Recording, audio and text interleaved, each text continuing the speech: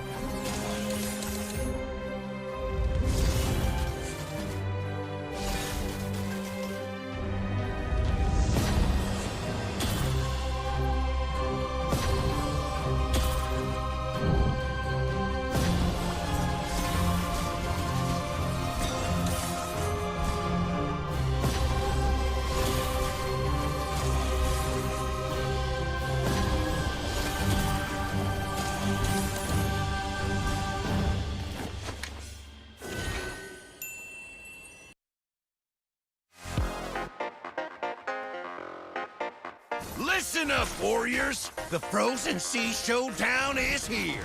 8 Francos, 2 sides. Ready your hooks. Well, the rules? Real simple. Hook 'em over, then bash 'em. Or hook 'em back and stash 'em. Remember, kills will make you stronger. More kills, bigger targets, so swing those hooks.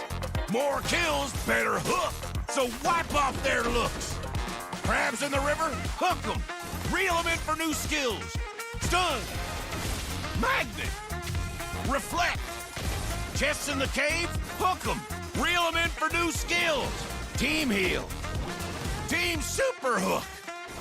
Crazy ults. Total chaos. Triple hook. Recall hook. Trick hook. No equipment to buy. Auto upgrades for all. Take one down, get your hook back. Hook, kill, reset, repeat. Hook till you can't hook no more. Remember these words. Hook, kill, reset, repeat. Hook till you can't hook no more. Hooks ready? Let's go!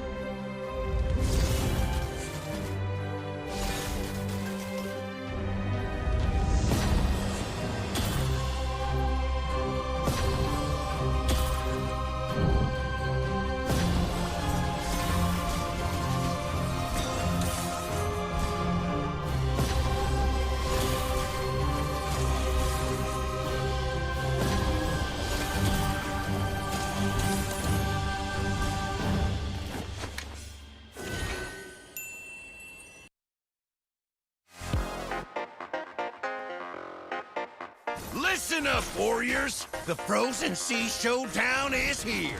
8 Brancos, 2 sides. Ready your hooks. Well, the rules? Real simple.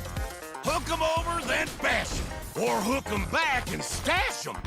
Remember, kills will make you stronger. More kills, bigger targets, so swing those hooks.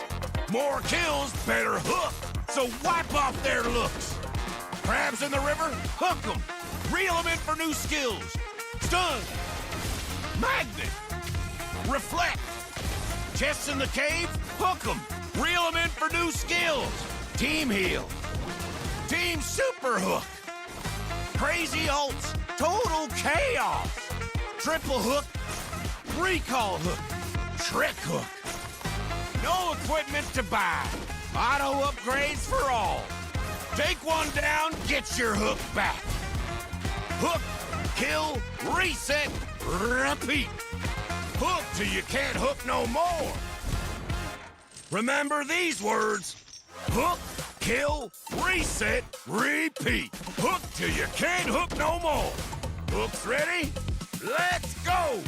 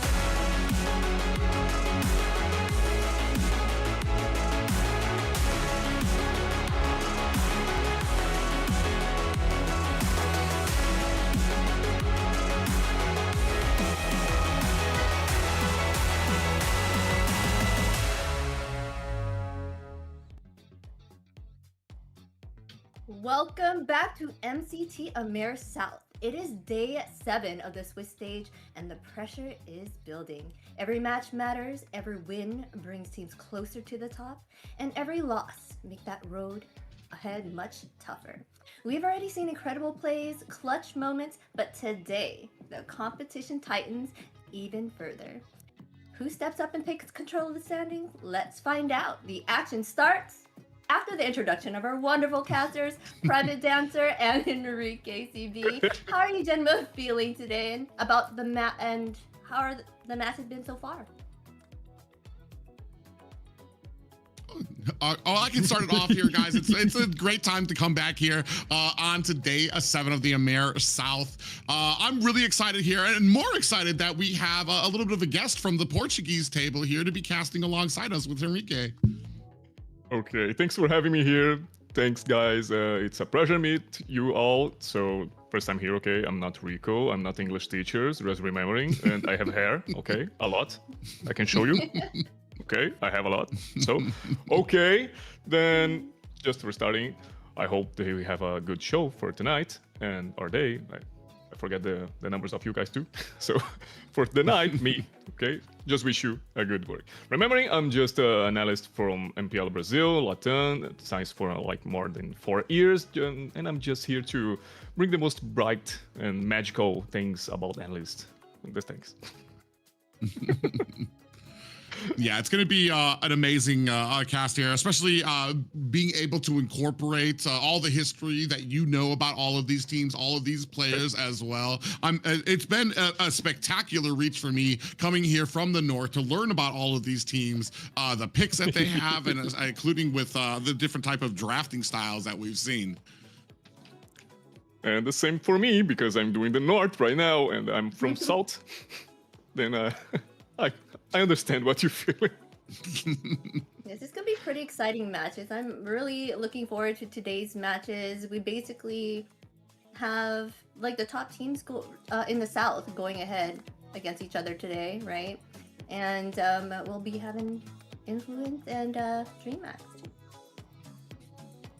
Yeah, very soon we're going to be getting right into the matches. Just so much going on here when it comes to the South taking on the North. Just in general, having the entirety of North America and South America coming together into one tournament, one competition. I know a lot of people, a big question on their minds is how do some of these teams stack up against some of the stronger teams that we have in this entire region? And I'm glad that we're going to be able to kind of step up and learn that here coming up soon.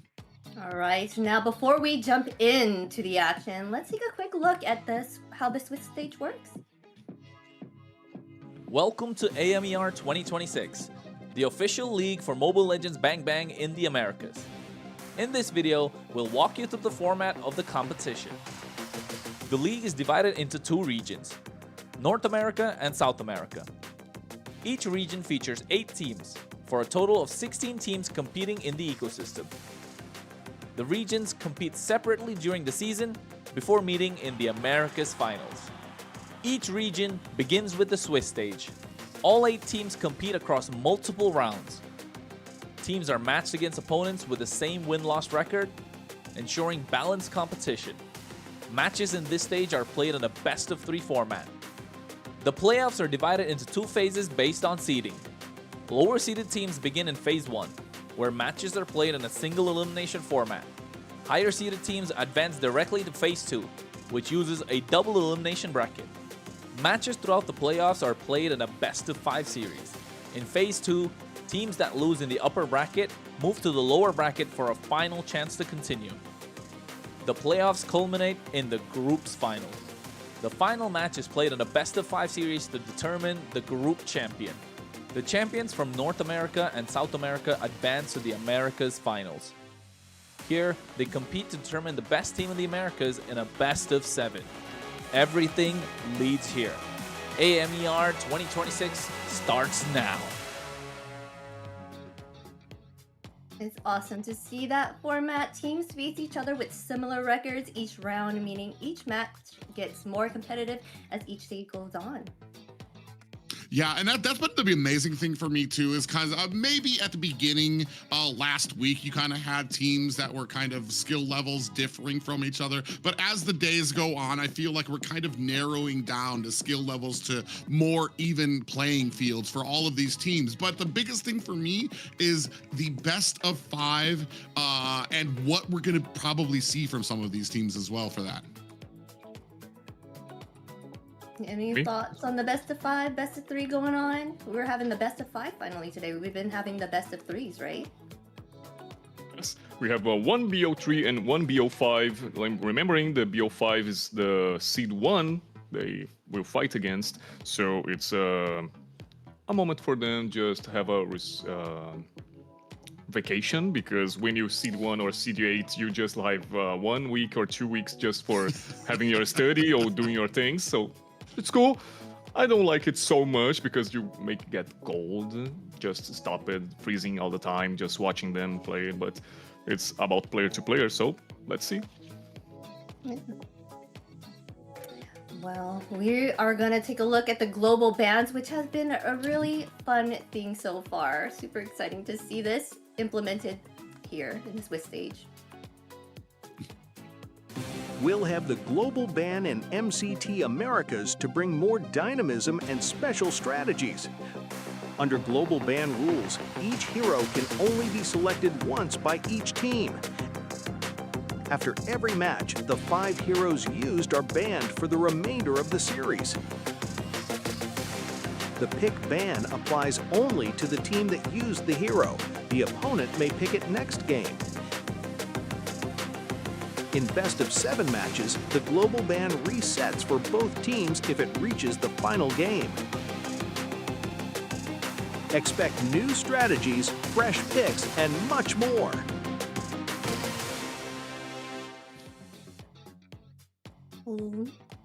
Love to see those global bans. It was really fun to see Trizla being picked up, just these newer heroes. And I wonder, like, the fact Trizla's mana now is not counted. He just has, and he doesn't have any. Is that going to be a big factor here? I mean, a lot of things have become a factor. We've been slowly starting to see creep up. We've seen Valir pickups. I think we saw Lolita as well. In the north, I believe you guys even saw a Gord pickup as well, which has been pretty interesting. It's just something for me that is so refreshing about knowing that no matter how that first match went, those heroes, you're not going to see them from either of those teams again, and they're going to have to reach into that pool to grab us something new. And I like it so much. Remembering the North League, we have also Gord, we have Sun Marksman, we have Benedetta roaming, and if I say something wrong about the name of the heroes, is the most scary thing I have, okay? Because I know all the names of the heroes, but in Brazilian way, okay? Not in English. That's okay. So, you can say it the way you know. The way you know it's fine. But it's like Private say, it's so cool to see this. And there is like not, it's a normal thing for me because South League they like it so much. Remembering I came since the MPL Brazil Season 2 and we meta are also tanking next lane. Then we started to change something and we see this fighter mode and I love it. Fighters is the best XP lane trend because when we see like two tanks, it's just Iceland like there. Just they do the things. Let them. Let's start with the 4 other players in the back of the map. So I love it.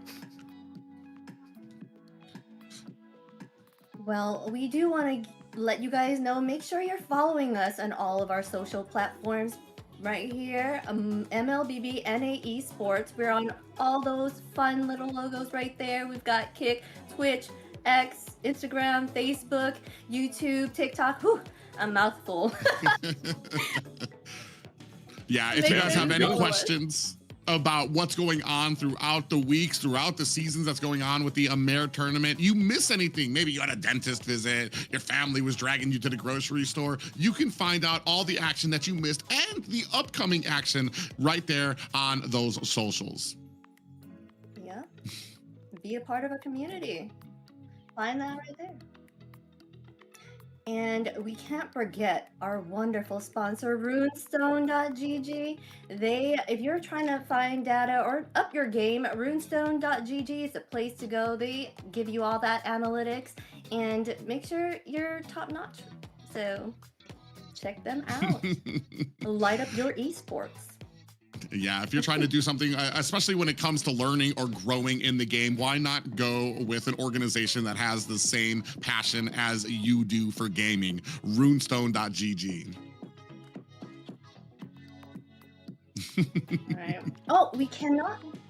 Oh, well, we cannot forget. We got to see today's schedule, right? We're going to get back into that action. Let's check out what we have for you today. We've got Influence Rage against Dreammax, a best of 3, and then later on we'll have Entity7 against Octa Gaming. These are... It's going to be intense either way. The best of 3 here, I know there's a lot of history behind these teams. Each one of these guys are coming in at 1-1, so they have been able to get a couple of victories, or they have been able to get a victory under their belt, but also they have tasted the bitter taste of defeat. On the back end, on the second half of this broadcast, we're going to have two 2-0 teams clashing it out to see who might be gunning for that #1 seed slot in the playoffs. About Influence Rage and the Dreammax Esports is have this confront, this 1v1 situation, this X versus sorry for the words, but this happens a lot in the past. Remembering Dreammax Esports was top 4, top 3 in the championship, a lot of them. But in the beginning of the org, have a top 1 and a top 2 sequence. Remembering when I say about the RQ Akira, about RQ Akira, they always do the second place against them. And then Alpha 7 games and the things getting just strange for them. So they need to prove a lot of things to once again have the fire breath about the Death Dragon and things like that. Yeah, a lot of things to prove for both of these teams when it comes, like I said, they're both coming in with a 1-1 apiece. And I want to say there's 2 different drafting styles kind of that I've been noticing coming from them that we'll get into as we get into the draft. But I know both of these teams want to prove something here. Like we said, this is going to be settling where these guys kind of end up on the playoffs. If you're going to be closer to a team that might be a lot stronger, or to get you down to that lower bracket as well. But it's a lot right now because both of these teams have been kind of settling in, adjusting some of their drafting styles, have had success and defeats with both of them. So it's going to be very interesting to see how they kind of stack up against each other. Yes, these teams, they, like you said, have seen those defeats. So I'm not really sure who will take the lead here. But I know for my prediction, I predicted Influence Rage would be on the upper hand here. They were doing what, 3-2 versus the Dreammax's 2-3. Their win and losses, but I feel like they may do better against them in this round. The way they kind of did work together, they just need to find that synergy again. For me. Yeah, sure. Yeah, Just anything your to input. say about Influence Rage and Dreammax? Okay. Let's go. So as I say, the Influence Rage was the first, the top one LATAM organization who have the best players and best things. They are just like the host thing. In Brazil, we had a lot of times the RQ Akira, then we have the Alpha 7 in things. But remembering, all the teams in Latin League just beat Brazil all the time right now. Since the MPL Season 2, we don't win anymore. In MPL Latin Season 3, we have a BO7 complete BO7. Then Corinthians win. But when the Influence Rage got to the MSC, after the MSC tournament, I forget the tournament after the MSC and goes to MSC. No, I'm not sure what that is, but let's take a that, look at okay. Influence Rage's lineup.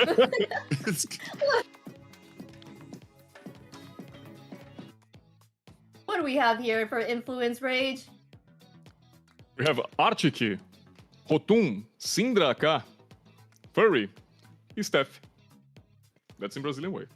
Oh, that's a Brazilian way to say it, guys. Right here we have our teammates in the Brazilian saying.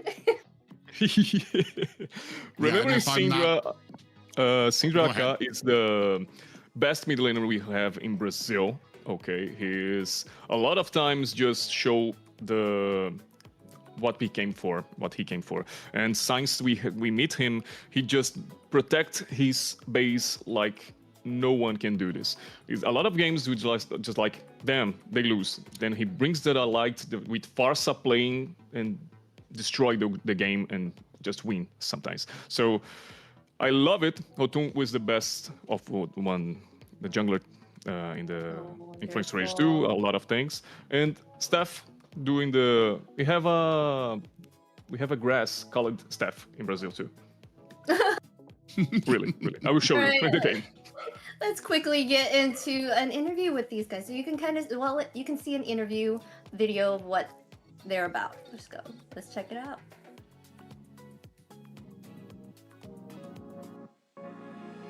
Bueno, ahora voy a decir mi draft ideal para equipo.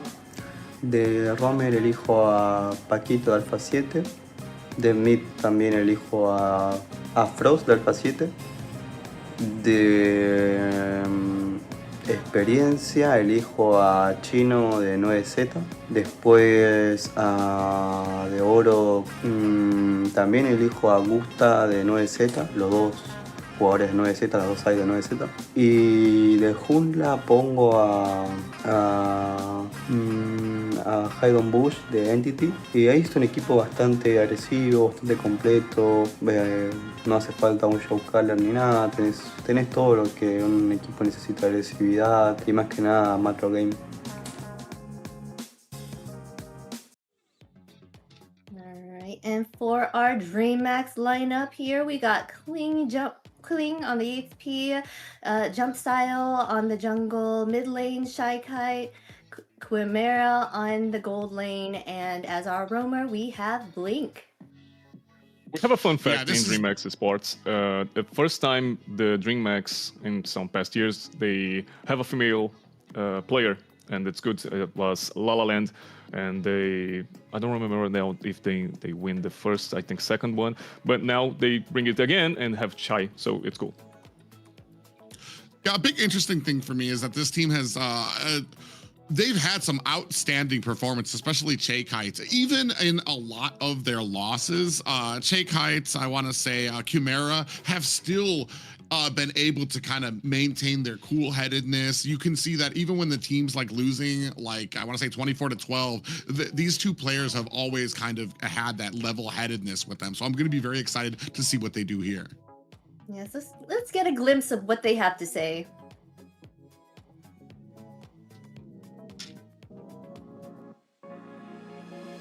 Salve, rapaziada, hoje eu vou fazer um Dream Team e eu não posso colocar ninguém da Dreammax, tem que ser pessoas de outros times. Como eu vou jogar Swift Lane nessa iPad, Jungle seria o Flick, da rotação me agrada muito a gameplay do Paquito, na Gold Lane Gusta Lagusta e no Mid Lane pode ser o Flash. E é isso. All right, guys. Okay, let's break it all down in this draft. This is where the mind games begin. Picks, bans, and strategies will set the tone here before we even hit the land of dawn. Let's go. So, remembering other thing about, I don't know if you guys just mentioned, but King was a jungler in others championships. Remembering the first time he had MPL Brazil, MPL 1, 2, 3, 4, 5, and MPL Latin, he also just go to be a jungler all the time. And he was a famous jungler in the season 1 because the assassins in the meta. So he got a lot of respect. Then the season 2 to the 5 to Latin and things make the meta tank, and he's not so comfortable about this, but he's also all the time doing his jobs and things like that. And when he came back to assassin meta, he just don't perform as the same way. So he just not improved a lot, but now he's in XP lane, and I want to see more about him in these games. I watched it last week. Past week. Yes. Okay, past week, and he's good, but I'm also need to see more to judge him because it's my work. Okay, I judge people. Yes. It's really interesting that you bring that up because being a former jungle player, he's going to have that experience, so he knows what, especially when it comes to a lot of these. As an XP laner, I want to say a lot of your priority goes into that first turtle. What can you do to try to help out your jungler to either zone out the rest of the enemy, help the jungler to make sure it's not a 50-50 shot? So that's going to be some great, interesting knowledge, knowing that he does have that experience and he could possibly bring that from the XP lane to a lot of these objective clashes. But already on the board, this is something that I want to say has been back and forth between both at North and South. The use and the priority of the Marcel pick. Sometimes in the north, I see sometimes the Valentina goes first better. Also, Valentina just first pick is common, such a common thing there. Oh, there it is. Your Valentina's been chosen right there. I guess that would combat like the Marcels. So we're gonna see double Marcels on the field. That's gonna be fun. A lot of free golden hour, right? That's actually perfect. That's exactly what it is. And the only thing for me has been, I feel like a lot of teams right now, they use Marcel interchangeably, like you see with a lot of other roams, as a setting kind of roam, that I feel sometimes Marcel, he's a very niche pick that you need to have a very specific comp to be able to take advantage of it, or else that golden hour is upsetting your team just as much as it is the enemy team, freezing hits, and possibly taking away good chases that you might have. Some of the big ones that we've seen so far have been the Tarizla, the Guinevere mixed in with it, even a Chonge pickup that kind of got mixed in with it as well, that has been really successful here in the South. On the side of Rage, does look like they're going to go ahead, the Phoveus to counter out the Valentina, and a Farsha pickup. That's the signature of Syndra, okay? Farsa, it's a comfort pick for him. Also, we have Ivy and Valentina too for him. But Farsa is like the things I tried to say the other times. He can do 1v5 a lot of games, okay? He just protects his base. If you want, like, the 4 players of Influence Rate died, and we have all the 5 of Dreammax going to his base. He will defend it, and he will guarantee this. most of almost the things he have. He do this a lot of times. Okay, it's not when I'm here. I'm just doing that not lucky team. Okay. So. Okay, we have glue. We in the North League have a lot of glue roamings. It's some specifically we see XP glue. I like it more when Science Charisma pick, so glue can play against very well. But also we have a lot of the roaming picks. Here is the same, only roam, or we have the 50-50. Yeah, over here is being smart. They're taking out the Gwen. What were you gonna say, Private? I think it's been about 50-50. We've had it featured on both sides as well. I do want to say I witnessed one game here in the South last week where they absolutely dominated a glue by having the Kalea and I believe it was the Lunox. So you immediately had the Tsunami Slam snatching glue up as soon as he did the split, and then the immense amount of damage that Lunox was able to put onto him, it made short work of him, which is at the time made people, I want to say, a little bit more sketchier about that immediate domination that you usually get with the glue pickup. Yeah, the glue is he has a hard time against Lunox for the fact that she can do, I'm not even sure what that move is, but where she goes into a circle and is like not catchable, right? Her escape ult, so that's one of the things that like for one is a good counter to glue for a mid laner, right? Or you have the bans and you call how you spell it? Yeah, spell not how to say Guinevere. What? Guinevere. We call Guinevere. Oh, Guinevere. Oh, wait, say it again. Guinevere. Guinevere. Guinevere. I could be fancy. I'm gonna start saying it that way. I'm just kidding.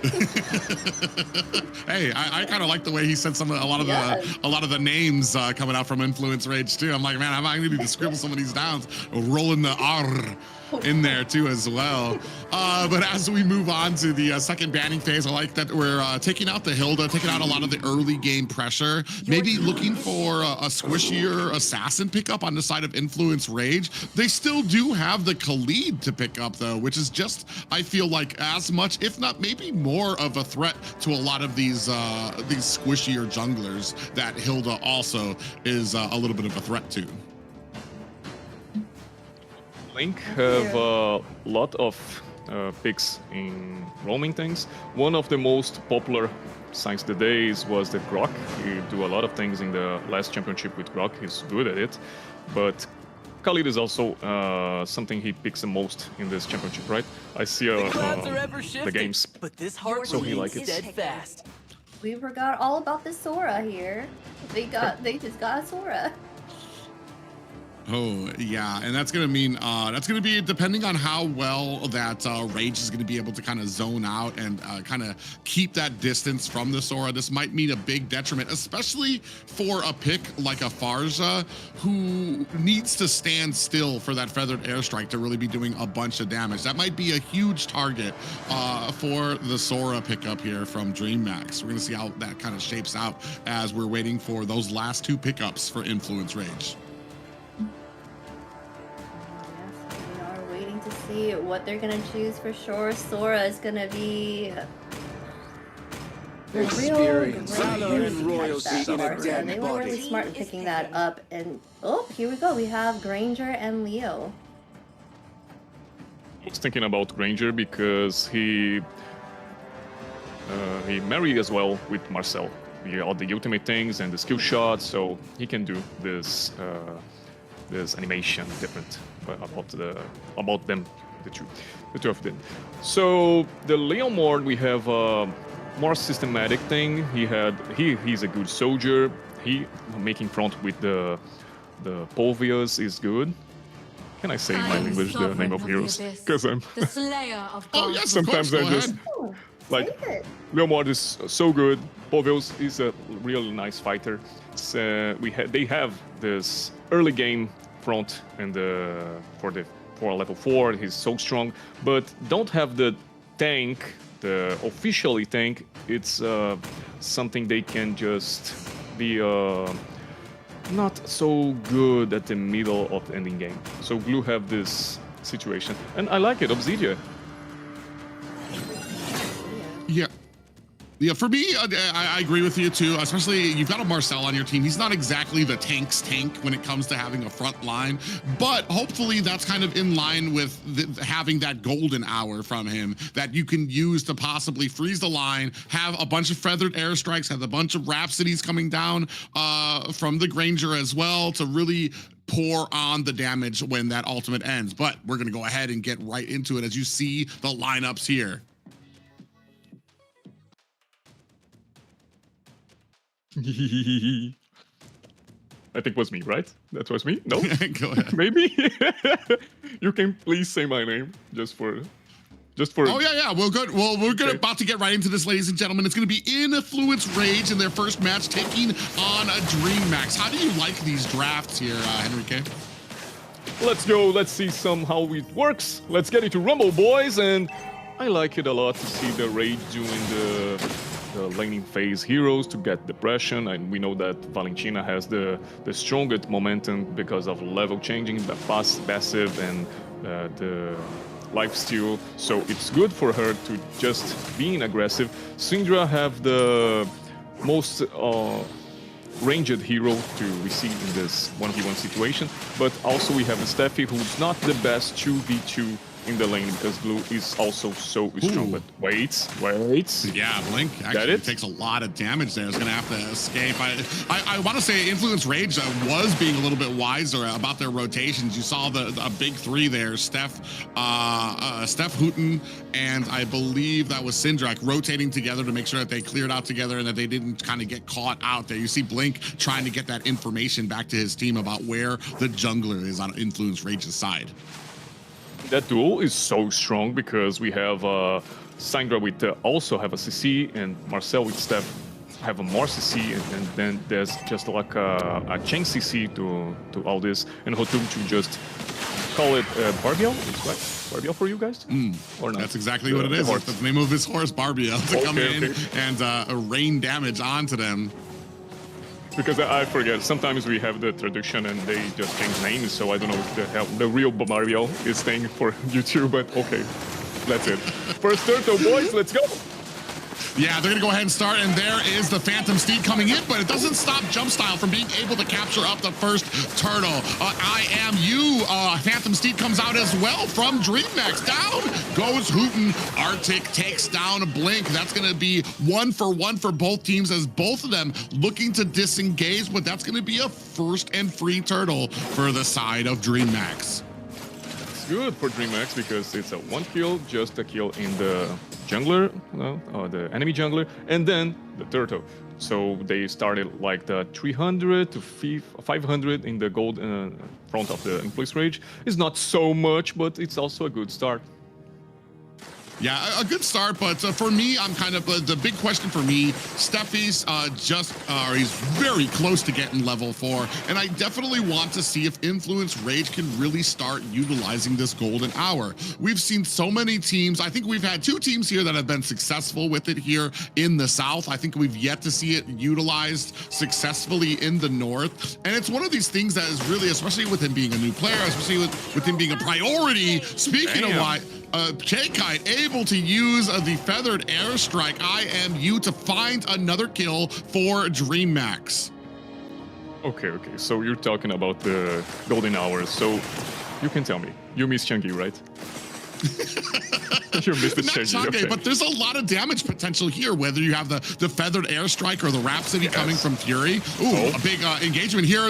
A nice closeout on the back end. Chimera in trouble, gets caught into the golden hour, but is able to find himself an escape. Nice try, bro, nice try, but not so good at it. He can do all the tower, is not so difficult because obviously he wants to do the passive first, then the ultimate, but you can just do the ultimate and Farsa have all the range to just drop it down, all the meteor from the space. So, okay, let's go to the second turtle.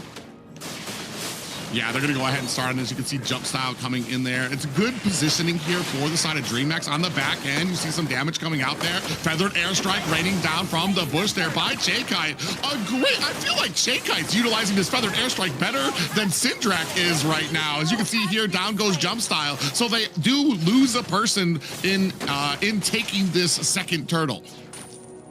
The Dreammax have more easiest way to pick it up the turtle.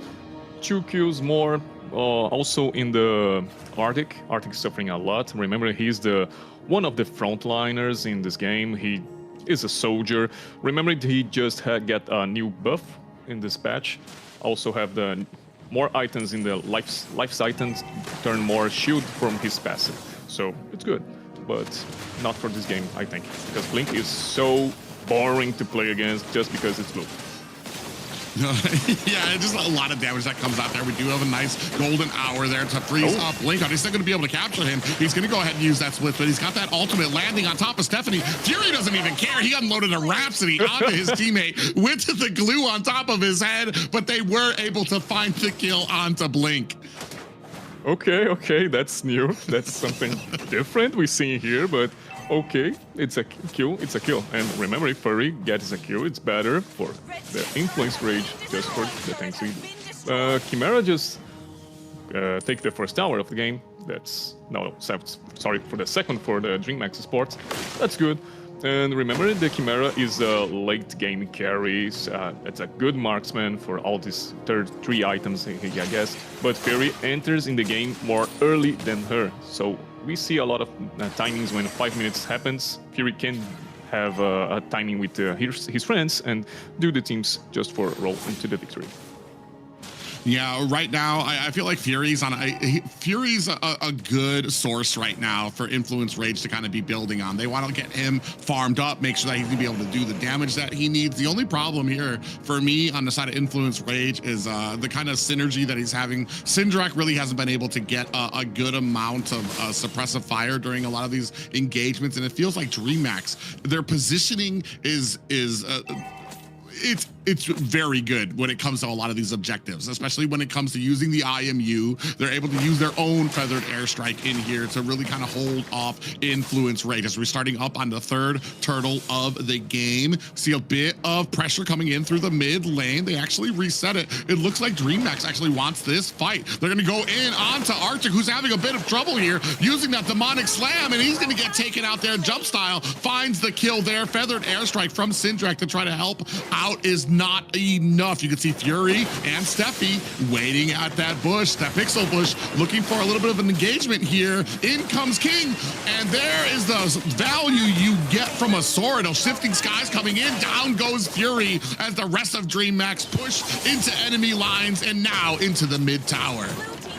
Okay, I don't know if I am the strangest people here, the strangest person, because I see this and why this need to go right, because it's a 4v5 situation. I know we have a Marcel doing the ultimate things, but alone, like no one will check the grass. Okay. I remember, I need to say to you guys, where is the Steph grass?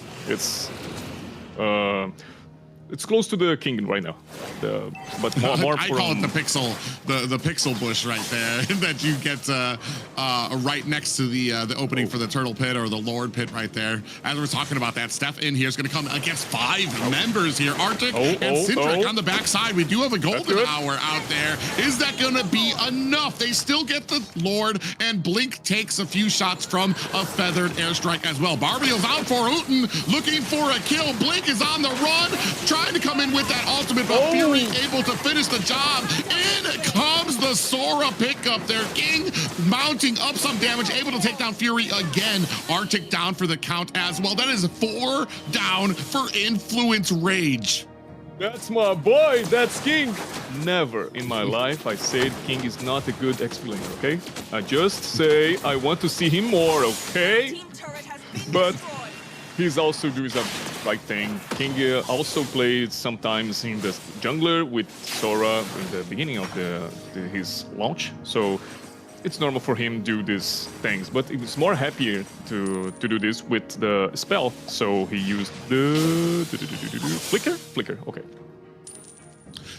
And you were talking about his expertise as a jungler, and something that I brought up before too is that he understands what to do to support his jungler in that Lord pit too. Immediately, twice went to the back line, found Fury, and took out Influence's Rage's biggest point of damage thus far. Syndrek has been having a little bit of trouble trying to get in.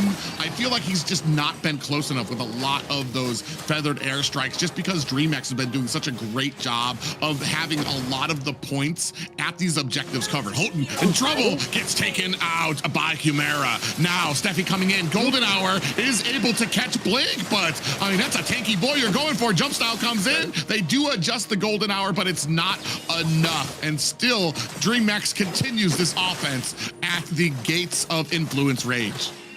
Remembering King, as you say, he had a lot of frustrations being a jungler, so he just turned this in the XP lane, just like, I can help you, boy. I know what you're feeling, so I'm here to help you and improve your game, okay? And then they just hug themselves and everything is happy. So, in this game, Dreammax Esports have an 11-4 in the match. How can I say this? That's correct. Match. That's correct. Yes, the match. You think this? Because I'm saying these things and like this is not sounds to be the right way to do this. But okay, so we have this 11 kills for Dreammax is good. We have 6 towers by 1, and Influence Rage just not showing the early game I said they needed. No, they have it. So it's with passing the way. We have 11 minutes to the game. We're changing to the middle game, and we have a Chimera who is the strongest in he's the marksman thing, and growing up. We've seen this in other games, and it's too late to cry when the Chimera's picked up this 4 out of 2-5 item, okay? So let's go. Let's go to another one, another Lord. Let's go.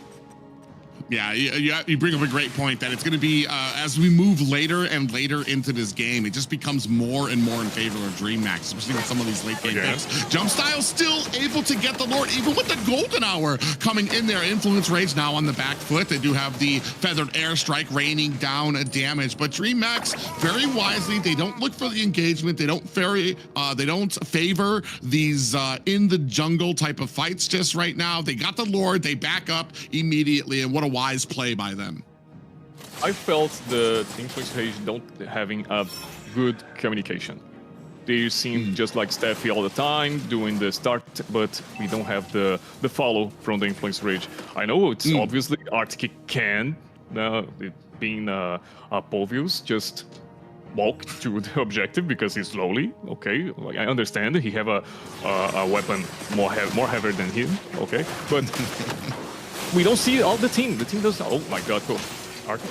Yeah, as you're talking about it, as you're talking about Arctic being very slow here, my God. gets latched onto by Blink. Jump Style is able to find a kill there as well. King raining down damage as well. Finally able to answer back is Fury, but there are 3 down for the side of Influence Rage as Dreammax turned their attention to some of these high ground towers. Lord now at the core, the rest of Dreammax putting on the pressure, and that is going to be game 1 smooth and crisp for Dreammax.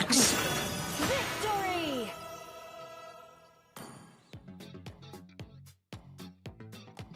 Wow, what a quick game. Dreammax, apparently I was wrong, and Dreammax is the one that has this energy right now. They were taking out those objectives at first and making sure that they claimed that, and then they dominated the field right after that, not giving any breathing room to Influence Rage. Yeah, I mean, you were talking about their synergy and especially about the picks, the later and later that they got. You were talking about the marksman pick up there, just going to get more and more dangerous for them, Enrique. Yeah, so I miss saying all the good things from Influence Rage right now because they lost, and I'm having this low feeling right now just because I say Lupsinga can hold up the base against 5 and then he didn't do nothing, so sorry. But in my times, okay, he do this, and I have how to prove it because all the videos are saved in MLBB Esports, okay? just saying the social media. But also what I think about is I said about how Glue is a strongest pick against Bovios, about Terizla, just because of this. And we see a lot of times Arctic just have a pick off in the same position, the same way, and he can't do nothing. And it's sad for them. Okay, for me it's okay. And other question is, 12 minutes is the most fast game of you guys or not? We have more. Not the most fast. I think that we've had a few games that went a little faster, but I think in the summation of how dominant it was, it kind of felt pretty fast, just probably because it just offensive wise, I think we saw a little bit from Fury. He was able to get some of those kills. He was able to get the kill on the Blink. I remember that very specifically, but most of the game was basically a statement coming over from the side of Dreammax, who had a very dominant for most of it. Makes part. And I miss the tank ones. Okay, I miss the tank from the Influence Rage. I said 2 soldiers, 2 fighters is good for the early game, but when we see how Blink goes to this glue thing, all the tank items, we've seen a lot of shots during his ultimate token from allies, but in the end, we know how strong the pick are and the difference he can do in the game. There's all that CC from Dreammax side was really hard to deal with the fact that they had Sora and was it Valentina to steal Marcel's ult, and that I think in itself was hard for Influence Rage to deal with. Oh, and also beating a dead horse here, the Marcel pickup. Oh no, Barbio? No, yeah, but I mean, Barbio too suffered a little bit there as well. But like, it started right from the beginning as they went to engage into the bottom lane, and they caught Chimera, and Chimera kind of was sandwiched in between the tower and the golden hour, and then he remembered, oh, I can just dive into the golden hour and I'll be safe, and he was able to get himself out of harm's way. As we take a look here at the stats, I mean, we talked about it before when it comes to Dreammax. Chaikai, Chimera, Chaikai 2-0-7, Chimera 2-0-7, a great game for them, but as you talked about, the dominance of Blink on this Flix, Enrique. 10k gold, we have the difference, and I seen Rage items and they like miss like 2 or 3 items when we see the Dreammax like goes to the last item or just finish the build. So we see how the pressure is, since the early game, this is so intense, and also why they just do this fast. 7-1 in towers, 2-0 in lords, and the turtle don't need the third one, so okay, she's will be alright. Yeah, but ladies and gentlemen, let's go ahead and take a look at what kind of got us here, some of the team fights for these highlights as well. Like I was saying, it felt like Blink was just having a great game, but here, this is an example of that feathered airstrike coming from the side of Syndrak was having trouble, to the point that Chaikai felt like they were utilizing that feathered airstrike even better than they were. King doing a great job of trying to force out the rest of the team there on the back end. Fury Fury had, it didn't matter that glue was on his team member. He immediately started dispersing justice for him. And here, like another feathered airstrike, and the Dreammax was able to get to zone out there as well. They were able to kind of come back, try to catch the team, but I mean, it felt like you talked about it before when it came to having the Marcel on your team, Steph, it felt like the rest of Influence Rage was just not prepared for a lot of those engagements. Miscommunication, it's all I can thank for all we've seen from this game, and I think they can do better in the second one. So, right, and of course, behind every big win is a standout performance. Let's take a moment to highlight our MVP player right here. 509 KDA, 35.3k total damage. He was doing an amazing job with Sora. We got King here. Yeah. Yeah, and you talked about it. He's a former jungler turned into the XP laner, and he knew exactly what he needed to do to support his team through these engagements. And I have my heart MVP for Chai because she's doing the best of the Valentina way because she also have the best ultimate than your own hero. So she can just destroy the game using this because I miss a lot how I cannot see the Farsa roaming the lanes and helping the team, but we see the Shy doing this with the not so mobile hero as Valentina, but with the ultimate of Farsa. Yeah, and there was points in there where I was just like, I'd see a feathered airstrike come out, and I'm like, oh, that's a good position, but that's Chakite on the feathered airstrike using a great IMU, and just a good blend of the IMU. She was even using the Phantom Steed as well. So she just had a great, it almost felt like a great selection coming from the side of Influence Rage. And that's something that, like you talked about it in the beginning of the draft, she's a priority because of what she provides to the team. Now the enemy team has to think about what are we giving her that she can use against us, especially because Valentina, she gets that ultimate before your mid laner because of how she scales. Yes, the fact that she can steal all those ults is, I feel like, is a big factor in their win for sure. She was able to use a lot and utilize it all, and knew how to use it the right way at the right time. So.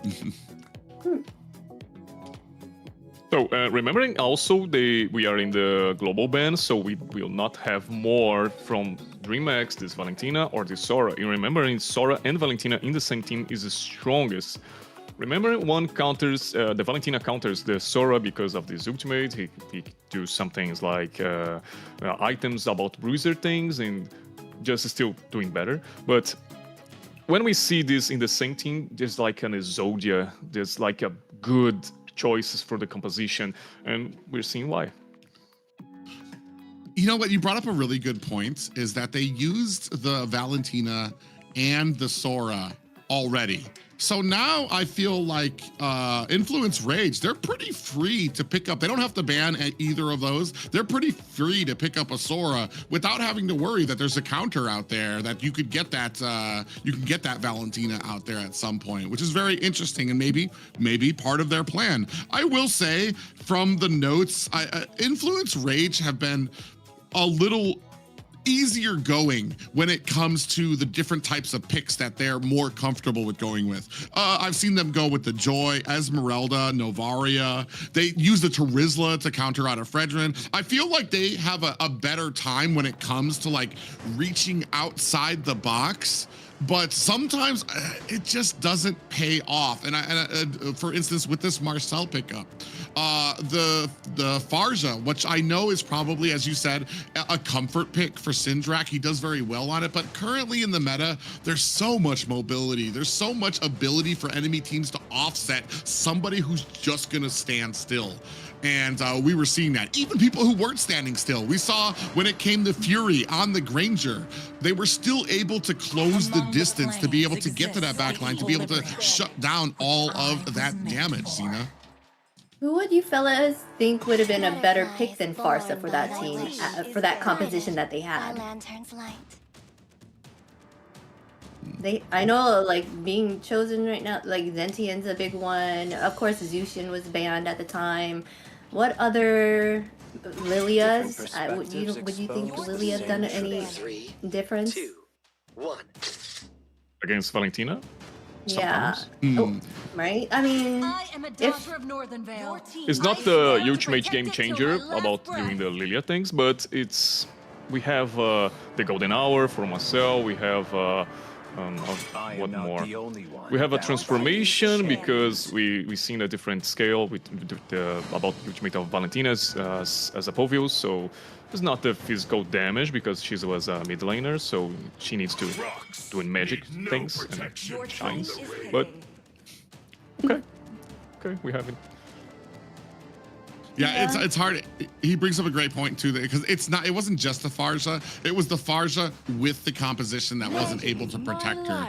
And even on that side, it wasn't even just not protecting it. It felt like the Golden Hour was kind of used, and none of the rest of the team came to kind of collapse onto that to actually feed in the damage, using the Rhapsody to get to aim onto a target, using the Feathered Airstrike to rain onto somebody. Here, they're gonna prioritize the Harith.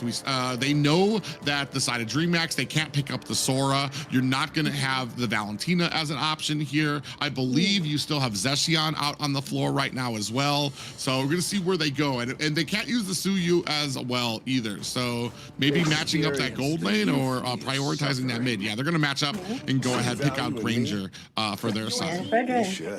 Yeah, they picked out that Fredrin. Sora is still out there. We know, does Dreammax not think it's a threat because they didn't ban it out in the first half? I guess they would think that Boxia is more of a threat than having a Sora out there. You think this next one they would pick up a Sora just to make sure that they are able to claim it, you know, and it's not get banned? They can. I don't know what they're thinking about the composition right now, but what I can say is, why is not Harith the top one marksman right now? Because we have a path notes, the newest path notes we have. They change an item called Stellarium Sisal. I forget the name. I don't have the spell. How to Stellarium? What the second name? The name of the item? You guys have the... I forgot what it's called. I'll have to get back to you on that. But it's one of the cooldown items that he goes with as a first item. Starlium Scythe. Okay, there we go. Starlium Scythe. Okay. What was it called? Let me look real quick. For me, it's because the thing about Harith is you can still get the Azura's Blade and I believe Mana Pages, and he immediately gets the max cooldown that he needs to be able to spam his first ability with that Zaman Force. So they did change that, so he's gonna have a little bit more damage in the mid game that he does. But the problem with Harith is he gets upset by a bunch of the CC that lands that is so prominent right now, and he can be slowed down. And it does take him a little bit of time to kind of get there to lay on that damage. I like that Dreammax here. They understand, they've seen, they did their homework here on Influence Rage, because I was expecting Influence to maybe pick up the Terizla themselves, as it's something that they used against enemy team members to great success on the Fredrin. You say about the CC and Harith trying to do his game, but as I trying to say is like the change about the item, the Stellarium I forget the name again. Please say Starlium Scythe. Scythe. Okay. I can't even say it. You're fine. Okay, Scythe is good because the contact effects changed to the 4.5 to 2 or 1.5, so it's good for him because he spams the ability so much fast and have the buff about the ultimate, just slowly down all the enemy players for 40%, and he just do with the boots and the fight. The staying on Titan, okay? I will say in Brazilian things, oh well, okay, I'm just getting bored. I will say all the things in Brazilian and you guys just search for it, okay? But saying this, I read all the patch notes and say, why he is not so top one, he does like the meta right now? Because he's a stronger, the item and the Harith just marry as well. But nothing for now. The first week just passed and I just seeing this as nothing happens. I feel like a lot of teams are still trying, especially when new patches come out. A lot of teams, it takes them a little bit to settle in for some of these pickups. Terizla just had a change too. Doesn't cost any type of mana. I think Xena brought that up earlier. No longer has a mana pool, so you can just spam out some of those items as well. We were talking about it before, and a note of record is that Aulus isn't available because he just went through a little bit of a revamp as well. So he'll be available on the 29th for teams in the AMER North and South to be picking up. So maybe there's a little bit of a settling period. A lot of people I know were talking about Harith. Is he going to be able to be used in jungle now? Is he going to be very strong? We just haven't seen the picks reflect that just yet. on the side of a Dreammax, they're going to go ahead, scoop up the Hylos pickup. And I want to say, Eve is banned out there. So still looking for a mage on the side of Dreammax, and still looking for that roam coming out on this on the side. Or no, we have the roam already. We're looking for the XP laner coming out from them, and the mid, with Valentina's going to be scooped up by them. Yeah, they just chose Valentina. I'm surprised. I guess they picked the mage last. Usually the mages are kind of like a priority pick now. So they have Valentina here, Glue, Hylos. So what mage will they be picking here on for Dreammax side? What do we have? Lilia. What would be good against that composition? I miss more about the HP laners like Lunox, like Carry, just for fight against all these 3 monsters Dreammax just offering to you guys. But I think about, oh, okay, I think they will bring the X-Borg maybe, or Lunox, but they also have the Heritage. But no, they just do a normal draft. Novaria. Oh, and no one can take Novaria. I don't see anyone in the influence page who can run against or try to pick up this Novaria inside the game. It's difficult to them. We don't have all the high mobility she have, and just enters in all the walls. So that's a good one. Okay. Also, Dreammax have a best composition here for me. All right, we're about to get started here, as you guys can take a look at the finalized composition for Influence Rage taking on Dreammax as they go into this second match. Yeah, it's going to be very interesting. There's some, I want to say, I'm very curious as to the reasoning for some of the pickups here. I do like the Glue going in against the Terizla. It's going to be a good counter there. But this is a pretty tanky composition coming out from the side of Dreammax, which is going to be able to do a great job of protecting the Chakai, protecting the Chimera. We've already talked about, even on their own, even when they're losing, end up having a great game because they understand the distance, they understand positioning and where they need to be to not get caught, even in some of the worst conditions. Here, I feel like there's a lot of yes boxes on their side for how they can be protected, how they can be peeled away from as well. Terizla also have a good passive who makes him more tanky, so he can do the fighting, the fighter items, so he can do the War Axe, do the... I don't know why I went thinking to try to say the items in English, and I'm thinking all the say the Brazilian way, but he do a lot when he have emblems like the Festival of Flood, when he have not Concussive Blast, as that's right, I write all these emblems just to say that, and I'm not saying this. Brave's Might, it's Brave's Might, the soldier one. When we fight, have the class, the emblems of the fighter, he's good because he have this lifesteal more in the lane. Now he not have more mana, just he can spams a lot of things. And side to Hylas, who maybe have the battle spells of Revitalize, I guess. And Fredrin, who also is a good one to just tank a lot. I think the Dreammax have a best front line in the game right now. Yeah, they've got a good front line, but what I'm trying to figure out what is Influence Rage's win condition, and one of them is not a front end fight where both front lines clash together, because I feel like that's going to end super poorly for Influence Rage. You have the option of the Kalea that can get in, she can snatch somebody up, but do you have the damage? Once that Tsunami slams, if you grab a Terizla, if you grab a Hylos, because I'm going to tell you right now, it's probably going to be very hard to latch on to Granger. It's going to be very hard to latch on to Novaria. I don't know. I'm wondering, the most likely scenario is that the Tsunami Slam is going to land onto one of those tanks.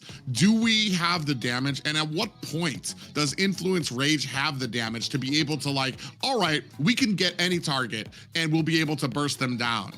And I feel like it's a big ask. There's a lot of stars that need to line up perfectly for Influence Rage's composition to work out correctly. You're not feeling Influence Rage's composition. Interesting. Okay. What do you guys feel about Navarra being chosen? Bavaria, I think is a good. It's a normal scenario in South League, okay. And past few tournaments, we have a lot of Navaria. Science in the hands of Syndra 2 and Frost, we have it. And Sagan also have this Navaria 2, okay. But in the Latin League is also a little bit different, but she came in the right compositions just when the last pick, just for this. They don't have how to pick her in the fights. He just do the sniper things in their positioning and no one can get closer. Also, they have 3 front lines. It's difficult to just pass away from them. Like, no, I'm going to the Navarra. Like, so you stay here. I'll go there. Just punch the Navarra face. Okay, I'm back. No.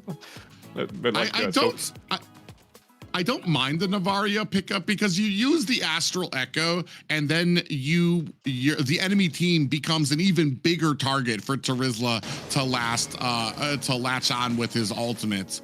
So I think there is an ability in there. Henrique, why don't you go ahead and take us into game 2? Oh, let's go, my boys. Let's get to the second game for the first match. And also we thinking about Dreammax can do the 2-0 in this 101, or the draw is here and the draw will be the Influence Rage match for this over with. I don't know, but in the game we will see it. 1 minute to the count now. Let's see how the turtle goes in 2 minutes. And the impressions about Syndra is different. He felt against the Valentina in the other games, and now he's just doing this. And oh, Chai is sniping also the purple buff right now. Yeah, I mean, that's kind of the value you get from a Navaria pickup there, to be able to kind of snipe out there. I'm not sure. I mean, they've got a pretty decent clear on their side. I want to say I kind of favor Influence's Rage's clear just a little bit more, but are they going to utilize it? Are they going to be able to get to those side lanes quicker to provide the support that they need? And then I want to say the side lanes are so tanky. It's like, who do you, if you're not going for gold lane? Speaking of which, we do have a little bit of a pop-up 3v4 here. Oh, look at the damage that comes on to Influence Rage. Sindrak goes down, and Appraiser's Wrath dropped them down to like 25%, and then Dreammax able to come in, a King able to find the finishing blow there. Shake Height on the back end. That's going to go ahead and set up Dreammax for this first turtle. I don't know if I can say they are optimists about being so happy to just jump out in 3 tanks on the other side, and okay, this will be good. For sure, we will win this fight. I don't know why they're thinking about this. So okay, you're all happy, Influence Rage? Because I'm not. I'm not seeing this as a happy ending. Okay. Yeah, I think they had an opportunity. They just thought to go with it here. Blink is in. Going to go ahead and get caught there by Arctic. Ooh, and a little bit of a taunt there. Last on to Steffi in the mid lane. But yeah, it's when you go in there, especially with the damage that they're able to provide. How in the early game, I want to say jump style on the Fredrin, I feel like it's so easy to kind of predict the damage to get Fredrin as many stacks as possible to be able to lay down with that Appraiser's Wrath, which he did, and absolutely shredded the enemy team. He's got about a little bit of a 300 gold lead over Hooten on this Suyo pickup, and we're going to go ahead and continue with the action. And for Chai, it's more grateful to play with the Novaria, just because we have a lot of CC about King, about Jump, about Blink, who just make the person just stop it right there, and the shot comes up about the sniping thing. So good, it's a good composition. Yeah, but still we're kind of waiting for that point where Influence Rage will be able to kind of take off. Like we said, you really, that was a perfect example, that first fight, of why you don't want to go head to head with this composition. There is such a huge and tanky front line, a brick house that, 3 brick houses that you're going to be standing in front of. King, Jump Style, Blink that you have to contend with. You're going to need to find a flank. You're going to need to find a way into this back line that we haven't seen them been able to do just yet. Oh, speaking of which, Chimera at the bottom lane, taking a lot of damage. Hotun able to find the kill to tie it up. That's going to go ahead and set the tone for this next turtle. Dreammax are going to be a player down. They do have everybody in here. Penalty zone is out. Arctic just misses it, and Arctic is down for the count. 1 down for each team, evening it out at this turtle, and I'm not sure Influence Rage is in a position to even contest it. You can see that Syndrak being held at the mid lane, turtle down to 50%. King coming on, putting the damage onto Steffi, and that is going to be another turtle in the pockets of Dreammax. I like how the Influence Rage have the composition to scale better because they have Heritage, because... is it? Okay. I just carried it up for one moment, but where's the other thing? I don't see it, but okay. But the scale is also very good, but the Dreammax have this early game potential. Chimera just suffers a death early, and it's not good. The Fury have this advantage about farming, about level, is not good for Chimera, and also, the mid game we'll see about more in the game. So just to see who wants to more win this game about this. And most of Influence Rage have more individual contact heroes, and the Dreammax have the AoE. So best for them just to make these fights in the close calls and close places. Yeah, it does feel like Influence Rage. I mean, they need to be patient, get that damage down, and most of all, be on the same page. is for me, sure. So that when we do get some of these slams, when we do get some of these tsunami slams, once we have our power spikes, let me just say that too, because I think we're still at a point where they just don't have the items that they need. They scale well, and I feel like the later this gets, the more it favors Influence Rage. But Dreammax have been doing such a great job of kind of getting around, understanding where they need to be, immediate with the rotations. Oh, Zaman Force comes out defensively from Fury. Good for him. He used the Purify, is good for. Remember when you say Heritage has a problem with control, so Purify is there. He's here just to go away. So Frederick just do a rush gank and Oh. Yeah, Fury took a whole Rhapsody there. No. And the nail in the coffin. Kite from the back with the snipe, and Blink was right there to scoop up the kill. Now we are having a fight here at the Turtle Bush, and Hotun able to steal it away. Might be a little bit of a problem here as King has been latched onto Arctic. Gonna use that flicker. Is he gonna be able to find himself an escape? Ooh, he wanted to go for that speed up, but now he's gotten caught by Jump Style, takes an Appraiser's Wrath. He's going to go ahead and use that split to try to get away. The entirety of Dreammax behind him looking for this kill, and Kite again with the snipe to scoop up another kill. Now I came with the gossip. King just missed the ultimate. He just stopped it into the wall. Damn. Oh. Calm down, Dreammax. Calm down, please. I'm not going to lie. I feel what King feels on that Teresa. There have been so many times where the ultimate, you feel like you can jump over a certain wall, and it just does not go that way. For some reason, I feel like the hitbox is a little different when you're trying to move and jump with that penalty zone, and sometimes you just end up on the wrong side of the wall. You're like, oof, like, okay, I just missed that ultimate. It's one of those little things that I feel like the actions don't line up perfectly. Blink here at the bottom, the rest of the team kind of latching on and trying to find a kill onto Hotun. He wants to get that minion. I wonder how important that is to him, as he's going to have to turn around. Blink doing a great job, and Jump Style, they're going to try to protect this bottom lane, allow Chimera the time he needs to be able to take this bottom tower as well. 2 towers by 1. The focus is in the middle lane. Oh my god, Shy. Okay. I can breathe now. Damn, why they came to just okay, Steph uses his flicker to get closer. Okay. Yeah, and they're doing a great job. Che Kite's doing a great job with some of those snipes as well. I think I've talked about her before, the great positioning that they have. Ooh, a little bit of engagement here. 2-on-2, two tanky boys trying to go in. Force has been left up on the top lane, looking for the damage, but Kumera comes in with a Death Sonata, finishes the job, and down goes a Fury.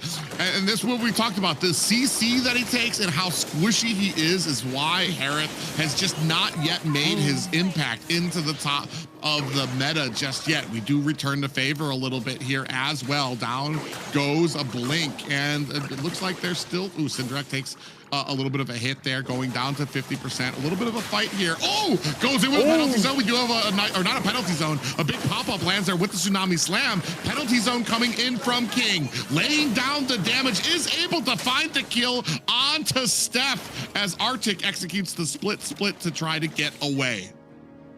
2-by-1. They also have Fury and Steph, but in the other side we have the Chimera, who and also Blink. So it's a good start, but changing this, changing kills is not good. Change is a good way to. One kill for one side, one kill for another is not good for the for the Influence Rage, because Dreammax is also pretty strong. They have almost 1k of gold in their front, and now we have a Lord. And the last fight, no, I don't know why, but someone started the Lord and Blink's dead.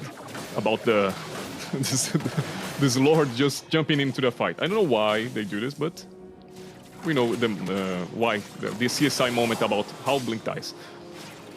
Yeah, and bigger thing for me, rather than just trading kills to the team, is that was a Tsunami Slam that they landed on King to try to burst him down.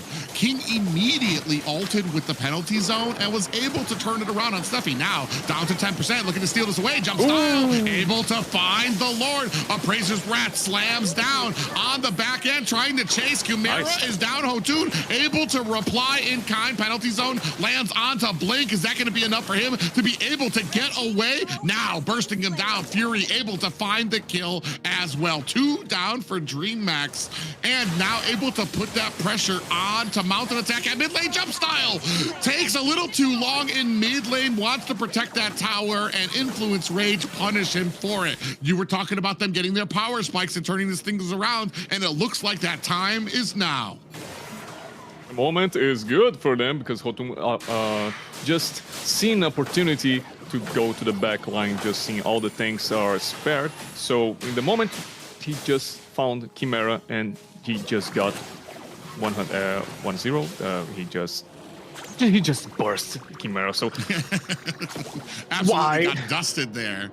And this is the damage that was coming out. The fight did take a little bit long. They weren't in a position to be able to take the Lord, but to get 2 kills there, especially to burst down the tanks. As we take a look at the items, man, that's crazy. Tarizla with a 2.600 advantage over the Glue and Suyo, who's just a farming machine. It's not a surprise that Suyo is kind of like 3k over, but it just kind of speaks to where a lot of this gold is going for both of these teams, as the gold overall is tied for both.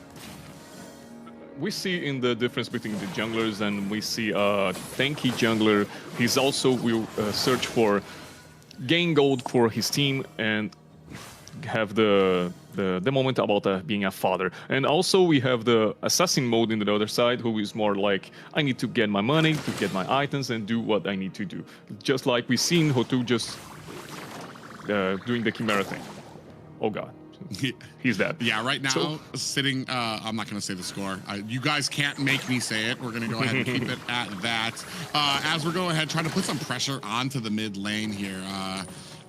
I feel like right now, Dreammax, they've lost just a little bit of confidence in their step, because they know the damage that is coming out from them.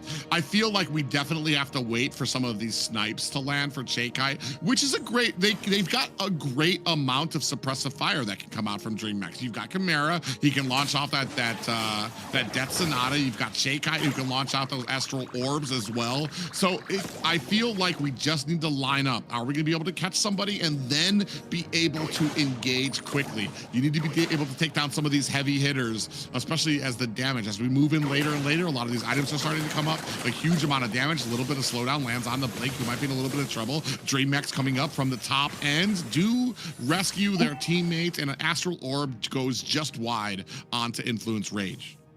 13 minutes to Lord, and you say about this score, now I remember the name, score. We have this feeling in Brazil too, when it's 7-1, just because the world's football about Brazil taking out 7-1. Yes, Rocco told us a little bit about this too, about the dangerousness of that 7-1 score. Every day we have a 7-1 in our lives, and that's the moment because fights now. Yeah, you see the Zaman Force on the back end. Hotun able to find a kill on to J-Kai. Now we're on top of the Zaman Force. You can see that Soul Sever coming out from Hotun to lay down the damage. Jump Style in trouble. Gets taken out by Hotun. Blink and King looking for an escape, being chased away by Arctic and Steffi. A great job as the tables have turned for Influence Rage at the 14-minute mark. They're going to go ahead and press onto the mid lane, allowing Hotun to be able to solo the Lord by himself. That's a nice pick-off during this fight. Syndra just looked for Chimera again, and he can't play this game. I'm missing Dreammax doing a communication with the frontliners just to protect your carries. You're not in the early game anymore, who you guys just can do 3v5, but now you need your carries, and they are not doing this, and they are just like split the team fights, and it's not cool for them. So Influence Rage is now gain the map conditions, and it's good for them. I like it. Yeah, it is looking like a much more even game for them. And you were talking about it does feel like that some of the Blink especially kind of getting set out there a lot to extended. Ooh, do we have a Tsunami Slam that does land onto Steffi or onto King, onto that Charizla, but Chimera able to answer back immediately with a ton of damage, is going to be able to find a kill on to Steffi for Influence Rage. That's going to go ahead and back up Influence while Dreammax begin to press forward. They do still have the side lanes to contend with. So we have a Chimera who doesn't have his flicker or his flash, and Steffi just want to start and engage in a tank in their base. So I don't know why this happened. They don't have already the burst conditions to just give the tank 1-0 to his life. So why this is happening, I don't know, but it's a normal thing. Yeah, and that kind of comes down to maybe a little bit of inexperience, maybe a little bit of a communication thing. If you go in, I think maybe they thought they had a landing on Chaekite or Chimera or something. And when they went in, they realized, okay, we're caught. I need to grab somebody. The problem is that somebody is almost always King. And the amount of defense he gets throwing down his penalty zone and the damage that he can dish out is just a huge deal. And it almost turns it around on your entire team, depending on who you're picking up for some of these Tsunami Slams. The sad thing is, I feel like even without the Tsunami Slam, Influence Rage is at a pretty comfortable spot right now. We don't need to go off the wall. We don't need to get desperate with some of these Tsunami Slams. I feel like the damage that we have is more than enough to kind of be able to blast through the front line, keep chipping away at them. So I feel like we don't really need to hone it. We don't need to act like the Tsunami Slam is the end-all be-all for setting for our team right now. Now they have a lane pressure about the Minions. I like to say Minions. Remembering we have in the North League one game that Minions do the thing. Okay, Minions are Minions. Okay, this is right. Minions. Okay, this for is right. Me. Okay, so we have one game about this. I have a conversation with my older friends in the South casting, and they say you guys also have a Minion condition, right? Yeah, when the minions are pushing on the base, we call them winions. It doesn't happen too often, and I feel like sometimes you need like a lot going on in the game. Speaking of a lot going on in the game, we're at 50% on the Lord right now, juggling it back and forth. You can see a little bit of a dash there from Influence Rage. Now a big fight comes on. Navaria does miss with that Astral Orb. Death Sonata does miss as well. King in a little bit of trouble is going to use that Flicker to get himself out of harm's way. Down comes a glorious pathway. I don't think that some of the teams are in a good position. You can see how tanky the side of Dreammax is. They're still mostly at full health right now. Fury coming in from the flank, looking for an angle to be able to get in here. Arctic fighting back as well. 9 and 8 up on the board. Jump style goes in, latches on to Arctic, trying to find that slow, is onto the back line, but was not able to. We were talking about being able to get to the back line of Dreammax, but also, who do we have to be able to get to the back line of Influence Rage? Speaking of which, Blink in trouble, does get taken down. Fury comes in, lays down the Zaman Force. Another Tsunami Slam lands onto Jump Style. Immortality proc. Are they going to be able to take him down? Fury able to find the kill there as well. King in trouble as Hotun finds the finishing touch there. It's just J-Kite and Kumera alone to defend this core against 5 members of Influence Rage. Don't look at me. I don't say nothing about Syndra doing the things about defending base, but oh my god, that's incredible, man. Yeah, and that's going to be the second game going over to Influence Rage to tie us at 1-1 apiece. Wow, what a show. Influence Rage, they were getting first blood. Dreammax started to dominate the field. Then Influence Rage showed them what's up at 11-minute mark and was like, you know what? We know what we need to do. That first one was a fluke. This time around, we got this. So they came back. What do you guys think? Amazing. That's amazing. And obviously, we've talked about the compositions and how about early game was the Dreammax and how Scale have the Influence Rage. So the beginning of all this is good about Dreammax picking up the skills, picking up some few moments in the all the Influence Rage just goes in the wrong calls and they grow up. But sometimes we see how different it is about the Suyu player just having your items and also Heritage too. So we see this different moment in the middle game just to finish, and that's amazing. Yeah, it's the problem too for me is that there's as you move into the mid and late game too, the only sources of damage for your team are the Granger, are the Novaria. Novaria's really leaning way back, trying to land a lot of these Astral Echoes for her team. And if she gets close enough to really be a threat, I feel like you've got so many options that are no longer concerned about the tanks, that they can kind of get back there and find some of that. More though, is that when these clashes were going on, I felt like the clashes, they're lasting pretty long, back and forth, but there was just not enough damage on the side to be able to compete as you moved into the mid and late game for the side of Dreammax to really compete. Like I said, you got the suppressive fire, you got the zoning ability of some of the sniper power coming from Granger and Navaria, but that's kind of, that almost feels a single target basically, and they were able to kind of maneuver around a lot of that in the first place. I miss all of this in the game because, as I say, they have 3 frontliners. They don't need to get to let pass the Influence Rage to our carries, but all the team fights when the Influence Rage just win, I see Hotun just doing the Chimera's death, or also Syndra. So you have the range to do all your abilities. You have all this pressure about your team, but you're not doing this right for the moment. So, okay. Rage, victory. Yes, looking at this, who do you think will be the MVP here? Hotun came back with everything. He is a 605 there. We have, I think they all did their part in getting the team turned around for this win, right? Steph was there going in to give that CC and make sure that they can put in that damage and hold them down. For me, Hotun, I think sans that first engagement right here, where they're like, "Oh yeah, let's run right into 3 tanks and see how this fight takes us." Besides this first fight, I feel like after he started farming up, after he started getting his items, he was doing a great job of being able to get around a lot of these conflicts to get to the back. I believe Henrique was pointing it out that we were questioning, could they get to the back line? Could they get to Chakite and Chimera? And we saw that they were, and Hotun was doing a great job of getting back there and shutting down a huge amount of Dreammax's damage.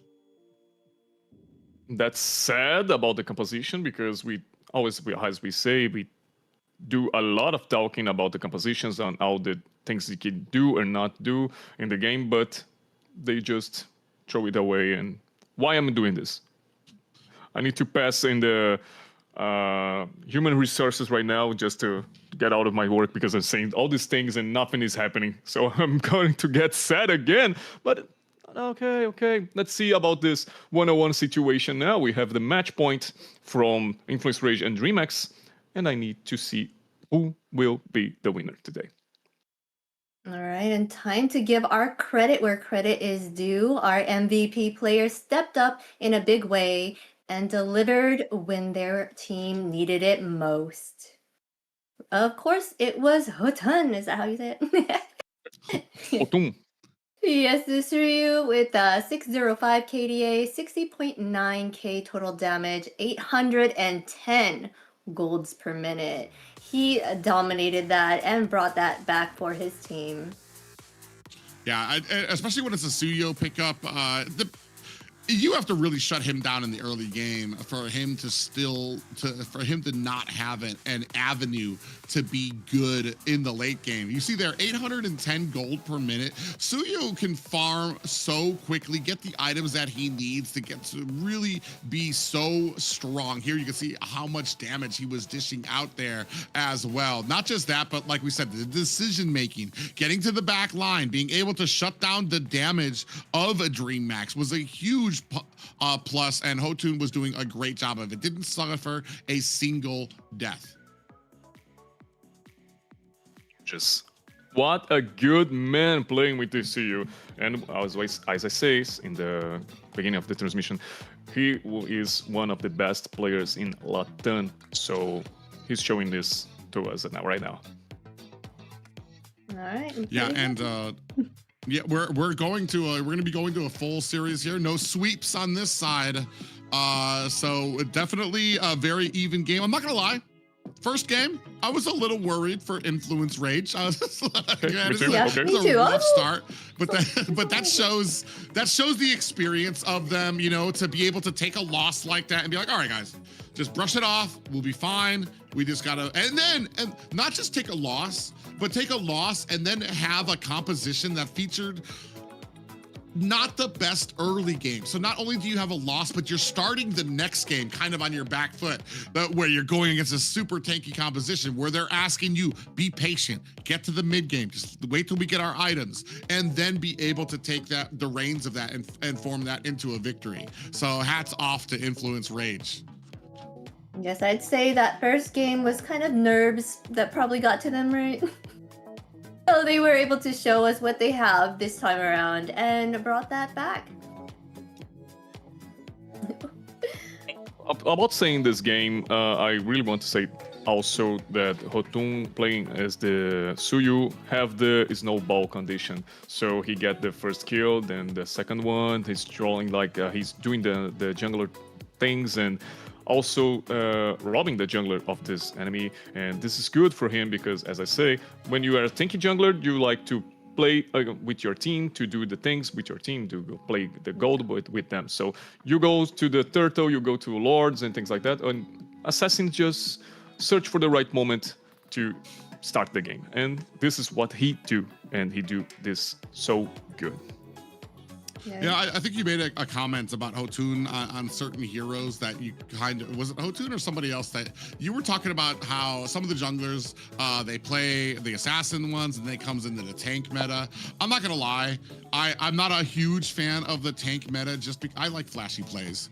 I think I think there's most years like that as well. And also I feel like it kind of sometimes you have people that have an ability like Hotun. He was able to show it here on this Suyo pickup too. They have the mechanical ability to be able to get to where they need to be, to aim where they need to with a lot of these skill shots that really flavor well with a lot of these assassin pickups here. The fighters are doing all right when it comes to like the flashy plays that you can do. That's why Suyo has really become a priority here, is because you get the skill ceiling of an assassin who can really take advantage of these skill shots and this movement without the dire squishiness of like a Hayabusa or a Ling pickup there. So, and I feel like that's been the big thing of why Suyo has been like a prime pickup, and especially for a person like Hotun, who does, I feel like from the games I've watched, is mechanically sound with a lot of his picks. There's a lot of heroes here that they cannot choose on each side of the team. So I'm very happy to see what maybe the choices that they will choose this time around, right? With the global bans, this is going to be very interesting. Okay, so bring the funny. Let's see beautiful plays, okay? And also more assassins. And Ling, oh wow, you said about Ling, I forget the last time I see a Ling in our players, because also he got his nerf and nevermore we see him. So why? He's a strong character, okay? He just do this one item and obviously he can just fight against everyone. Not everyone. 1v1. Well, let's talk about 1v1 situations. He's good at it. But we don't see it anymore, and I like it so much to see the assassin meta because of this. And remembering, also in Brazil, we don't have players too funny, and that's a little funny because in the other places like Philippines and they love it funny, but here in Brazil we don't have this feeling. The only player who like it more and do a right play about with the funny is Luizinho. Luizinho, I forget how team he is right now, but I will search for you guys to remember it. But he's the only one who plays with funny in Brazil in the competitive. I am fairly sure he's actually picked Fanny as well. And I feel like there were a lot of reasons. You say you don't see Fanny a lot and there's only one person. I think that match even showcased the reason why we don't see Fanny or some of those other assassin pickups as well, because a lot of those assassins, they rely on to the purple buff. That makes a huge target for your team, a huge weak point that you need to watch out for, that the enemy can just, boom, just go for his purple buff, take that out. They put that on timer too. So I think he got like 1 or 2 purple buffs during that match, and then the enemy was just basically all over their jungle. Not just that, but I feel like there's so many yes boxes that need to be checked for everything to go perfectly for an assassin to have a good early game, to be a threat during the mid, getting all of the buffs that they need to really be able to be successful. Whereas other ones, they're able to sit at the Lord Pit longer. They've got a lot more defense. They can make a lot more mistakes that it doesn't end the entire game for them. That right now, just Assassin's just not in a good place. We do see the bans coming through for both of these teams now. Wondering, we still haven't seen a Zeshian pickup yet, I think, for either team, ban or pickup for either of them. I don't remember the bans in Zetian. Yeah, I can't remember if Zeshian was banned or not. I think not. But I think not. Okay. But it's, yeah, at least they're making sure that they're not going to have to deal with that Harith, because they went ahead and banned that out, picking up the Eve or Ivy that you guys call it here at the Brazil. So Sometimes you call Ivy, sometimes, but Eevee it's more natural. Eevee, Remembering also the Farsa, we call Farsa too, but some players, some pro players, call them faixa. Why? I'm not know why. I think it's because in Brazil, I think because in Brazil, a few years past. I don't know. I always go before and things like that. But in the past, all the things we writing about P&H was Barca, things like that. But in the reality, in my generation, they switched the PH to sound like an F. Oh, of course, yeah. We have like farmácia in my grandpa's, and now it's farmácia because it's an F right now for us to say. So I think it's because of this they call faixa, but I don't know why. They're just playing the game. We got that Genevieve and the Hilda here being chosen. Hilda over here will be great at invading and making sure that the other jungle does not get their goal. But as I heard before, Hilda is hard keep that momentum going if her team is not doing well. Wow. Hilda, I feel like here, the Guinevere and Hilda, depending on what we go with the mid lane, you're going to have a pretty easy early game to be able to kind of try to get those invades. The problem that comes out is it's an early Hilda pickup, and they immediately answer back with a Fredrin. And Hilda shines when it's like a squishier fighter or assassin that you can harass throughout the jungle, and you can really kind of be a threat. Like, is this a Fredrin? He's gonna see a Hilda and he's gonna be like, okay, I'm just gonna take this damage and try to get my minion here with my retribution. Not just that, but you got a very strong XP lane too with the Sora. Ooh, and then we're gonna go ahead and pick a lot of mobility coming out of the non-Hilda pickups coming up from Dreammax as well. I think it's good. The Dreammax also have a momentum to the early game axes. Again, we for the moment have a little scale. We like to see how the Kimi works. She's have a lot of builds she can try to just finish the game. Also, we have in the north the Malefic. No, not the Malefic Roar. The okay, let me. Yes. I think it's gun. Wait. I will see again. The one that gives you range. Yeah. Malefic gun. Yeah, this. The Malefic gun, who is also good for the range to more basic attacks, and it's good because we see how Kimi sometimes have this close range or medium range, and it's good for launching an ultimate for a long distance, but not for doing like a close call to a Fredrin likes to side or entering in the range of the ultimate of Ivy is not cool. So why in this build it's good for her to just being safe for some moment. This Kimmy's was it her ultimate? Does it stop Sora's combo at all? Like or is... I believe Sora becomes untargetable when she's using her shifting skies and things like that. That's a big thing, especially because some of those punches, it's not just Sora's just got so much. She got CC, she pushes, she becomes invulnerable during some of her abilities. And you want more? And really, it's just like, there's so much that Sora can do, and that's why she's such a priority pickup, he's such a priority pickup for a lot of these teams. He is, there's just, you can have them very, very low, and then you just activate this one ability, and you're not able to touch him. And so that's going to be a real issue here, especially with getting back to the front, to the back line of this composition here. It's interesting. We've got a good kite composition coming from DMX, and they can catch people. But I feel like the engagement is going to be very interesting on the side of Influence Rage. They wisely take out the Hylos. I've talked about this before. Hylos and Eve are that duo that it's almost cheesy. How easy it is for engagements when you have the real world manipulation come down, the Hylos glorious pathway. You're basically the enemy team is trying to crawl away from you at that point. Here, Khalid is going to be a great force to kind of go up against the Hilda for that early game as well. Okay, we have two picks here. Interesting. First, we don't have the Hylos.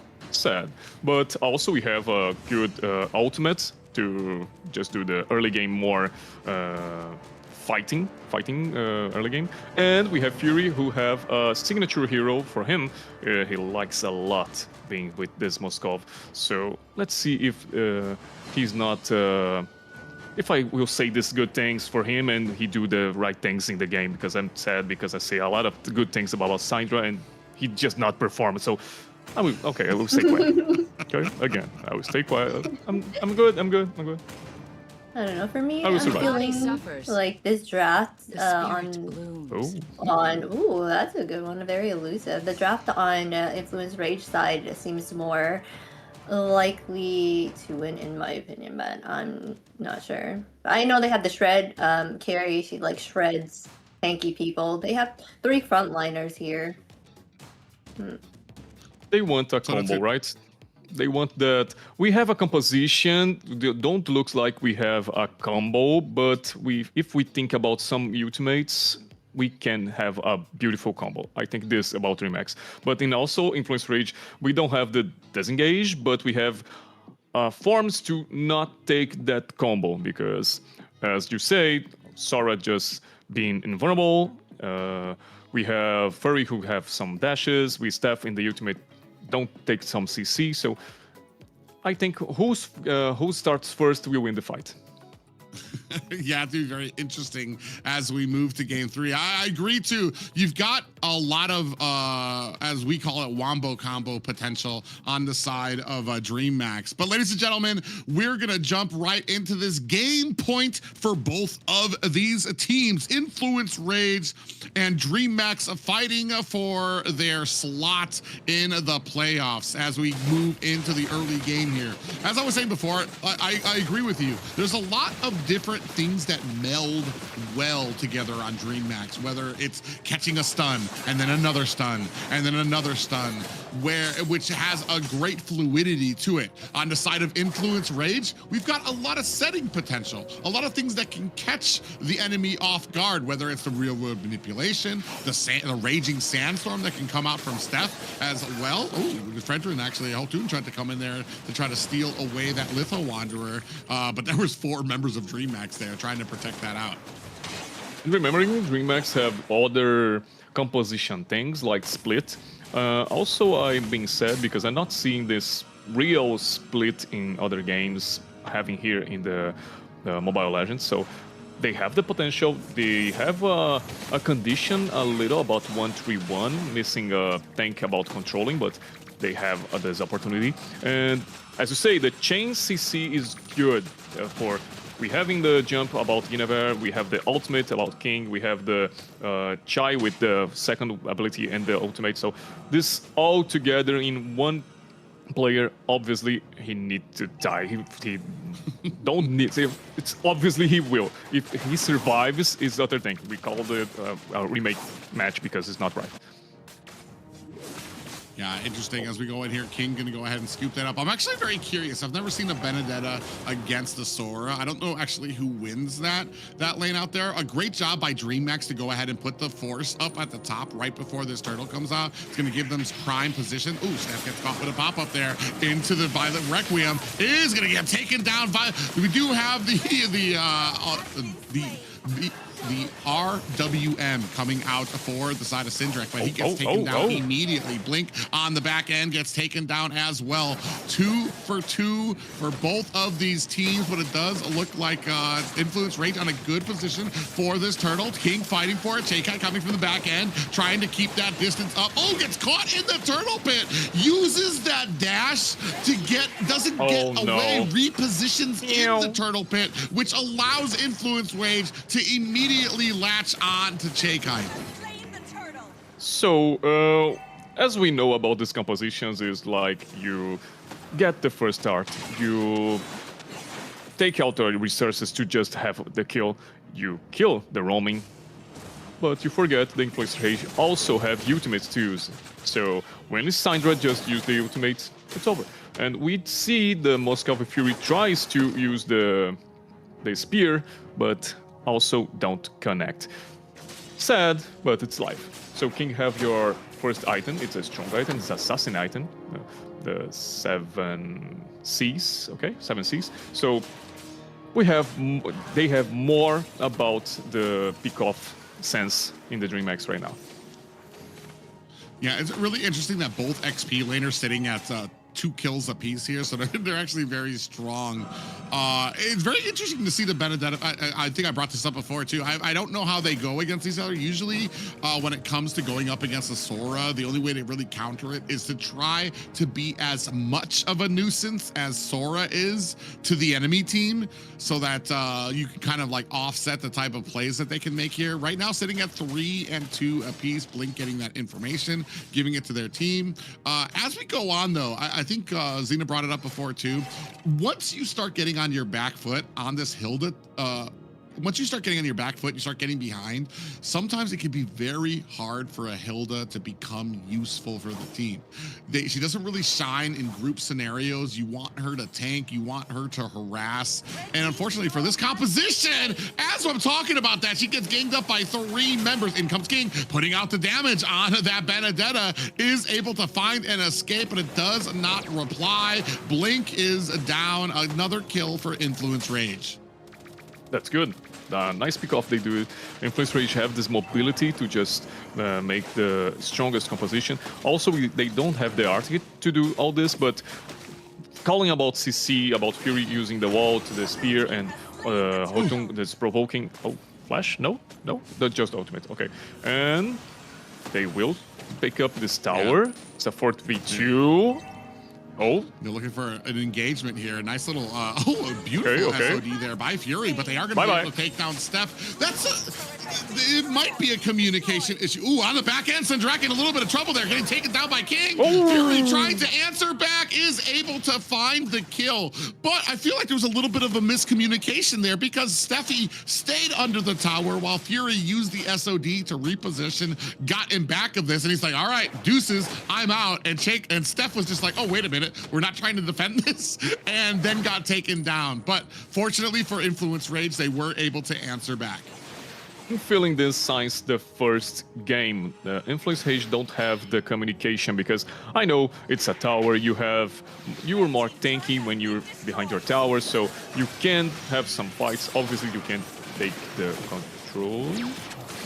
Ooh, what a great example of what we were talking about. That CC to CC that you can put out there. Chimera gets taken out there. Arctic with a great shot there as well. Steffi is down. But that kill we just saw from Hotoon, it was the jump coming in from jump style on that Guinevere. Then King came in with the final blow. And then like it was a wrap there after that. So they were able to CC Hotoon down to almost into a coma there. Sitting at 6 and 6, evening out for both teams right now.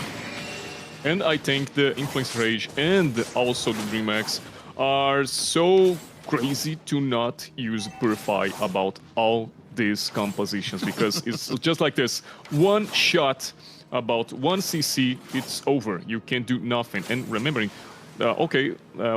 we see the Fredring having 1 item. It's not the most tanky one.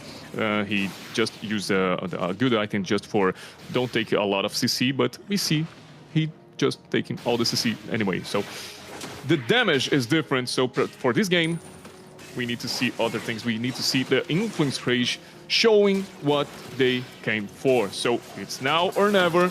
Let's go.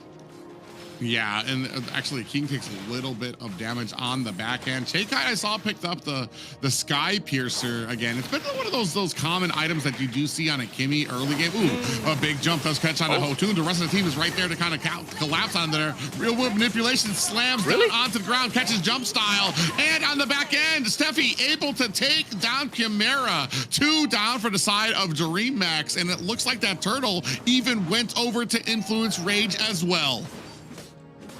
Oh my god, King with this HP. So we have the difference, because we see the jump style doing the right thing. He just made the jump in the Hotung, but he just don't connect it. He just don't do the ultimate things. The team don't follow him, so he just accepted, then do the ultimate, and the targets change it. And then we see jump style suffering. Also a good CC momentum, and then Influence Rage guaranteeing the objective. Yeah, right now, big pressure onto the mid lane right now. Dreammax seem to have kind of lost a little bit of stuff.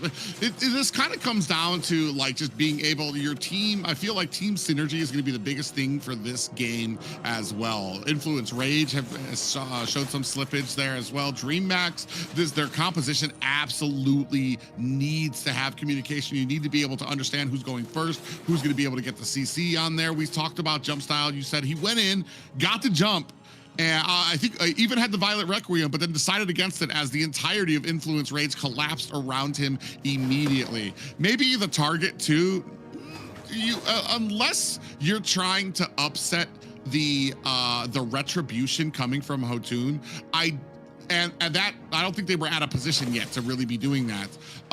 Hotun should not be your target unless you're trying to stall that retribution and get it yourself.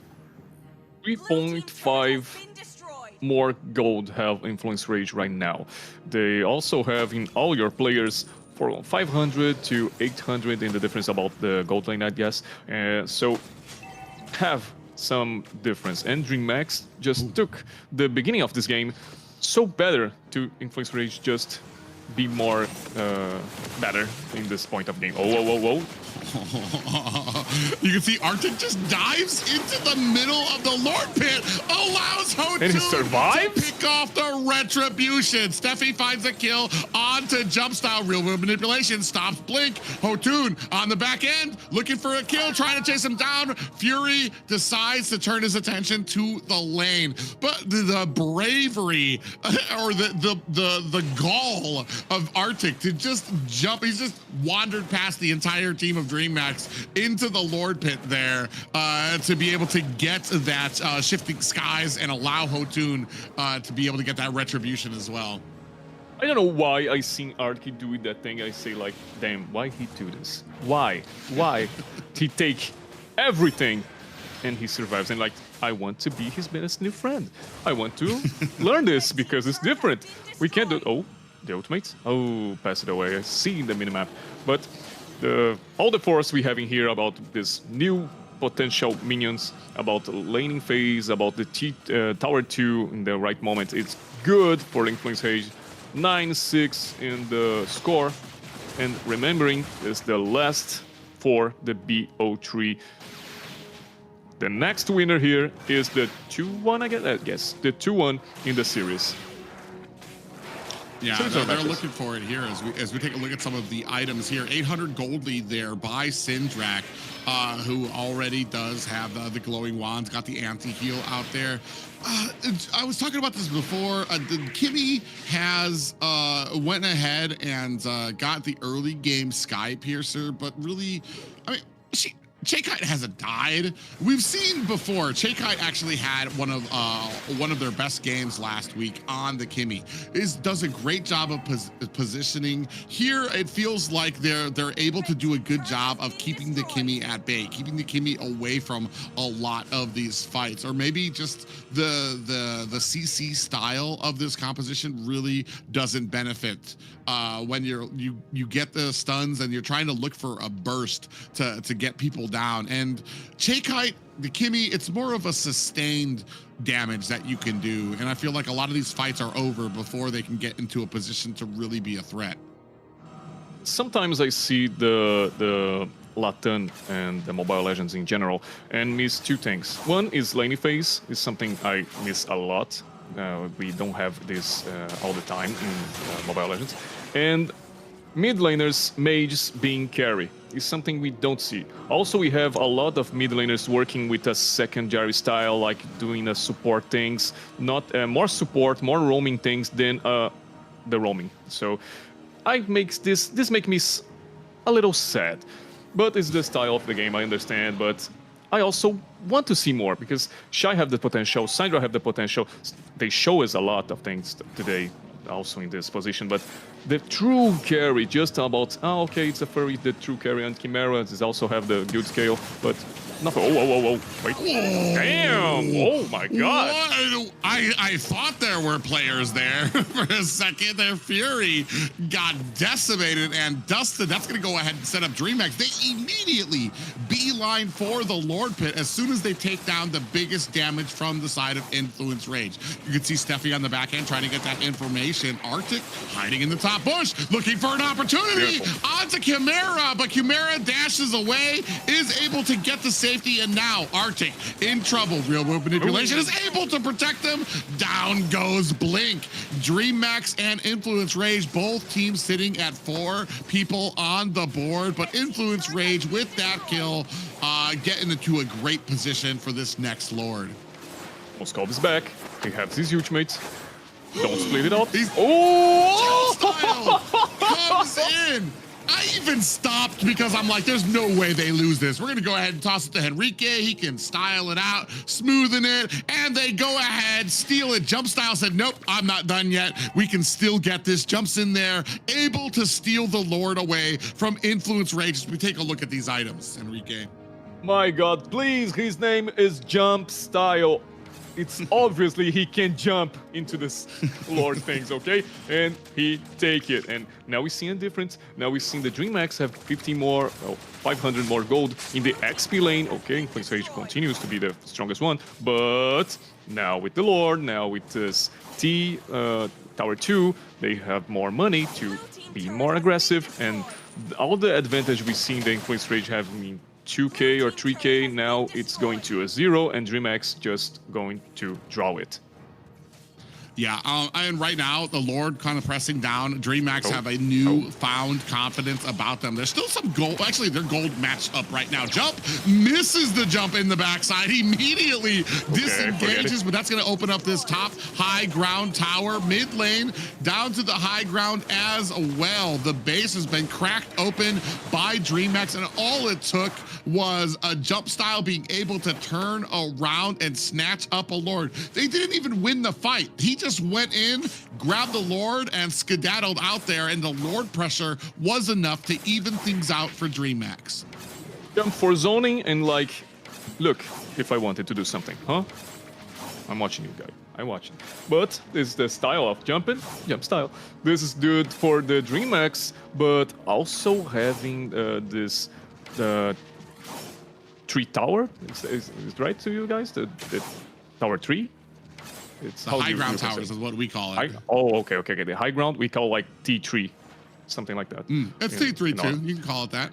Okay, so this high ground is good now because the pressure about the minions all the time, you can't just do nothing about it. And remembering, it's the other side of the map have the Lord. So this tower is amazing for the Dreammax to came back to the game right now. So what they need to do now is just relax, left depression goes to the base in the Influence Rage, and then starts the objective. If they try to fight, they will lose. Yeah, I mean, it's not as bad as having all the high grounds down where you have super minions, but, and especially because you've got Fury on your team. So you've got Moskov who can basically split push, put all the damage out here, and he'll be able to use the Spear of Destruction to join the fight as it comes to the Lord Pit as well. He does have to be a little bit careful here. You can see here Blink trying to find a good opportunity. Goes in at the top lane. They have a little bit of an engagement there. He's trying to get onto Fury. Fury dashes away as we go on with the Lord Pit style. Jump Style able to find a kill there. Jump Style able to take down the Lord while Chakite finds a kill.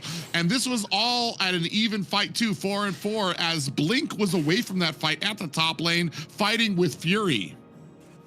They don't have the best front line because Blink just do these things, and they don't have the marksman, the powerful one. I guess I try to I'm thinking about he's just clear the wave and use the spear to his ultimate to came to the Lord fight, but not happen, and then he just not fight with Blink also good. But okay, now Lord is coming up. One more tower, two more towers. I get maybe. Oh, Arctic got caught with the beautiful Violet Requiem into the Electo final blow. Now Lord at the gates, Influence Rage fighting for their lives here. Look at the damage going onto the core, and Dreammax walk away from this series with a series victory.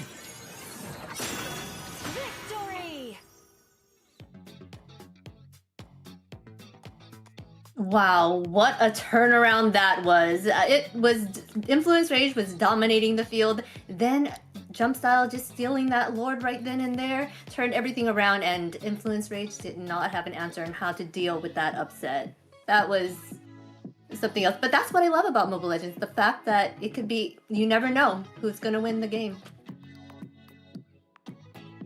That's good. I will not lie. That's so good. And remembering, we seen the Dreammax in the early game doing the wombo combo things, doing the force of the composition, doing the Benedetta things, and it's good. It's really good. But in the middle, this changing to the early to mid game, we seen more the force of the Influence Rage composition. They're showing a lot of respect. The Moskov also is not hitting with the spear, right? This ultimates for the team. So it's always a 4v4 situation or a 4v5 because of this. And so he needs to stay always in the split, but no tower for him. So it's almost because like that last fight too. He was on the split trying to clear out the lane, immediately got engaged by I believe it was Blink on the Hilda. As soon as the turtle fight, or the Lord fight started. So immediately now he has to blink away. He can't even SOD out, because if he throws that out there, he's gonna get caught by the Hilda. And if he goes in with the SOD, he no longer has his dash anymore. So it was so masterfully done. And then you talked about King, a great game by King, especially comboed with jump style, Violet Requiem, immediate Electo final blow underneath that. Absolutely exploded Arctic on this Sora pickup as well as that for that last fight. And that they were doing that basically the entire time. Yeah, I know. I don't want to be more his friend. Okay, he's just do the composition well, so he dies. It's all perfect in the same line. What are we saying in this analysis table? Congratulations to Dreammax Esports, and remembering that we have a King with the battle spell called Petrify? Yes, Petrify, who's also is one more CC to this composition, just to be more boring thing to do. So remembering the highlights we're seeing here is good. We've seen the first fight in the turtle. We've seen how the composition is very well. So we started with this combo. So we guess about how they just put all these ultimates to one guy and then the falling, because as we say, 5v5 situation, you use 3 ultimates, they have 5 to using you, 4 because one is dead. But also we say about how Steffi and the Khalid is fast, just doing the passive things and came into fight for objectives. So the fights during a lot of time. Then Steffi died and back to help his team. So this is amazing. Yeah, I think we're going to see here Hotun when he gets double teamed here. You're going to see the Violet Requiem. Yeah, there. And then the cutthroat or the Electro Final Blow come down, and he just gets absolutely shredded. And they were doing that the whole game for a lot of players there. Even the Steffi felt it in that first engagement where we saw underneath the turtle there. So they were always in a great position for that. Always working for it as well. I wonder if we're going to have that last Lord pickup as well. You can see here real world manipulation came out as well. I believe this fight went over to Influence Rage. They had a great time through the mid game, but ultimately eventually got caught up. I believe here. I don't think it was here just yet, but ultimately the SOD, he was able to come in. There was a last fight where the SOD just was not able to come out just yet, and Dreammax stuck to their plan. It did feel like a little bit more back and forth. Okay, I believe this is going to be the fights where Hotun accidentally lets it go out to jump style. But that's going to be enough for the highlights there. Yeah. Now let's spotlight the player who stole the show. Our MVP Nice. here is Shy Kite with the 712 KDA, 34.9k total damage, and 665 golds per minute. The fact that she did not die a lot and did a lot of damage brought that back for them at the end of the game. She started to do a lot. We're seeing a lot of things about the Steffe using ultimate and the flicker just to engage, but the team just not connected with them. One more time, we're saying about the miscommunication. We're feeling about the influence rage. But other thing I want to say is I'm proud of Arctic because have a lot of time I'm not seeing a Sora using this assassin mode. It's also just a tanky one, the fighter mode, and seeing the assassin again is good. Yeah, there's that last fight there where they absolutely blew up Arctic with that beautiful combo. Kite also was able to get MVP last week as well on the Kimmy. So it's I feel like it's something that she's actually very good at, maybe specializes in for her. Even when it comes to some of the losses that they've taken last week, she always manages to have good placement, not take too many deaths on the team, even when they're being absolutely overwhelmed. So it's no surprise she was able to kind of find another MVP here, especially with that, like we said, the dual CC coming out from the Guinevere, the CC coming out from the Benedetta as well, with the final blow, and then of course you had the Petrify on the Benedetta. It was just way too much. Whoever got caught in that, it was basically a wrap for them. Exactly. They were doing a wonderful job turning that things around. Even when things looked grim for them, they knew that they had that composition to bring it back around. And the fact that they had those additional little CCs that you wouldn't have thought, like I didn't think about it. Like that made all the difference. So, about this BO3, we have like a 2-1. For now, we don't have the teams 2-1 to fight against, right? We need to see in this week, right? Or we have it? 2-1 teams. There are. This is the first 2-1. The first. That we'll have. Okay. Yeah.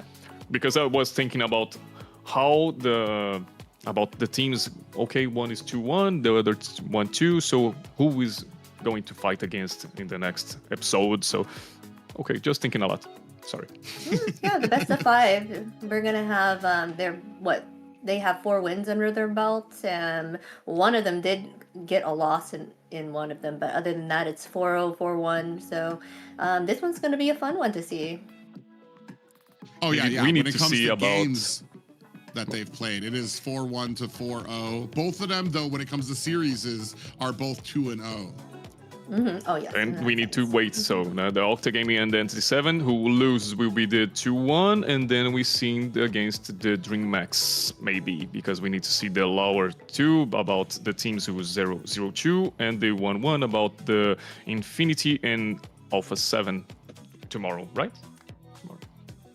We got a lot of numbers going around, guys. But remember, I just want to remember one little thing. We do want to welcome our Indonesian and Philippines that are watching the show right now. I didn't want to say it earlier because it was way too early for you guys, but you guys might be tuning in right now. So I just want to say salamat, and how do you say it? Was tarekasi.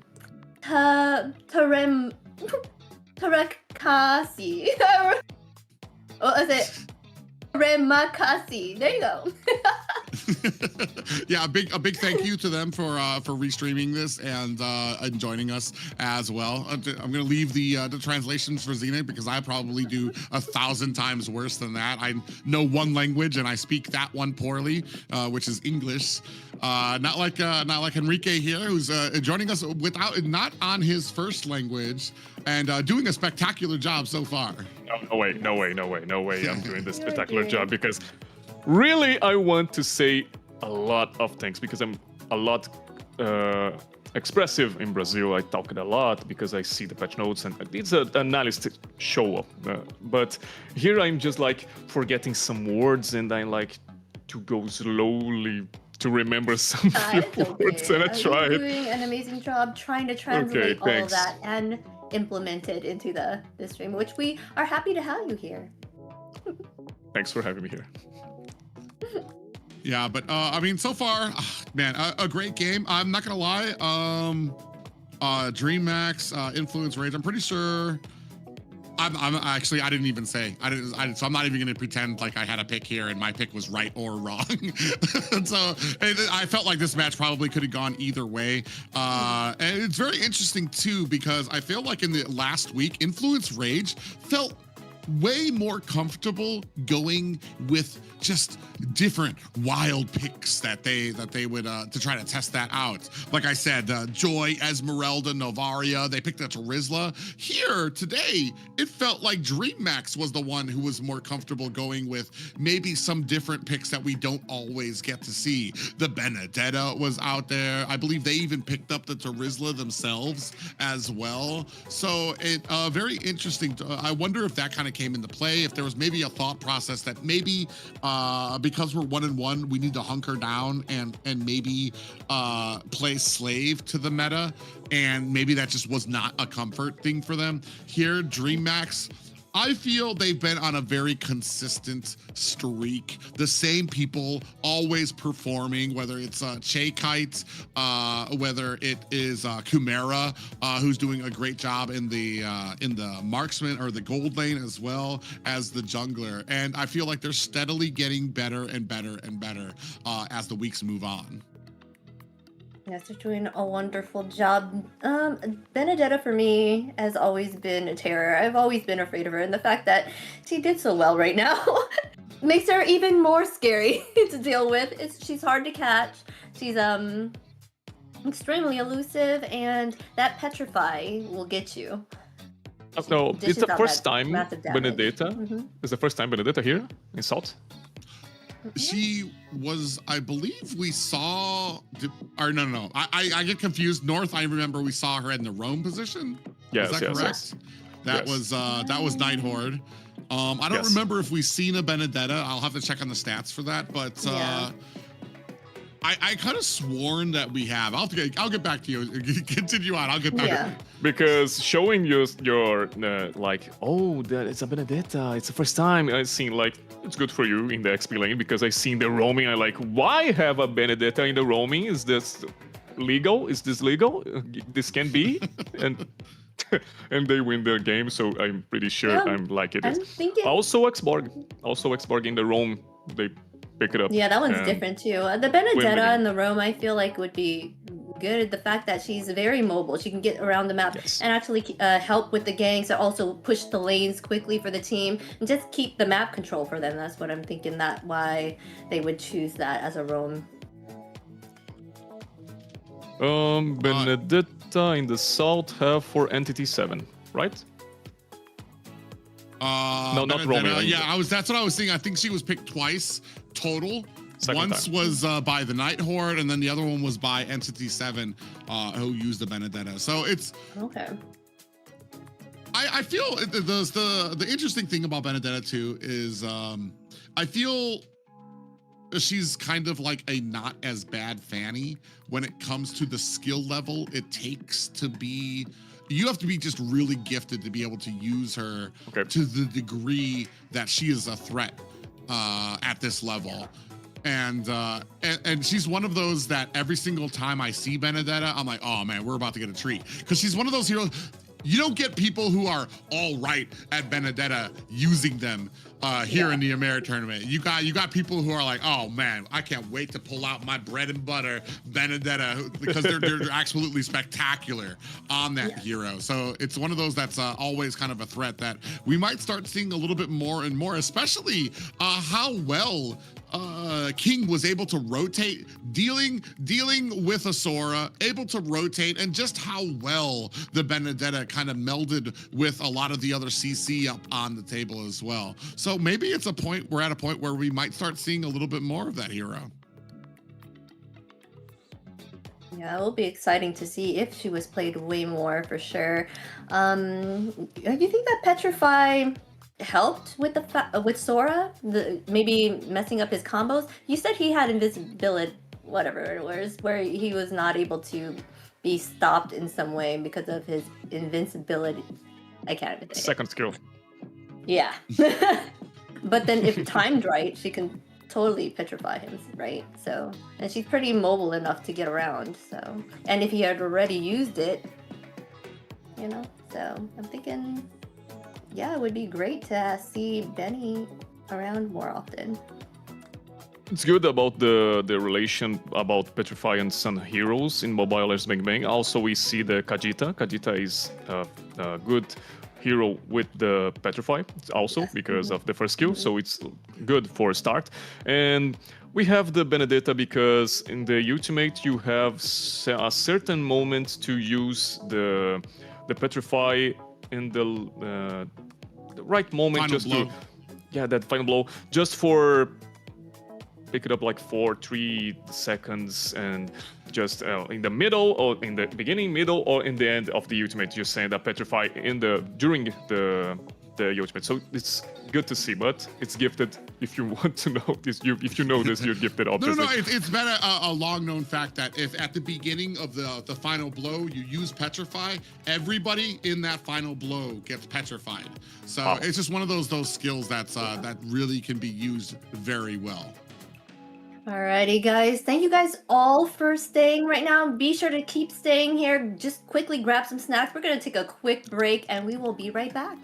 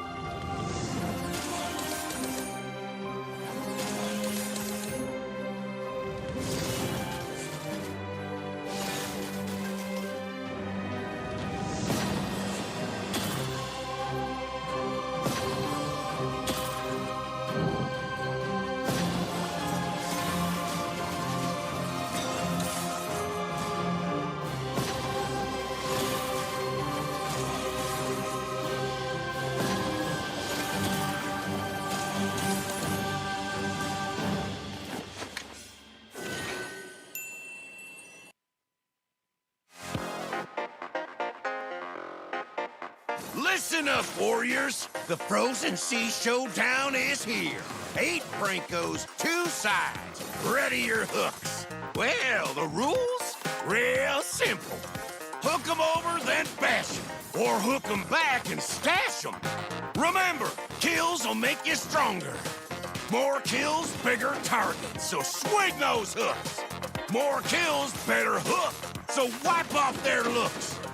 Crabs in the river, hook 'em. Reel 'em in for new skills. Stun. Magnet. Reflect. Chests in the cave, hook 'em. Reel 'em in for new skills. Team heal. Team super hook. Crazy ults, total chaos. Triple hook. Recall hook. Trick hook. No equipment to buy. Auto upgrades for all. Take one down, get your hook back. Hook, kill, reset, repeat. Hook till you can't hook no more. Remember these words. Hook, kill, reset, repeat. Hook till you can't hook no more. Hooks ready? Let's go!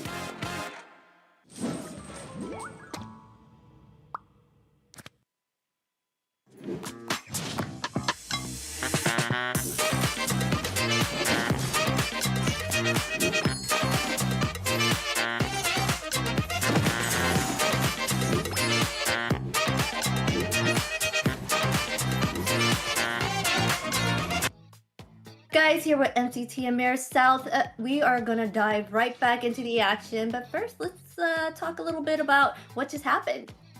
You know, what do you guys think? Our winner is Dreammax.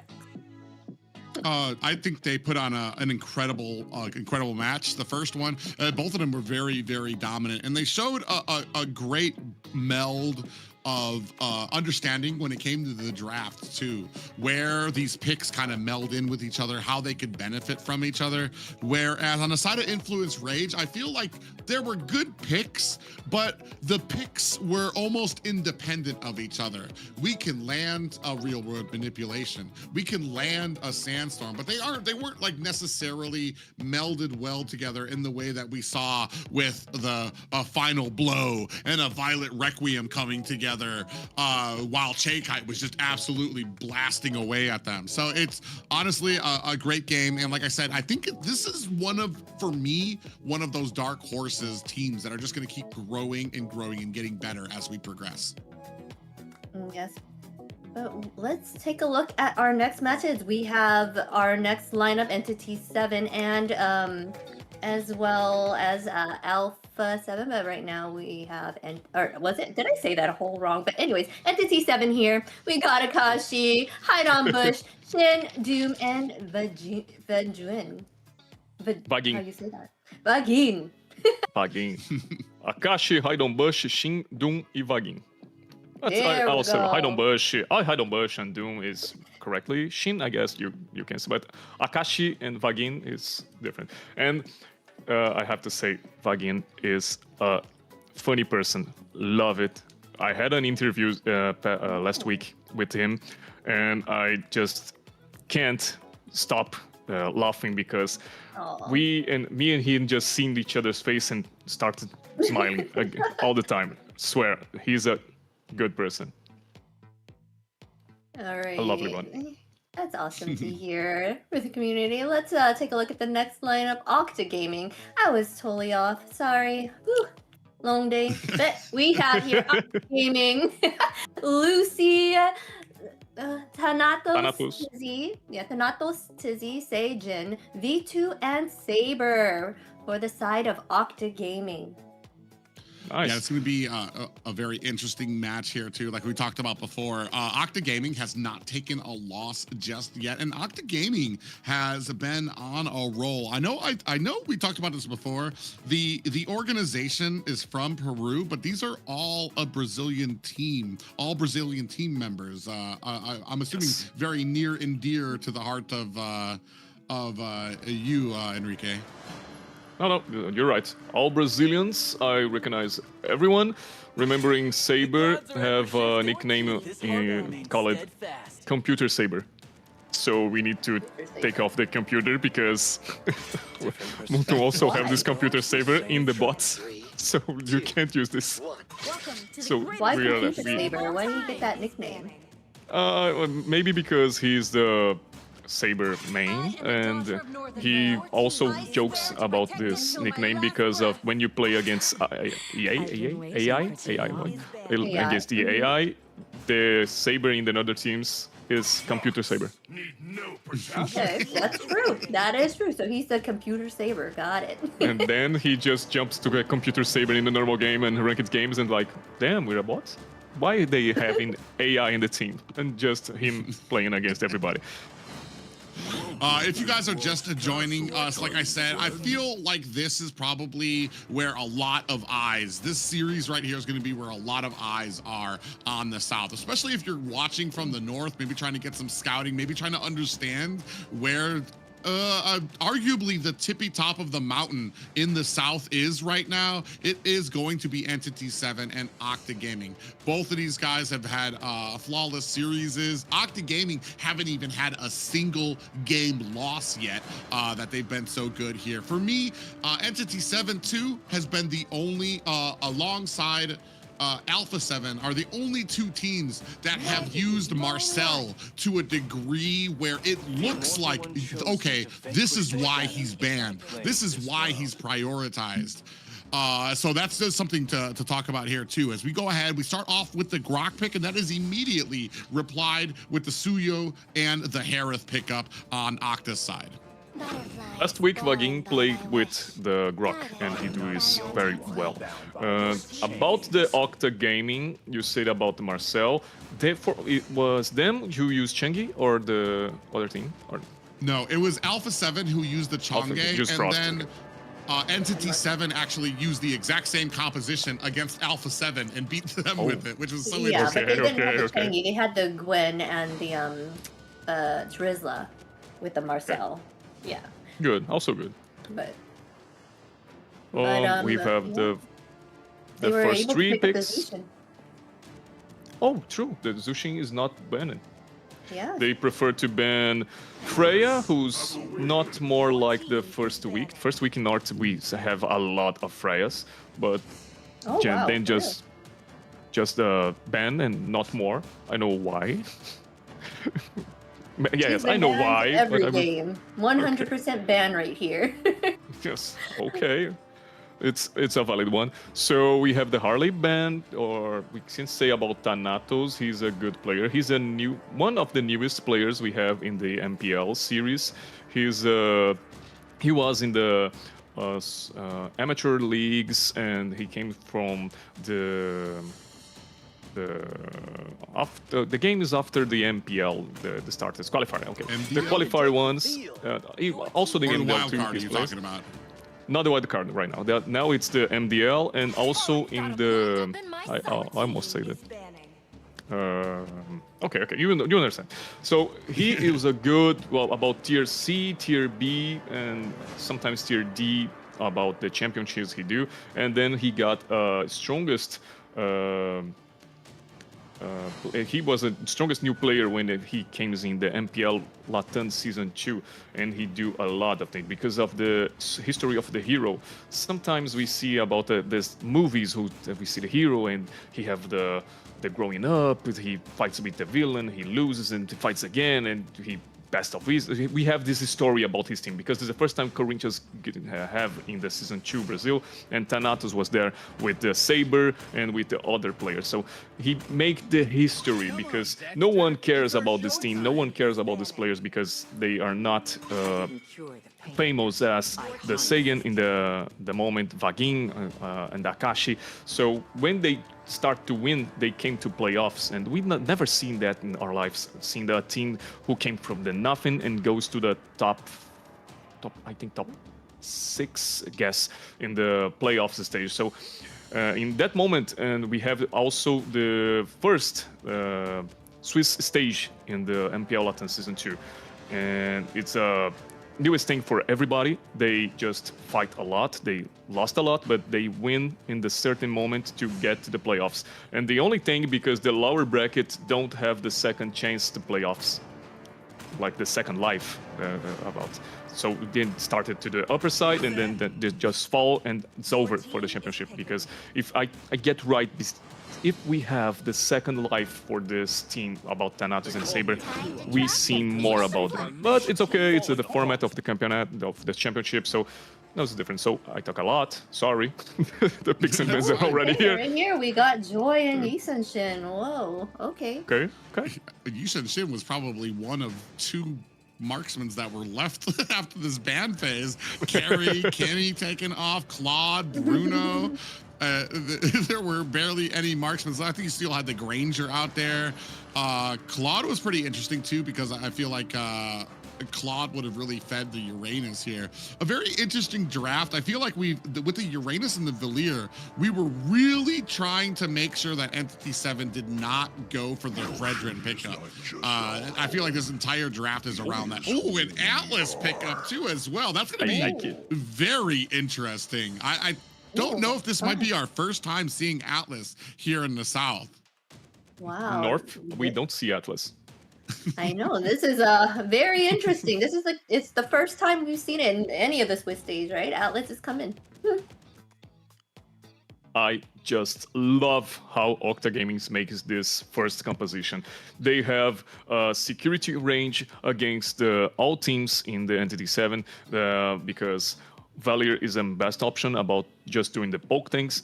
V2, have the scale. Also, Seigen have the scale too, but Thanatos is the really snowball matchmaker about this. And Saber, we know we have a lot of problems with the Atlas about the high CDR he have, but he's also a playmaker who gives a change making in the side of the game. Obviously, Vagin also do this, but it's different because the CDR are low and can do this more times than the Atlas.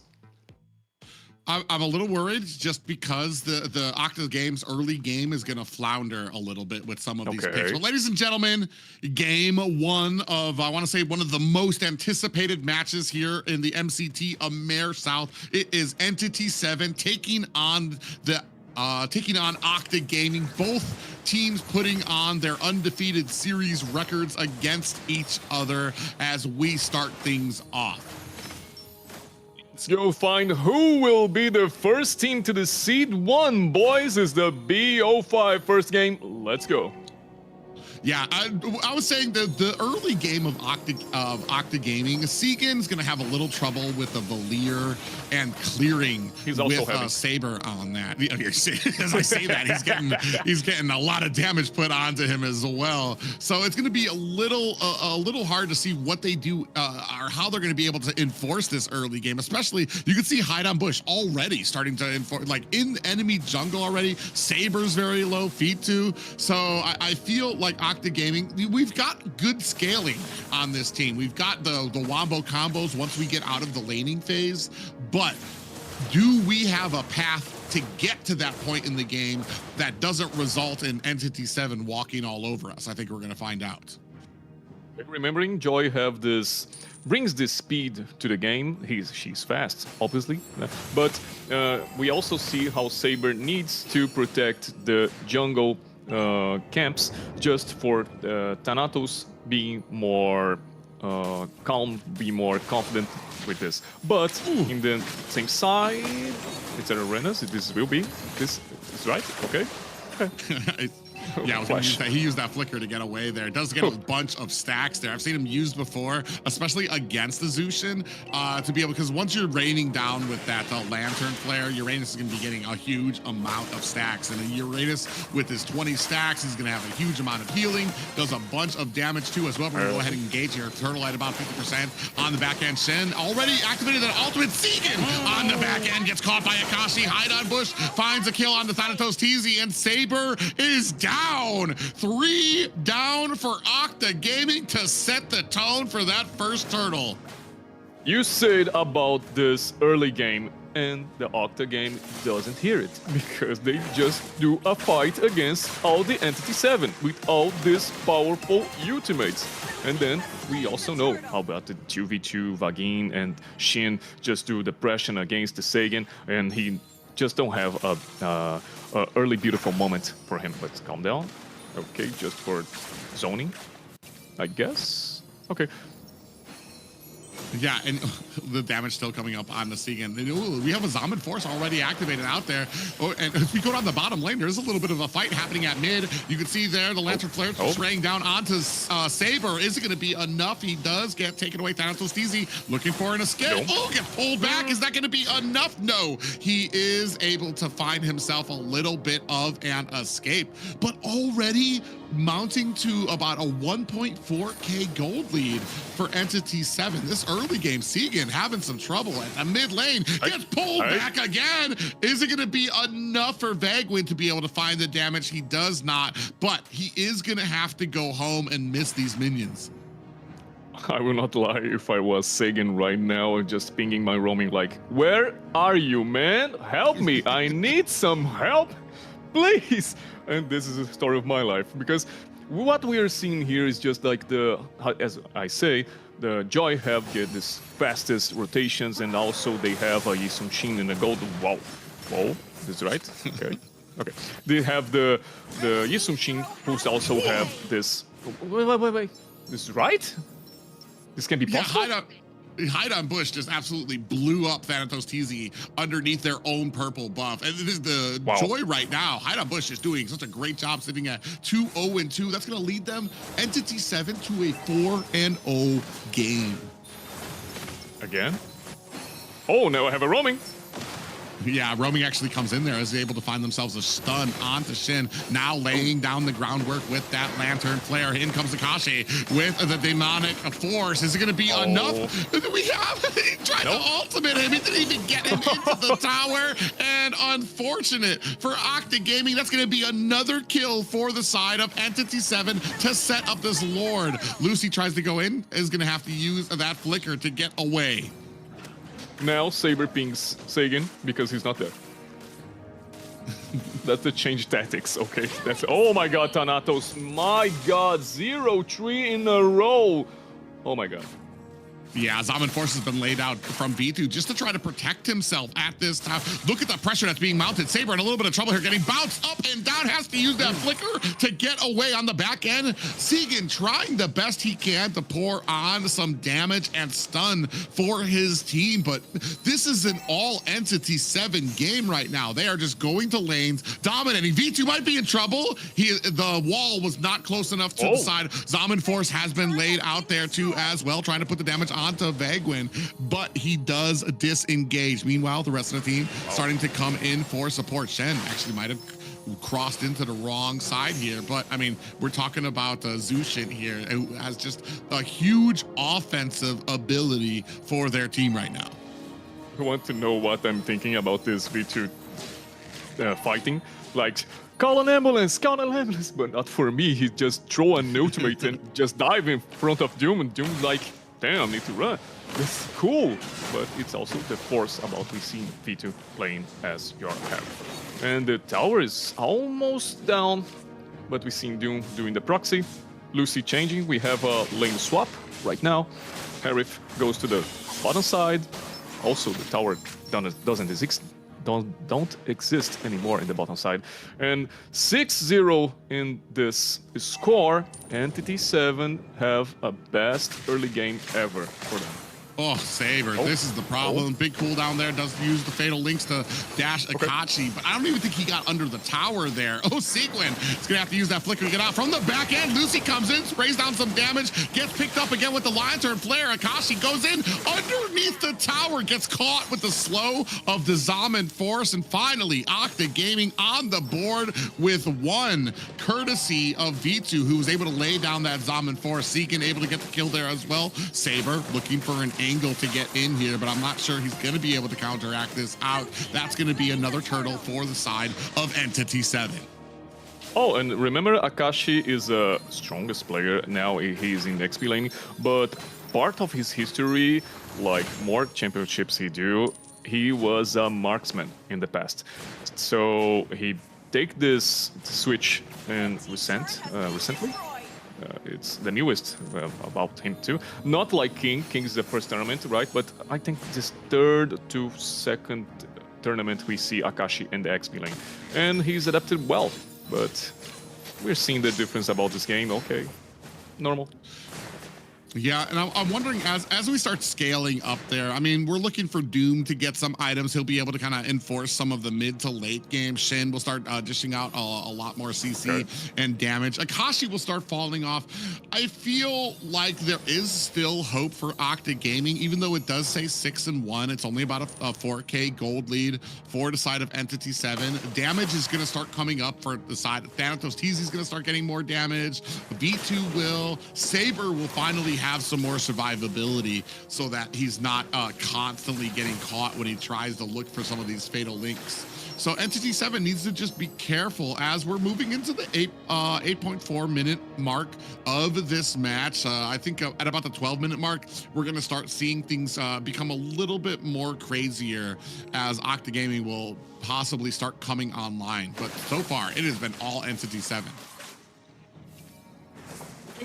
The Lord is coming, 20 seconds, and they will need to fight against them. I would try to stay about calm and not taking like, you know, you're so late. We have 4.4 gold and Entity7 will have in the front of you, and I think we will not have in the fight, okay?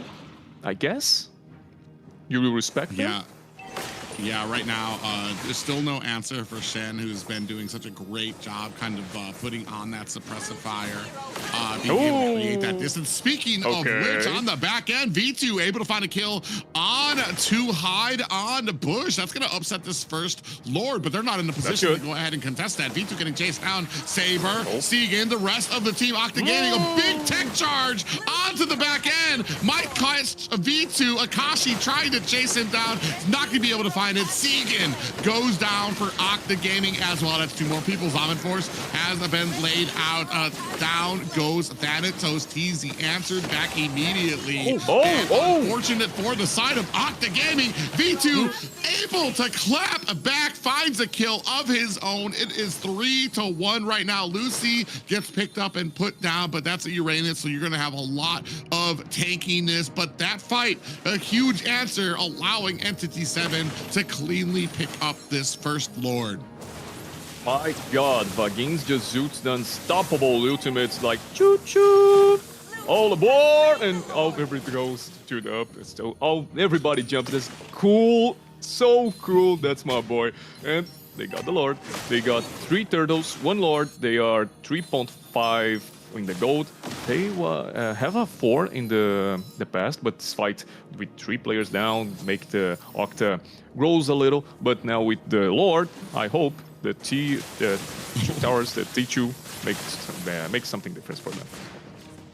Yeah, V2 starting to come online too. Ooh, you even see he got a holy crystal as well, so he's going to be able to be dishing out a huge amount of damage. It just is the rest of the team in a position to be able to allow him to put on a bunch of that damage. Wall comes down, Lord's going to have to like walk around it as well. Team in a good position here. Akashi engages onto the back line. Vegwin looking for an angle. They're just trying to protect Entity7 while Shin goes ahead, tries to pick up this purple buff as well. Lord is down at the bottom. Lucy catches Doom on the back end, but still has a decent amount of big tech charge lands on the 2 members, but they are not able to capitalize. That's going to give them the mid tower as well. V2 with the Zaman Force laying down some damage, dashing around, has full cooldowns that he needs, but Entity7 now turn their attention to the Octa Gaming jungle. Oh, they do find themselves a little bit. Saber gets taken down a wall, trapped him against the wrong side of Entity7. They able to find themselves a kill. 2 down. Hide on Bush gets taken out. V2 answering back for his team. Now I'm remembering something, just a RNG moment. V2 and Lucy was Dreammax players in the past season. And past week we see the Octa fighting against Dreammax and guarantees the 2-0. I don't know what was the feeling about them just to being kicked about the org and then just fight against him and win. So just something. Nice fight. They do a lot of things, and Entity7 just with the Lord. They don't get the second tower in the mid lane, but they also have some players, enemy players against. The problem is V2 is just going to this 4-0, they're going to the third item so well, and scales a lot of difference between Doom. Doom is the second time I see he just jumps to the front line and get just that. So I might thinking he just need to brief a lot and left the team work because they are doing that nice fight. Akashi is a good frontliner. In the moment he's not going down with the timing machine, because we know like the 20 minutes it's not working anymore at 0-0-0-0 maybe. Yeah, you see that Saber's going to try to go into Vagwin, going to try to put on that damage. Do have ourselves a little bit of those fatal links coming out. Zaman Force onto the back end there. You see V2 trying to rain on the damage. Doom is able to hold him off. Akashi slamming down with the demonic force onto 3 members, while Shin provides that backup suppressive fire in the form of the Lantern Flare. Last we were talking, V2 had just picked up he had picked up the glaive. He already had Holy Crystal. I feel like there is a point here, Octa Gaming, they don't have to be so desperate for a lot of these engagements. Let it come. Lucy in a little bit of trouble here is going to take out. You can see on the back end, Thanatos comes in, hits them up with the Soul Sever.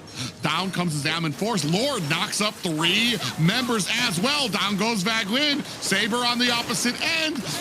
The Saber able to find a kill there as well. Akashi takes down V2, 2 down for the side of Octa Gaming, 3 down for the side of Entity7. Doom in trouble as Lucy picks up the kill on the bottom end as well. Akashi trying to get away, but being slowed by Segan, and that is going to be Octa Gaming picking up another kill and a free Lord. That's so good. They split all these team fights, just use the Lord as a consequence about all these tanks they have. Vagin unfortunately dies first because he don't have his ultimate, so was in cooldown reduction ability, and sad. Also we have the Doom one more time trying to do what these things. He can get 1 kill, but was Lucy who brings his down after this. And it's about this, is the team fighting we have in the Entity7 with this composition who have the best early, the moment to shine. Now is Octa to scale, and also we say V2 is a strongest player and he does very well. Yeah, he just needs his team to be able to kind of give him time. Fatal Links comes out there again as V2 trying to lay down the damage on the back end. V2 trying to create that space. He actually in trouble as Akashi, because Solo's in onto him, able to create that, able to close the distance, find V2. That's going to be a huge amount of damage. Lucy in trouble here, takes a huge amount of those electrifying beasts coming from Hyde on Bush. 14-11 right now, 47k to 48 as both teams going to have to reset on the map. And remembering, the V2 with the Harriet is also a good matchmaking with Akashi. This Povels is strong against all the things who dashes in his front, so he gets more timings in the skills, he gets more CDR in the passive, so it's good a lot for him. Oh my god, Sagan. Yeah, Sagan is down. Electrifying Beats able to take him down. Also, Lucy going to try to use that Flicker. Has the Immortality proc. In comes V2. Going to lay down the Zaman Force. Dashing in is not... Oh, Lucy able to find an escape. Looking for it. That is the tankiness and the regen ability you get from a Uranus pickup. Saber on the back end with Thanatos trying to lay down the damage. Wall traps off and splits off the team as Saber on the back end is able to get taken down. 3 down for the side of Octa Gaming. Minions pushing at mid. Hyde on Bush used 2 times his ultimate in this fight. And it's not a big timer, like 40 seconds. It's like 30 seconds in fight and he do this 2 times. No, wow, they're trying to take this tower. Lucy was alone at that mid tower, just putting on damage to try to clear out those minions. Lucy, what is Lucy just standing right there? Now? 1-1-6. You would think with the way that Lucy plays, you'd assume this Uranus is like 1-5-6. But Lucy has been doing such a great job, understands the character, understands, and is keeping up those stacks so that they have maximum healing ability as well. And you saw an example of it right there. Just being able to protect the high ground tower, goes in, clears out the minions, and then just walks away from Entity7. Little engagement trying to happen at top. You can see Saber looking, maybe a Fatal Links on the Shin. Not able to find it just yet as Shin uses that ultimate to get away. The rest of Octa Gaming now looking for a disengagement. Lucy might be caught here by Akashi on the back end as well. Fatal Links come out. Immortality has been procced. Bagwin dashes in deep, finding the kill onto Doom as Segan goes down as well. 2-1 right now, traded for both teams. V2 trying to go in with the Zaman Force. Shin able to find an escape. Thanos knows TZ right there on his back and finds the kill onto Shin. 3 down for Entity7. Octa Gaming looking to possibly close this game out. V2 is free in all these team fights, and I don't know why he's not focused, because we have a lot of ultimates. Good, Bagin again. Oh, Yeah, so he does sorry use about that that. Ice Crown as well. Thanatos TZ finds the kill onto Akashi. Bagwin's the only one left. I don't know if he has the tech charge, but that's going to be the wrap. Immortality here before Octa Gaming find them. Oh, they almost had another team wipe there. Doom comes up. Hide on Bush comes up as well. Octa Gaming think twice about trying to find this engagement, going to turn their attention to this next Lord. And boy, the Octa Gaming just revive it. Just do the best fight ever. And as I say, V2 is free to fight again. We also have, as I said, if I can use a nice ultimate with the flick, just for do the crowd control. But as I say, V2 just doing this momentum just for fighting and just for winning this fight. And also Sagan, good positioning. And we have the difference between the golds for 1k 400, 1k 400 in the case, and this complete build. Also have the defense item for him and regen, just for have more shield. That's good. Yeah, Oracle? and I just saw it, when it comes to survivability in this Octa Gaming, I think I saw 3 immortalities on their side there. I don't think I saw had one. Idon Bush just sold boots, so I think they're looking to try to get that immortality proc as well. But when it comes to this fight right now, Octa Gaming going to go ahead and charge in, locking onto Akashi. Are they going to be able to find the kill? Nice Fatal Links comes out there. Thanatos TZ trying to raid on damage on the Bagwin. Immortality, Shin tried to get away. Down comes the Zaman Force. A huge amount of damage coming out. Shin and Bagwin are down as Octa Gaming looking to close out this first game. Segan finds a kill onto Hide on Bush, but taking tower shots they are. Lord right there. Octa Gaming, one last hit onto Doom, but Octa Gaming with game 1 under their belts. Victory! Well, what a match. Entity7 was doing well in the early game, and then once the 12-minute mark hit, V2 was taking it in. He was ripping on everybody, and he just did an amazing job bringing that back with his team and taking that win. What amazing plays. Just love it how the team scales, just let the Harif know his ways.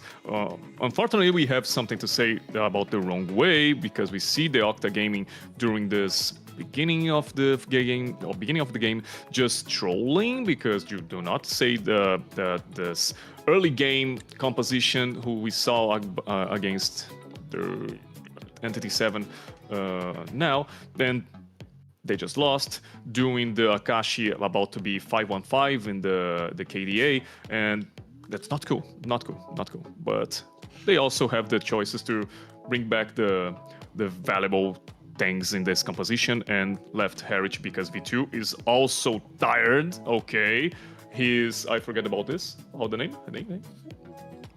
Parrying. His back hurts. Also V2 is having a back right now. Okay, and that's good. I like to see what I see, and let's go, because I want to see more and about this BO5. Man, it was E7's early game to kind of lose there. I questioned it as soon as we started kind of like transitioning. You're gonna have Akashi's gonna start falling off. He actually, I feel like Phobius has a really hard cutoff that when he just like boom, all of a sudden he's not doing as much damage, and you transition from this thing that everybody's afraid of to nobody's afraid of you now, and they're able to kind of get the jump onto you. And when you're at that point, you didn't really have too much protection for Shen on that. You had the dashing abilities coming in from V2. Saber was doing a great job of being able to come in, find some of those fatal links, and I feel like we really overwhelmed a lot of the abilities of Entity7 to be able to get away. You're dodging fatal links, you're dodging pushes from the Valir, you're dodging Thanatos TZ trying to come in on you. There was so much for you to watch out for that it made it very well into that mid game. I feel like maybe Octa Gaming could have slowed down a little bit in the beginning. We were critiquing that a bit. You know that you don't have this early game, so why even try to contest the first turtle? You can see here, look at the damage coming out. Even Saber just getting caught and put down for the side of Octa Gaming. And also we can say about Thanatos, who had a difficult life in the jungle, also have and invasions all the time. Also having Saber defending the jungle for him, but this makes the other part about Sigyn having other type of pressures, and he's like 0-4 in the game, and now we can see like this 10-4-1. This is yes, and huge. Here we go. When the pressure was on, this player delivered, and deliver he did. V2 on Harith, 6'3", 11 KDA, 107.2 total damage, and 723 gold per minute. He did an amazing job bringing that back for his team. They started to be able to get control of the map. They got those 2 lords at the end, and he just did a wonderful job. Yeah, I you have could this tell sure. as it started moving to that mid game, when he started locking in items, started getting really good, and he got. I feel like it was a really early holy crystal that he got. And when you're at that point on the Harith, especially so early, he was just dishing out damage. All Octa Gaming needed to do was give him time, and he was able to kind of carry. And we see the first fight with Luz, or V2 in the case, he making a 2v1 turning into his fight, just because he's an aggressive player. And Doom also can get this information, and 2 or 3 times we've seen he's just dying because of his trying to be confident. And V2 just nailed it. So he's a true player of this heritage. True MVP. Yeah, I mean, I feel like when you talk about being able to wait on your marksman, wait on the gold lane, don't take these fights until the gold lane has the opportunity that they need. And they did just that. They were able to kind of elongate this game long enough for V2 to turn it around until you were at the last point and had themselves a very dominating victory. Yes, they really did a wonderful job. Just the fact that they didn't hesitate at the end. They were able to turn things around after having to deal with Entity7's dominance in the beginning of the game. Shows how well that they believe in their team. I've seen a payback doing this Octa Gaming is good, so good. And I'm afraid to see the next game when Octa Gaming just win the early. You think that they're going to win early? Maybe. It depends on the draft, right? Yeah. For me, it's interesting because as a first draft, we drafted Atlas and Valier. These aren't exactly priority meta heroes, and they got the victory, which means not only did they get the win, but they also have 2 positions where they have meta picks very much available for them. So being able, and I feel like that's a great point that comes with using this type of drafting style, the global bans, is your ability to be victorious with outside the meta picks. Like that, the Valier, the Atlas out there as well. It really helps to solidify yourself and give you that breathing room you need with this draft. Because, I mean, now you've got a lot of things that are still open. Meanwhile, on the other side, Entity7, they had a lot of straight edge, just in the meta type of pickups there as well. And now you don't get to use those anymore. And you wasted them basically on a loss. Oh. This is sad. And also, if the Octa just lose the game, it's not, how can I say, it's not the worst way, because you just use 2 picks alt meta, so they also can have the meta in the next episode, so okay. Yeah, just being able to leave everything open like that.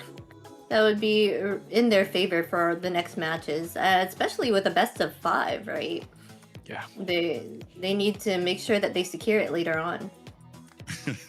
Sometimes it almost gets a little greedy. Well, I love watching all of these matches. Sometimes I just want to, when it comes to global bans, sometimes I just want to kind of I just want to cut, like, can I just transport to game 5? Because I want to see what picks we have. Sometimes it's really exciting to see what some of those picks are going to be for some of these guys to kind of come up with maybe something that you guys are favoring with or that you play with that you don't think is too meta.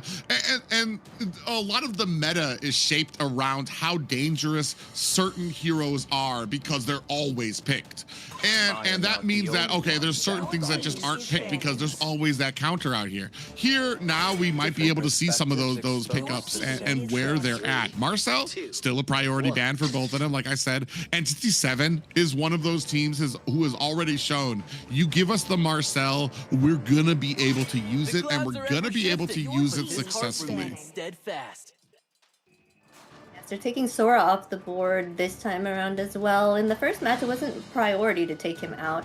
This time, they want to make sure that he's not a factor in the matches, as he has really great CC and initiation. So.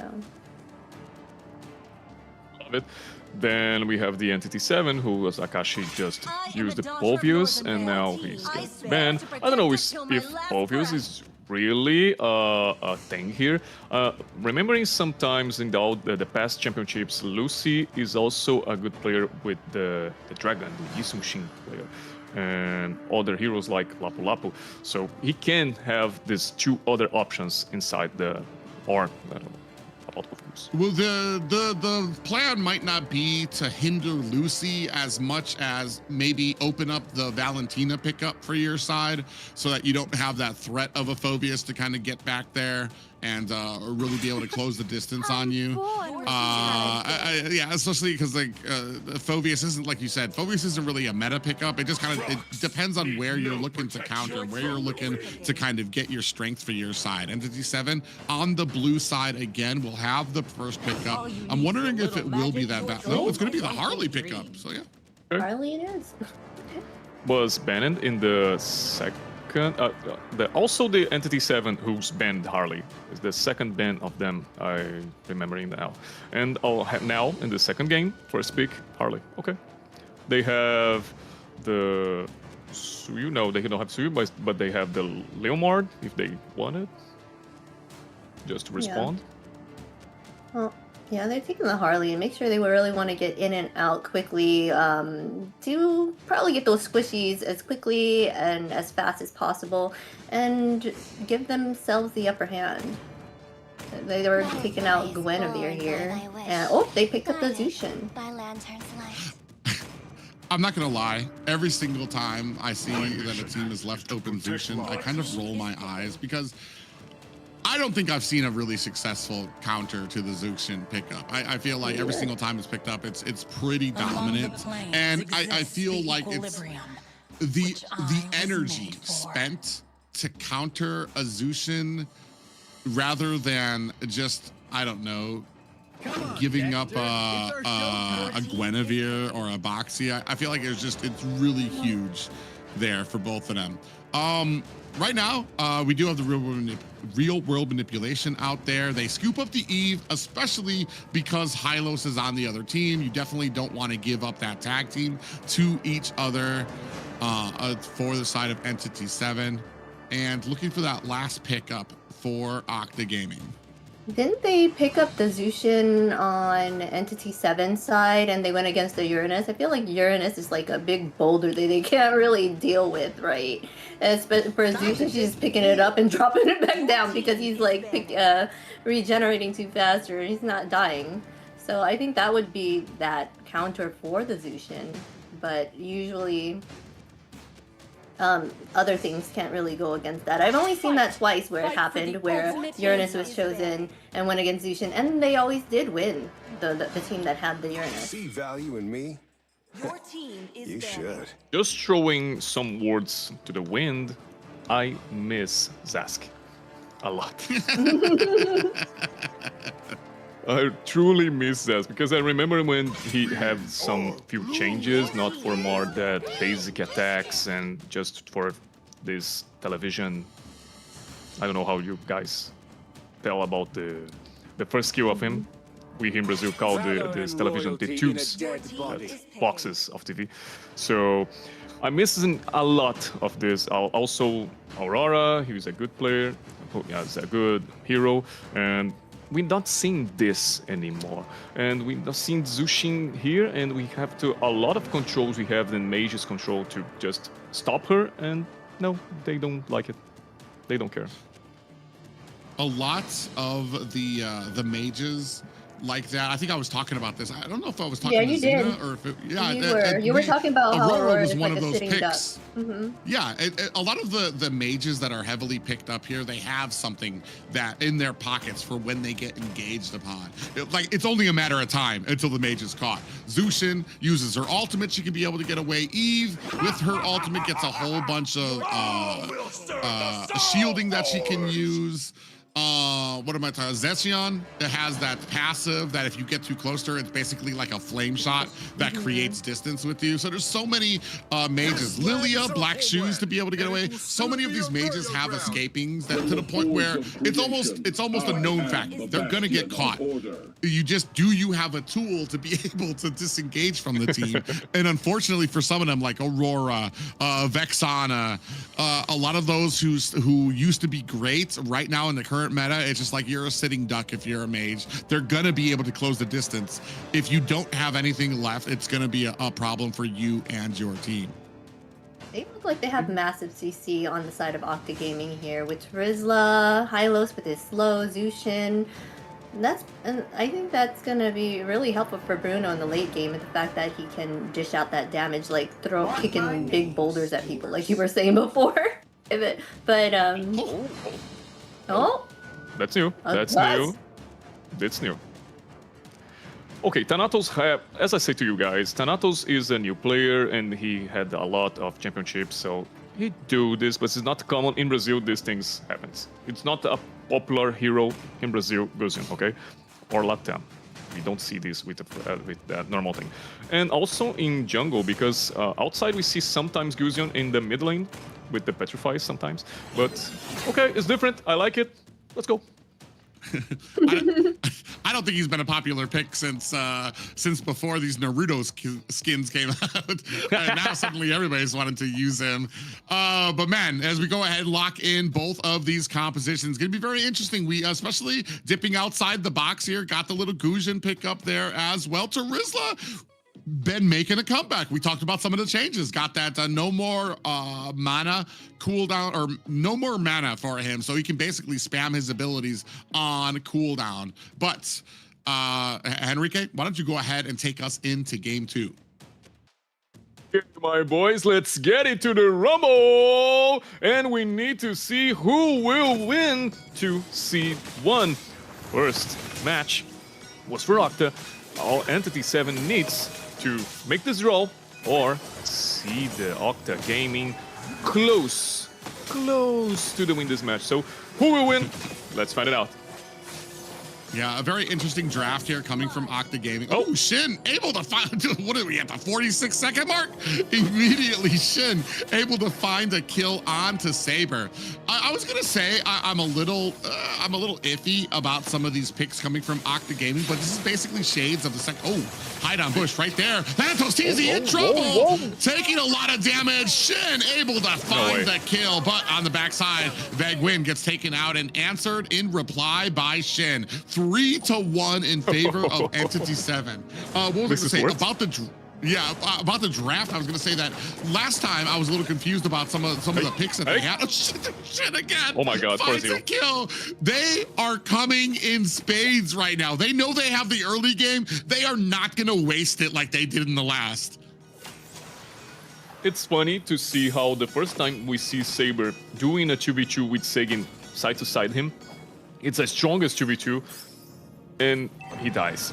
Last game, he just do the protecting jungle all the time, and left Sigyn alone, and he's fine. But the first 2v2, this happens. Oh my god. Yeah, immediately blown up by Hide on Bush and that deadly magic. I was wondering where the heck his health went. He thought he was very, very tanky. Got caught by a taunt by Veglin on that Gatakacha, and that's going to be a free turtle for Entity7. I feel like they learned.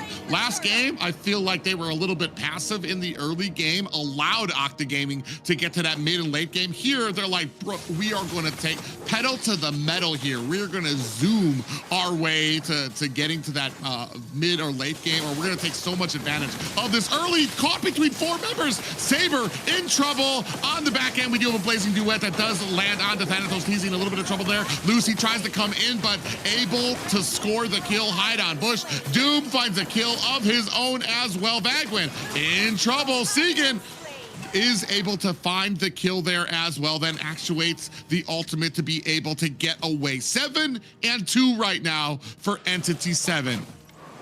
Now Sigyn have 2 more kills, but also Shin have 2 more assistants, and I don't know if this is right, this is worth about the Octa Gaming.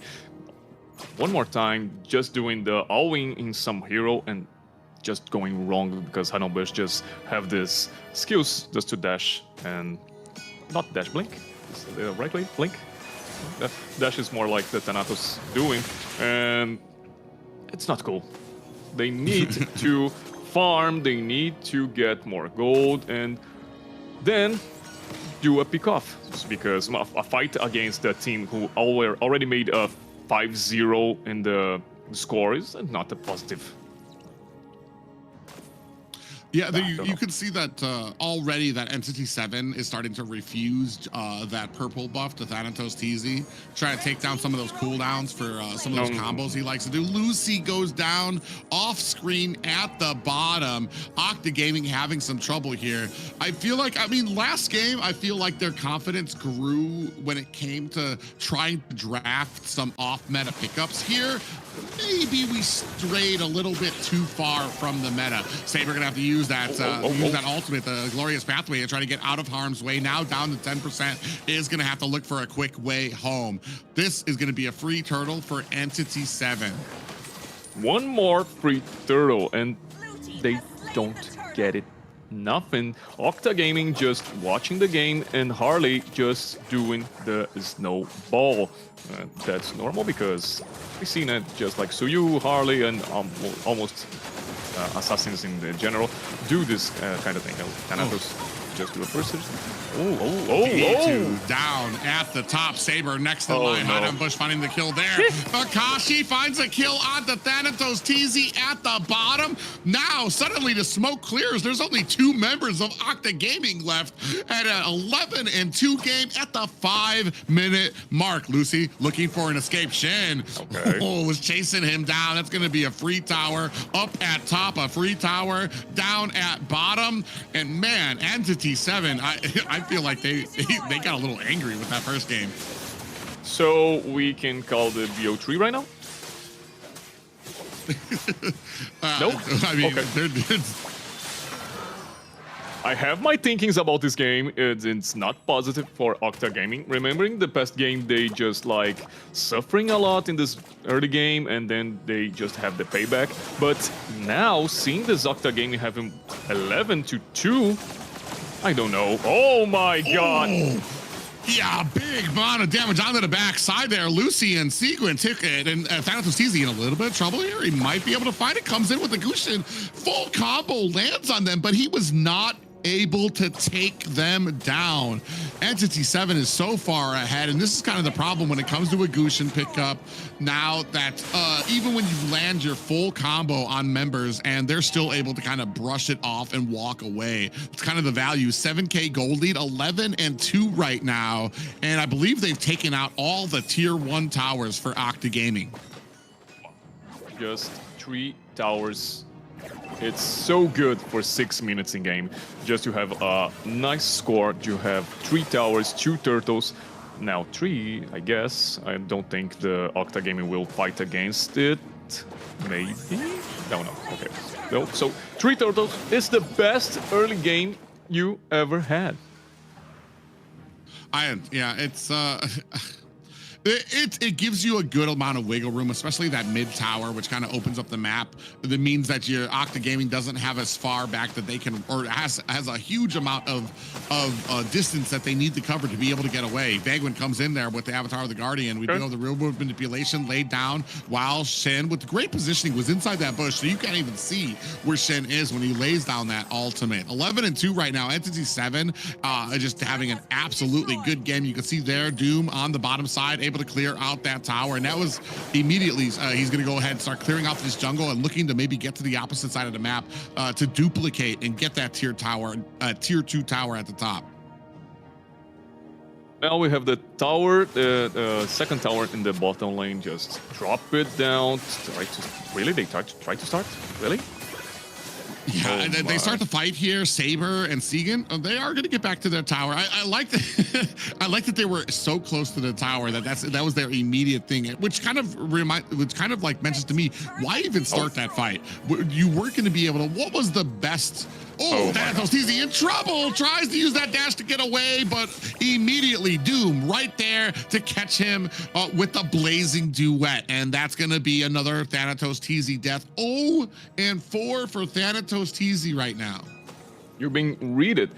Just for this split, he tries to push some lane, and then he just found Entity7 entirely just for beat him. And again, about Lucy in the dive. Oh my god, what's happening in this game? Yeah, Saber took a big stun coming out from Akashi and the Lapu, and then the full brunt of the Bravest Fighter stance there as well. So a lot of damage coming out. Entity7 not making the mistake of the first game. They're got this game very close to the chest, continuing with the pressure, continually trying to get those kills. There was one point where I was like, okay, this is all right. Entity7 has 4 kills, but they don't have a tower, so they're not able to transition it to that. And then like 2 minutes later, there's 3 towers left for Octa Gaming. I'm just like, well, they're doing what they should be. They have everything that they need. They're checking all the boxes to be successful here. A lot of things that we saw from the last game that were maybe a little questionable, I feel like they cleaned up, maybe just had some cobwebs they needed to shake out from them, because this is like almost a completely different team from the first game. Remembering the 8 minutes Lord, the first Lord is just for broke some second towers in the game. And now he just don't have any second tower. He's just going directly to a T3, and what we see is not there. No, don't have the explosion. The 3T in the top side don't have the explosion to just hold this Lord, and he's coming.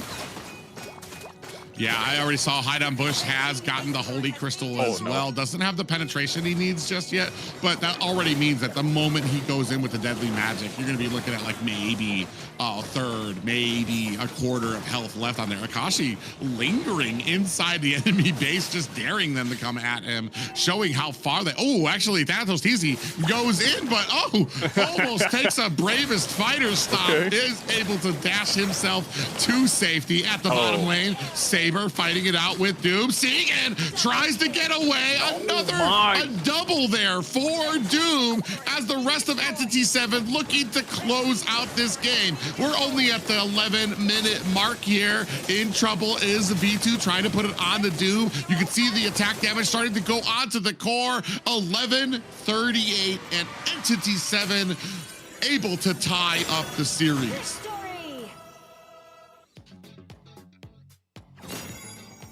Wow, I was talking about a fast game before, but this one was even quicker. Entity7 was not letting go of Octa Gaming's win the first round, and they made sure to show them who was boss this time around. With starting off strong and making sure that they kept consistent and staying strong the entire time to take that win for themselves.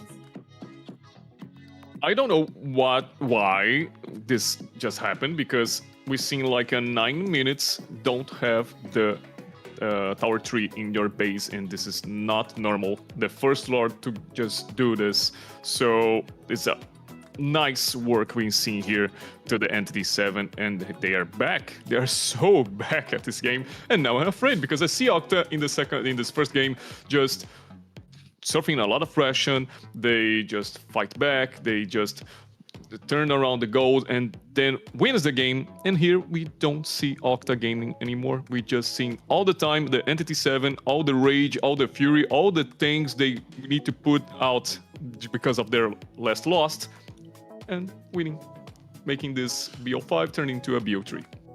I feel like I feel ahead. like Gus got shut down like in the beginning, so that totally, like you were saying before about how those assassins are having a harder time, you know, doing well as long if they're shut down in early, then they have a harder time to kind of regain that momentum, right? He had a sky piercer as well. There are times that you have to do a double take. It almost feels like, I mean, at 0-5, you should probably have negative stacks on Sky Piercer. That's how bad you're doing in the game. And I need to defend him. I need to defend my boy. Okay. Remembering past game, he was 0-4 and turns to a 10-4. Okay. Well, he turned that, but he was a tankier hero this time around. Oh no, Yeah, we will not remember this here, okay? Left to him. You don't want to remember this one, okay? Well, we'll see what we got next. Yeah, we're gonna go ahead. We're gonna go ahead and put this up on the shelf for. This was kind of a practice game for them. Yeah. Oh my god. There I was. don't know Why? I feel like we got a little confident with our drafting ability to try to pick some of these off picks here. We got Lucy on the Terizla, and then you have the Guzhin kind of come in. Like I said, assassins just aren't in a great place right now. And oh my god, and Shen, he's already been one of those ones that I feel like you have to watch out for on Entity7. Him and Hide on Bush have just always been performing here. 5, 0, and 8. Yeah, with that, you always luscious, comment on the luscious hair that he has.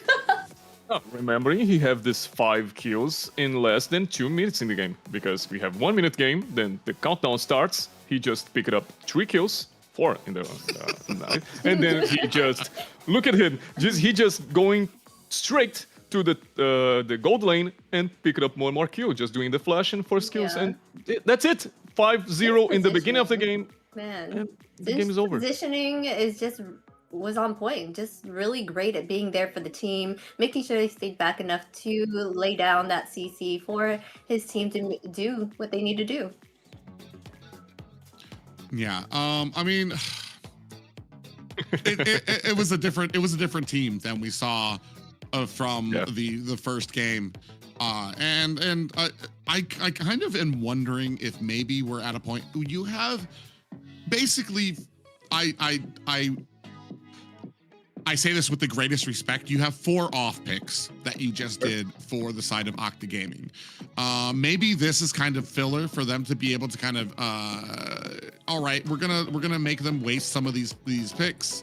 I don't want to call it throwing, but if we win, great. If we don't win, it's not going to be that tragic because it's just a Terizla. It's just a Guzhin that nobody would have picked before.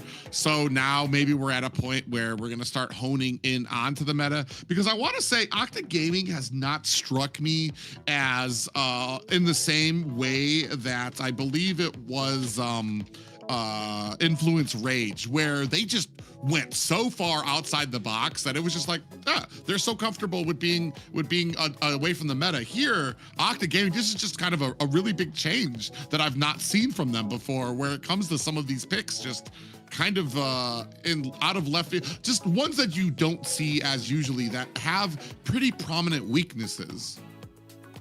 Maybe they're trying to give them a false sense of hope. With, you know, they're making these oddball picks and they're like, okay, we're just gonna let them think that they're doing an amazing number. We're gonna come back at the end, leaving all those things open for ourselves so we can come back strong, you know? I'm trying to be positive here. I don't know. Okay, and you're right. And I see maybe Octa Gaming wants to do the same thing about the drafting phase, because remembering these guys just win the game. So we see Entity7 just raging against them and winning. Now is the part of Octa Gaming just rage backs and do another game like for 8 minutes. Yeah, it's Oh, gonna no. be very Oh. interesting.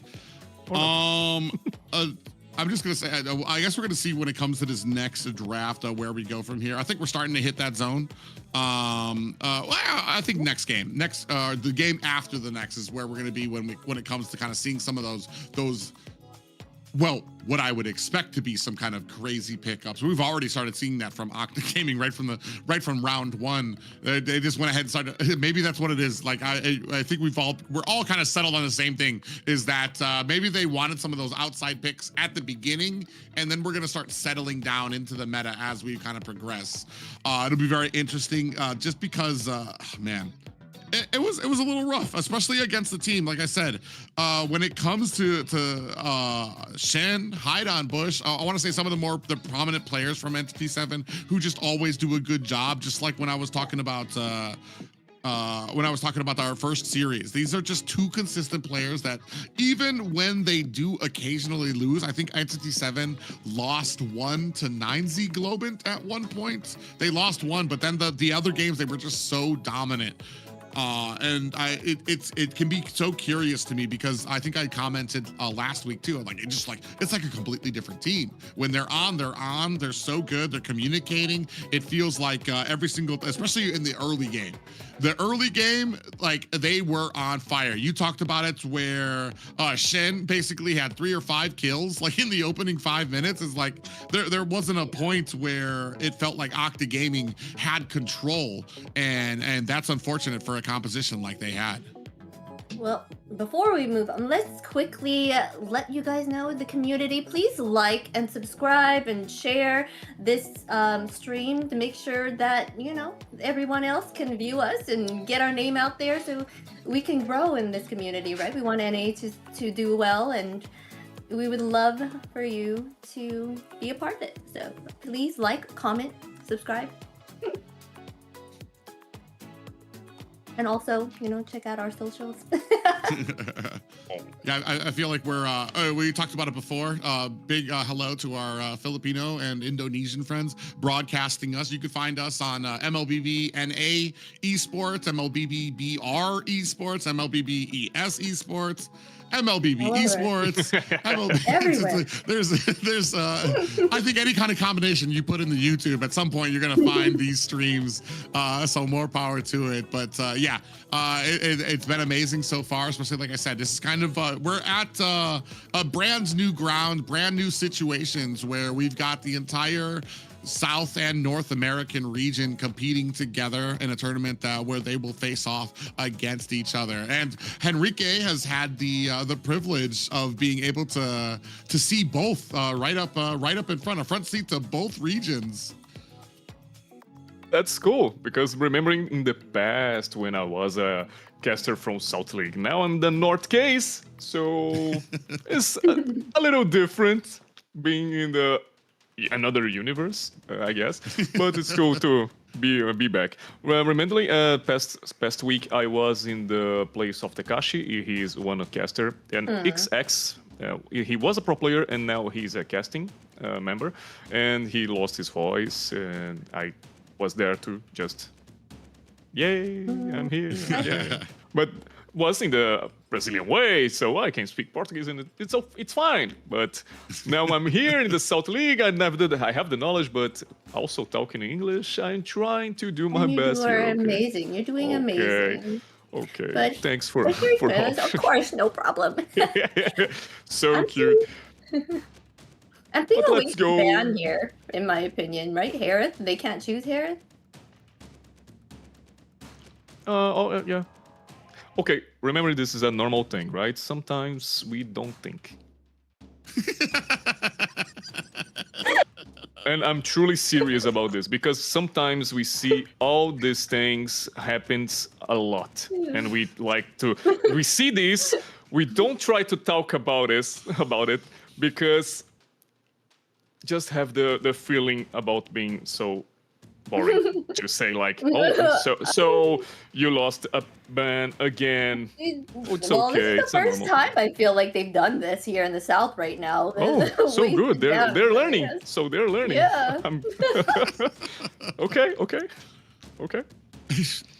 I'm trying to figure out a way to turn this, that the Harith ban somehow Don't works. have it. It's No, all a right, let's mind skip thing. through Don't it. try We it. got Marcel ban, Ivy ban, Guinevere ban. I have the Oh, experience man. to say, don't try it. Just let it go. Yeah, they're unfortunate. Maybe a little bit of experience showing more for Entity7. They're able to get that win and they're able to take that initial loss and bounce back.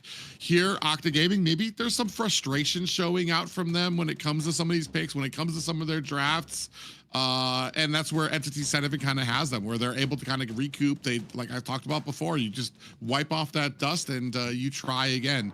Here, gonna go ahead and see where that priority lies for Octa Gaming. For most, I believe it's gone to the mid lane. The mid lane priority for a lot of these picks. We're gonna see where Octa Gaming goes. I believe Zushin is not available for either of these sides. We still do have Sora out there. Oh, but we're gonna go ahead and land on the carry for Octa Gaming. The carry, It's normal. carry for the end. If she gets to that late game, she will shred. So let's see what the lineup that Entity7 has to deal with that. Now the Octa Gaming just threw a card and say, be careful with your tanks, be careful what you pick for, because carry is a strong laner against them.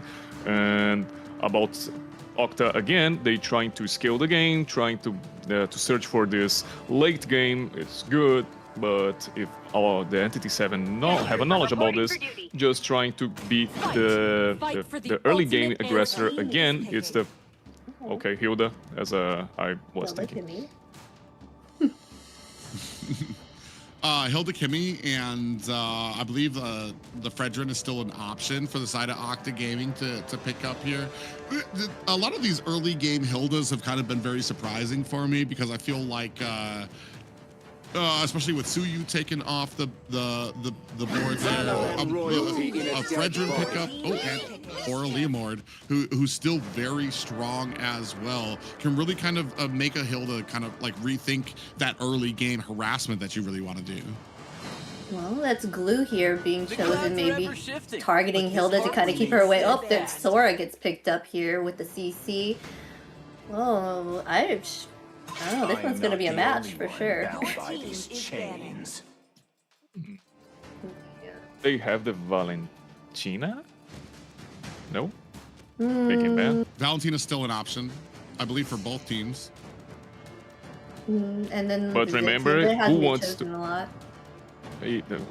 Who needs to I can't think. Oh, no. Valentina is not an option now for Entity7 because they already have the Sora, and I don't think they about the XP lane. So they will not put the Valentina in XP lane because we don't have more transformations like Lucas in the Octa Gaming or things like that. So it's a free pass to Entity7 to have the ban just because of this, because it's a counter, and they are also having other thinkings about other heroes to make the composition fluid. Yeah, they do go ahead and ban out the Valentina just so that they don't see it's against their Sora. And we still have, I want to say we have been very light today when it comes to some of the Yuzong pickups that, from what I've seen, while Yuzong doesn't really match against the Sora, and in like being able to battle her or battle him in the lane, it does help to provide some type of fear to the enemy team, the same that Sora does. You can get to that back line without much being able to stop you, and then you can just touch down, petrify, and just exude a huge amount of damage onto the enemy team. Where if you can kind of match that, at the very least against a Sora, if you can't match him in lane, you can at least match what he brings to the team fold. I think the Sora have more time control against the backline enemy than Yuzong, because Yuzong have the sustained momentum. He has the strongest about this, but he need to stack, and sometimes we have a lot of pressure in this meta, also in control and also in the mobility. So for him, it's difficult to just do everything. And Sora, it's easy because he have little CCs just for his ultimates. He wants just to take some time and easy ways to. Okay, forget about what I say. I'm going to the And then TN human here with the research, so, right? CC from I'm going to anywhere in the map. So he's like, I'm gonna pick Yuzong right now, just to prove you wrong. I was not saying that not we will have a Yuzong, but I was always saying that the improvements and the quality about Sora is better than a Yuzong. But okay. I will not cry, okay? I will not cry. A lot, just a little. Why does it do this? A very interesting composition coming out of here from Entity7. I feel like from Octa Gaming, finally, we've kind of settled on to going back to believing in the meta here. Nolan is, for me, Nolan has always been a 50-50 shot. I feel like he's an assassin. He needs things to go very well for him in the early game for him to kind of continually put on pressure. I feel like right now it's very easy to upset that momentum that Nolan needs to constantly be successful, constantly get the rotation, constantly getting kills and fed, and eventually he's going to get caught by something, and it's going to lead to a rough engagement for his team. Here, we're going to see what Octa Gaming has in store, especially against this composition.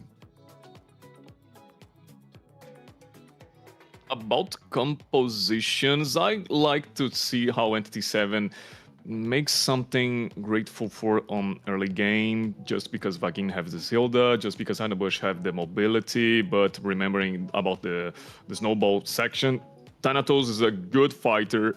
He had a lot of quality about sustain, and in his side he had Saber and Lucy, who also have a sustain, so we have a lot of regeneration right now. And we have some burst coming from the Entity7. How about the transformation in Assassin about Akashi, Hanabush with the combo, and Shim sometimes about the middle to the late game scale. So let's see.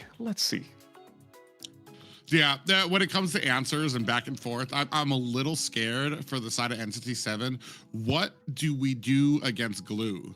I feel like every single person on the side of Entity7, there's nobody that really has an answer except for hope Vaglin takes the ultimate and can run away from your team.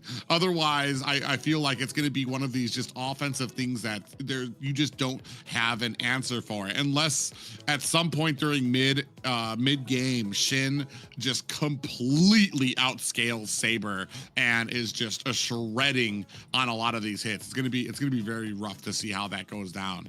But both teams here tied at 1-1 apiece, looking to potentially get themselves ahead in this best of 5.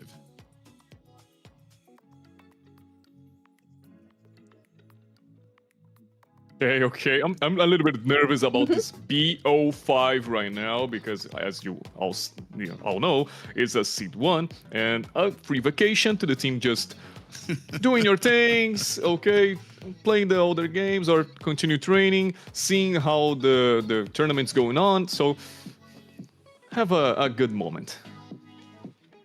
Yeah, I feel like the best of 5 can be going in anyone's favor. The fact that the games are, there's more games to go along, and the global bans make it way harder for them they have to be more strategic with their picks, right? They got to make sure that they strategize and find they have to be better at different heroes. There's a lot that goes into it also. Entity7 is doing amazing right now, but at the same time, do they have that, big hero pool to be able to come back later on? I mean, you're matching hero pools against hero pools. I feel like it's a very interesting question, seeing as Octa Gaming kind of had 4 off picks So I don't know if they don't have to be as worried about a hero pool moving into some of these later games. Here we see a pretty standard meta draft. There was no surprises, nothing that we really had to think on and be like, I'm not sure if that's gonna work well. In fact, I kind of like their draft here, maybe a little bit more than I do like Entity7's, because I feel like there's more consistency on the side of Octa Gaming, so it's going to be very interesting. It'll be interesting.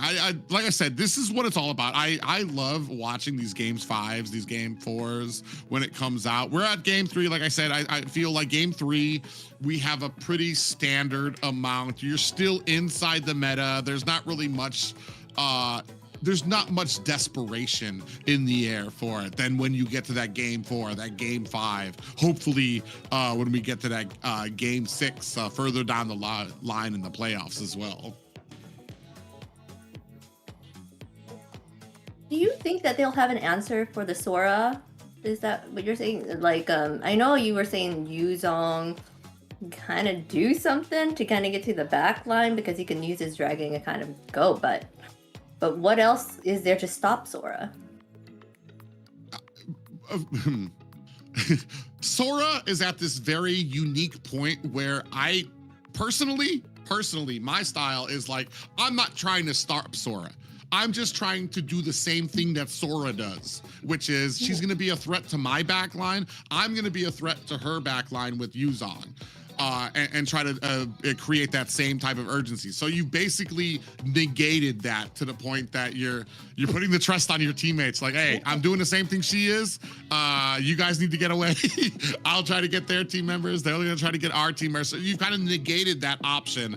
It's like getting a kill and then dying. It doesn't put you ahead, but it doesn't put you behind necessarily. So, but that's just the unique place that Sora is in right now. And that's why I say like Yuzong for me is probably one of those options, not because it matches her, not because it does anything better, but just because it kind of provides the same type of offensive ability.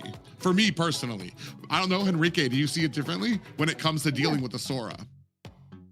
For me, I know about the Yuzong have more aggressive momentums in the game, especially in the early game. Sora, he's capable of doing the early game good, and if he wants to be aggressive, he have the flexibility to change to an assassin or just to scale to the middle late game during this fighter mode and just applying the CC. So he is good at this, but if you're trying to scale with the Yuzong, you can't have the same flexibility as the Sora does, because in the late game you know, and almost a lot of soldiers don't have the force to maintain a team fight. He just suffers a lot. He just not will be more aggressive. He can be more sustained because they will buy some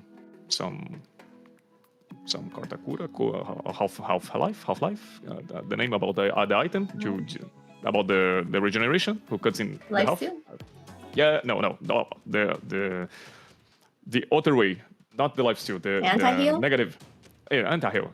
So anti-heal is just the official counter about Yuzong again. So about it, he just turns the dragon to a lizard in this game. And Sora continues to be the force because of all this control, and that's good. Yeah, I definitely agree there. Yuzong has a huge falling off point. Even alone by himself has a huge falling off point. But then when you're comparing it to a Sora, I feel like you're just trying to get to a point where Sora, the team is so behind that Sora just can't take advantage of it. But ladies and gentlemen, finally, we are getting into the third game of Entity7 taking on Octa Gaming. Both of these teams looking to get themselves a leg up, sitting at 1-1 apiece. Oh, already Vaguewin goes down, and that's going to be a kill for Octa Gaming. Shin going to have to use that flicker. Doom in trouble, but finds a kill onto Thanatos TZ. That's also 1 minute game. Can we please just spare the fights to the turtle. I can't even take it anymore. It's just, again, it's the second game. Entity7 just turned aggressive. But it's cool because Octa Gaming just picked up some kill. But kills are in the Doom. Oh, poor V2, because Doom is already a strong early gaming marksman, and one item just changed a lot of things. And then we see Shin with the 2 assistants is good for him, but Sagan with 1 kill is different too. Let's see. Oh, that's good. Oh my God, Shin. Oh no.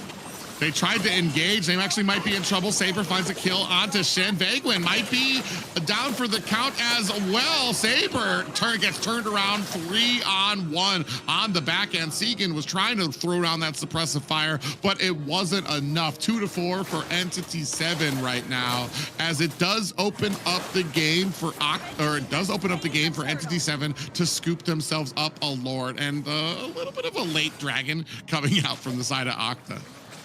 So funny seeing Shin just do the fly against the wall, then he drops also in the Saber controlling, and then he just have not flash and just accept it because we don't need to do nothing. Let's go. But Octa Gaming tries to do more, and also Entity7 have 2 kills, and ooh, this is really happening. Yeah, I mean, this is just this. We were talking about what do you need to do to be successful on an assassin pickup, and that's control the early game. Get those kills onto your assassin too. Iron Bush sitting at 2 kills already at the 3-minute mark. They're sitting at 2 and 5 right now. The rotations are on fire for Entity7. Again, Saber. Saber actually uses that split to be able to kind of get on top of the head. Vaguin in trouble. Segan is right there to blow him up.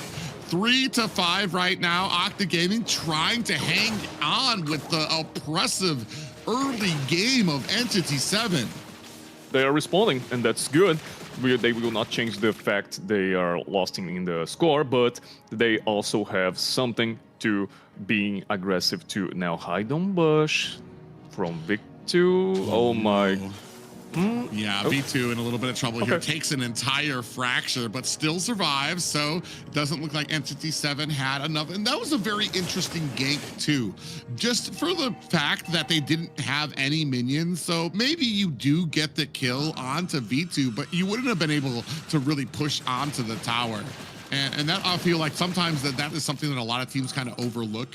Like they kind of get a little bit kill hungry and don't really figure out how this can lead to an objective. A little bit of a flicker comes out there from Segan to dodge the ultimate coming out from Shin. Now it's going to go ahead and push the rest of Octa Gaming away while Entity7 try to focus up on this turtle. Saber looking for an angle, going to try to protect his mid laner. Segan goes down, now trying to make a big break of it. A lot of damage going on to Vaguin. That's going to be 1-for-1, 4-6 right now. Hide on Bush, finds himself a turtle, and immediately finds a kill onto Lucy. The rest of Octa Gaming looking for an escape. Out comes the stun, but it's not enough. Akashi finds himself a kill as well. 5-9 in favor of Entity7. The truly funny here is by Octa Gaming just having the skills, but having the skills in the... Oh, hold on. Oh, that's right. God. That's right. Oh my God! It was like a cartoon. Segan just got smashed into the ground like a nail. And the funny fact is Vagin is dying for his team, and this is also good. Okay, Shin is also dying, but it's best. The better way is to have the skills to the enemy team is more by the roaming and the tank lines. In the other side, Entity7 have a lot of kills, and again, okay, he survived. And it's split because we see Sagan land 2 times, Saber 3, and we have Lucy 2 and Thanatos 3. So this is the difference about this, and Entity7 has a more controlling here. Is that right? What great control from Akashi to go ahead and spin Thanatos TZ around. Now you have Shen on the back end too. Thanatos TZ might have overstepped. Out comes the Black Dragon, looking to provide some type of support for his teammate. Finds the kill onto Shen. Big Fury of the Phoenix comes out with the stun. Lucy gonna be able to get away scot-free with the kill in his pocket. I don't know if I think maybe Shin is sad, but also he's dying, but having your assistance is good, so him making part of his team anyway.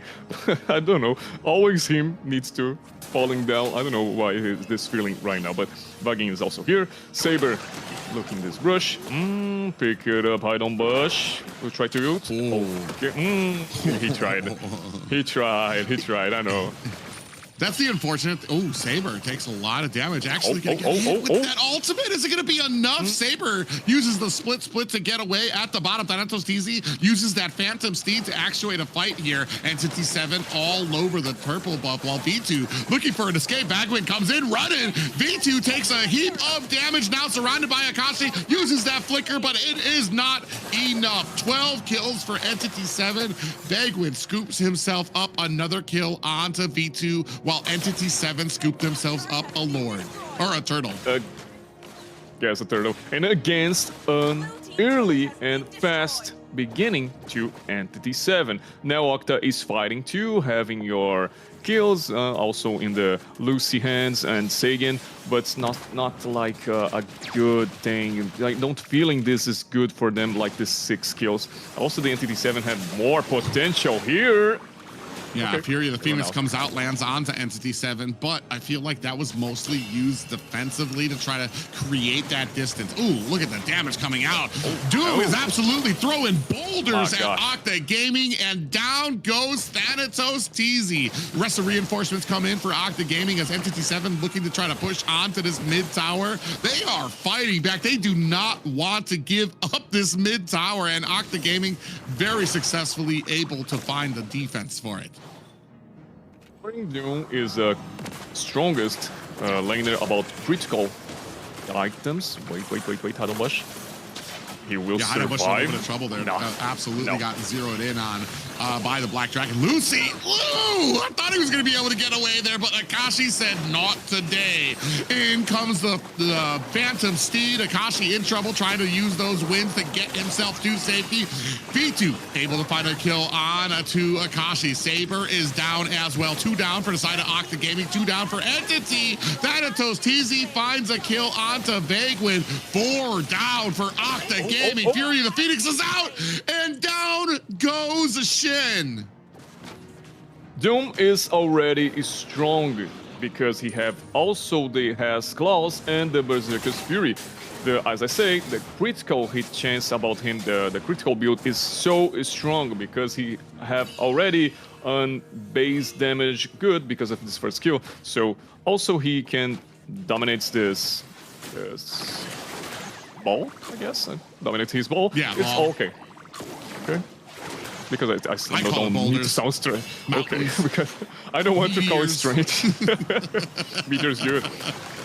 Falling. And now we do have a Phantom Steed. Looks like Shin able to scoop up the Lord from both junglers on the back end. It does look like Thanatos TZ trying to put the damage onto Akashi, who gets oh no, doesn't have the immortality. So that's going to be a kill for the side of Octa Gaming. They are able to scoop up the Lord, but the fight actually continues. Saber goes down, caught deep on the side of Entity7 without the rest of his team. Fight who just getting more better to Octa, but the Lord goes to Entity7, and now we have that problem whose the towers do not, all the towers are falling down. Maybe, V2, too strong, too front line. Fury of the Phoenix just backs off the rest of the team, so they don't really want to go ahead and press onto the mid tower. They've got enough.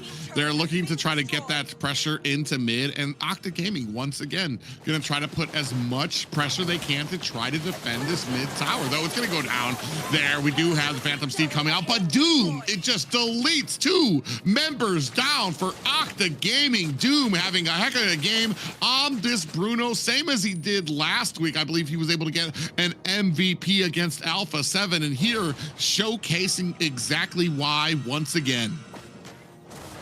It's the last base tower from Octa Gaming. Good for this first Lord. They do the 100% base key for the 8 minutes Lord. And now we're searching for this T3, all the remembering base turret, and also he's the passive about shields. The name of the explosion you guys have about the base turret.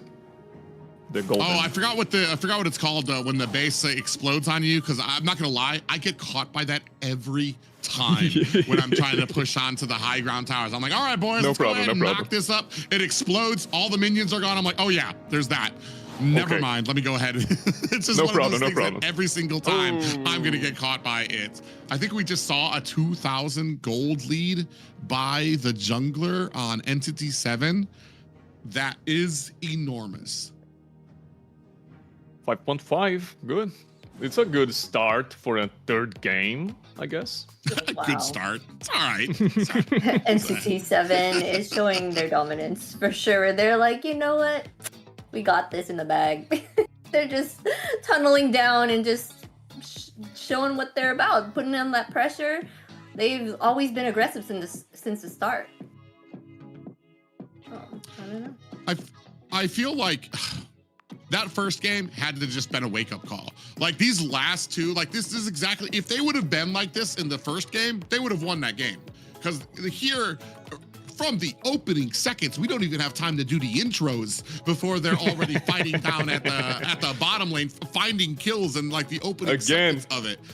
So, and I feel like they really shine in this overwhelming early game that they're able to put onto enemies. And Octa Gaming have yet to be able to find like any momentum on their side for both of this game and from the last one. Yes, this is like Akashi and Hide on, what's his name? The Bush. jungle. Hide on Bush.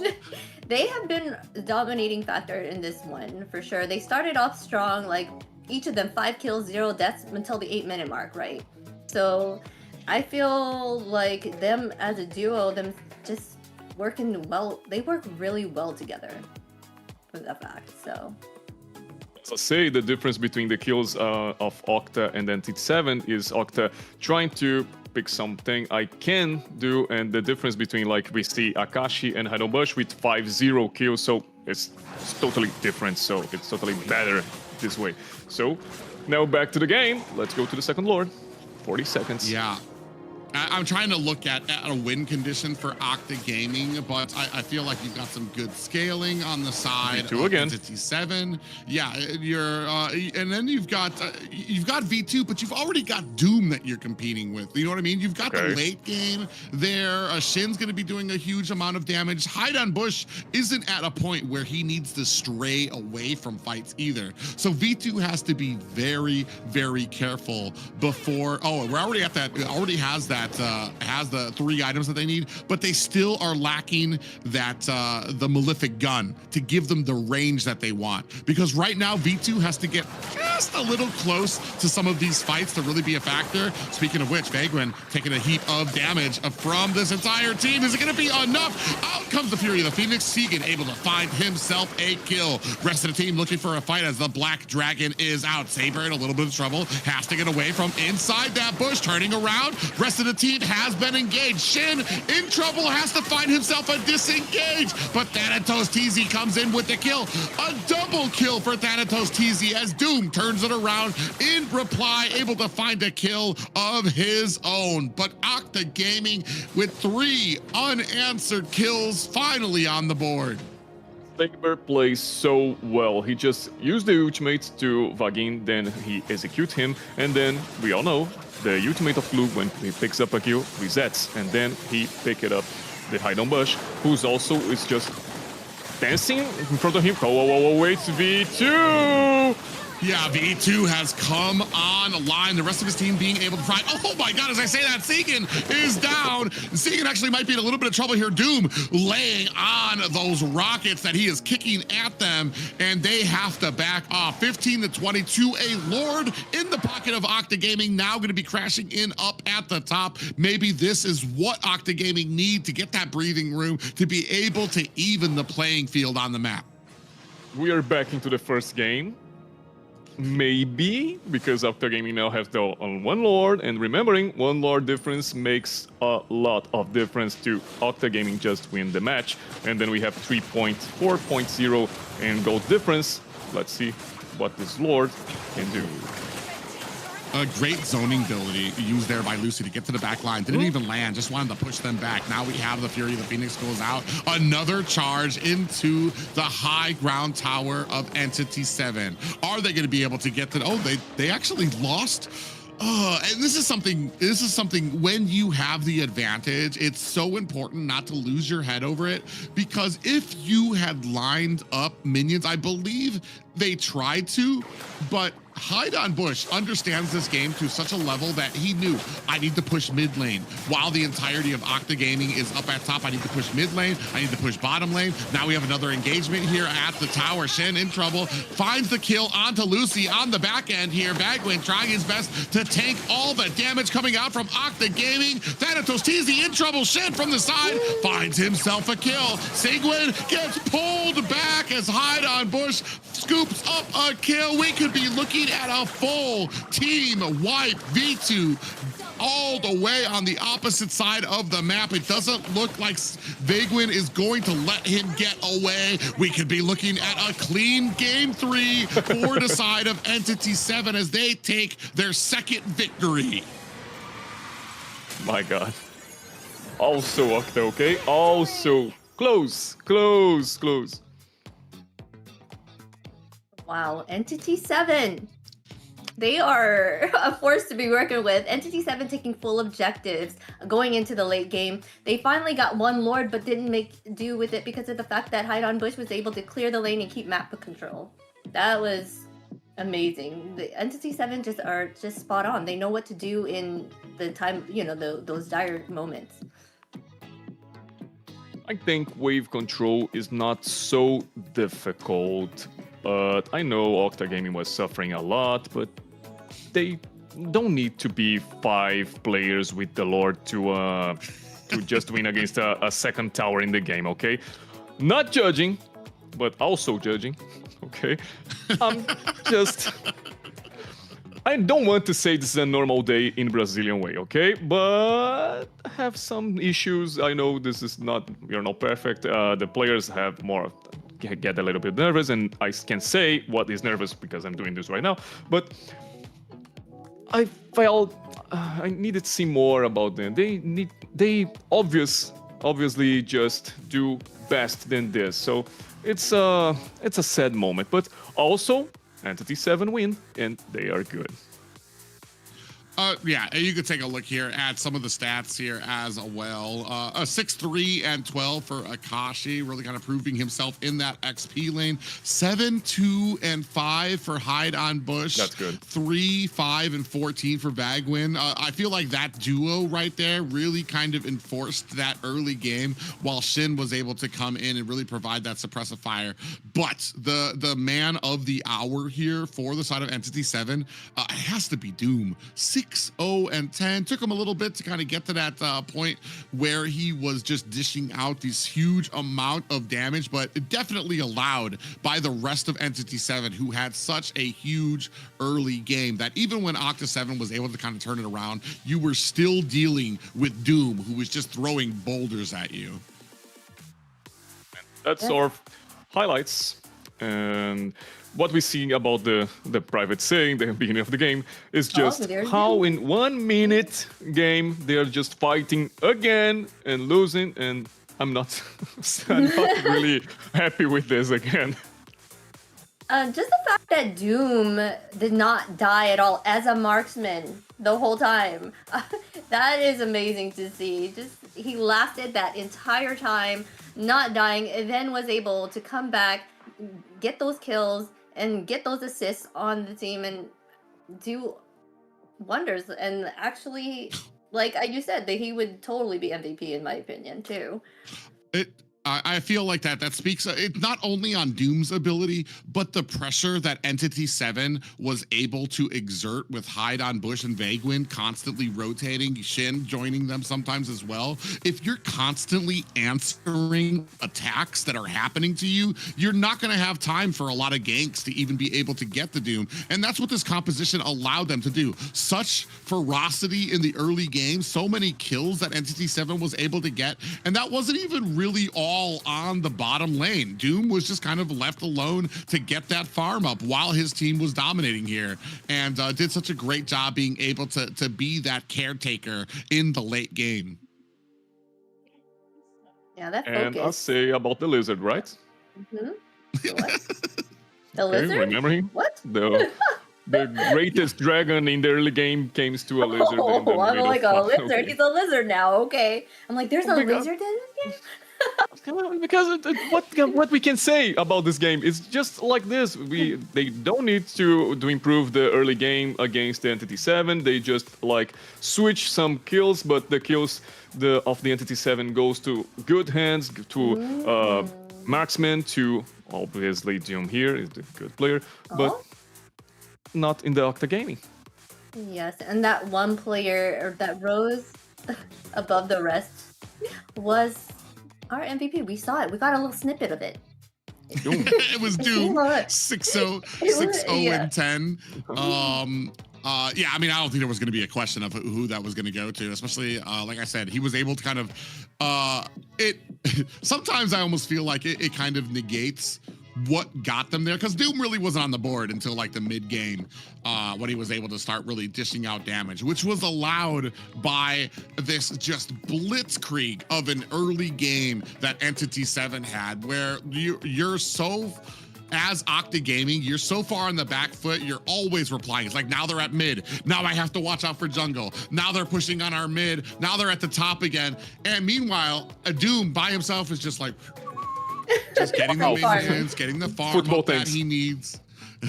Yeah, so a great job played by them. And another dominating early game composition coming from Entity7 that unfortunately it feels like Octa Gaming just was completely unprepared for.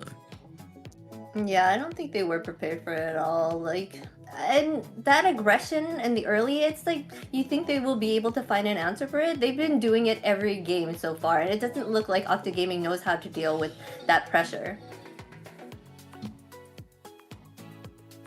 But anyways, guys, make sure you like, comment, and subscribe to the channel. We are all over the place, but right now we're streaming here. We want you to follow us at MLBB Esports. We're on Kick, Twitch, X, Instagram, Facebook, YouTube, TikTok. Be part of our community. He's so young. Please. I see a lot of these icons here, and I know like 3 or 4, and then Okay, she's I like, messed up the first no, time. everything. Okay.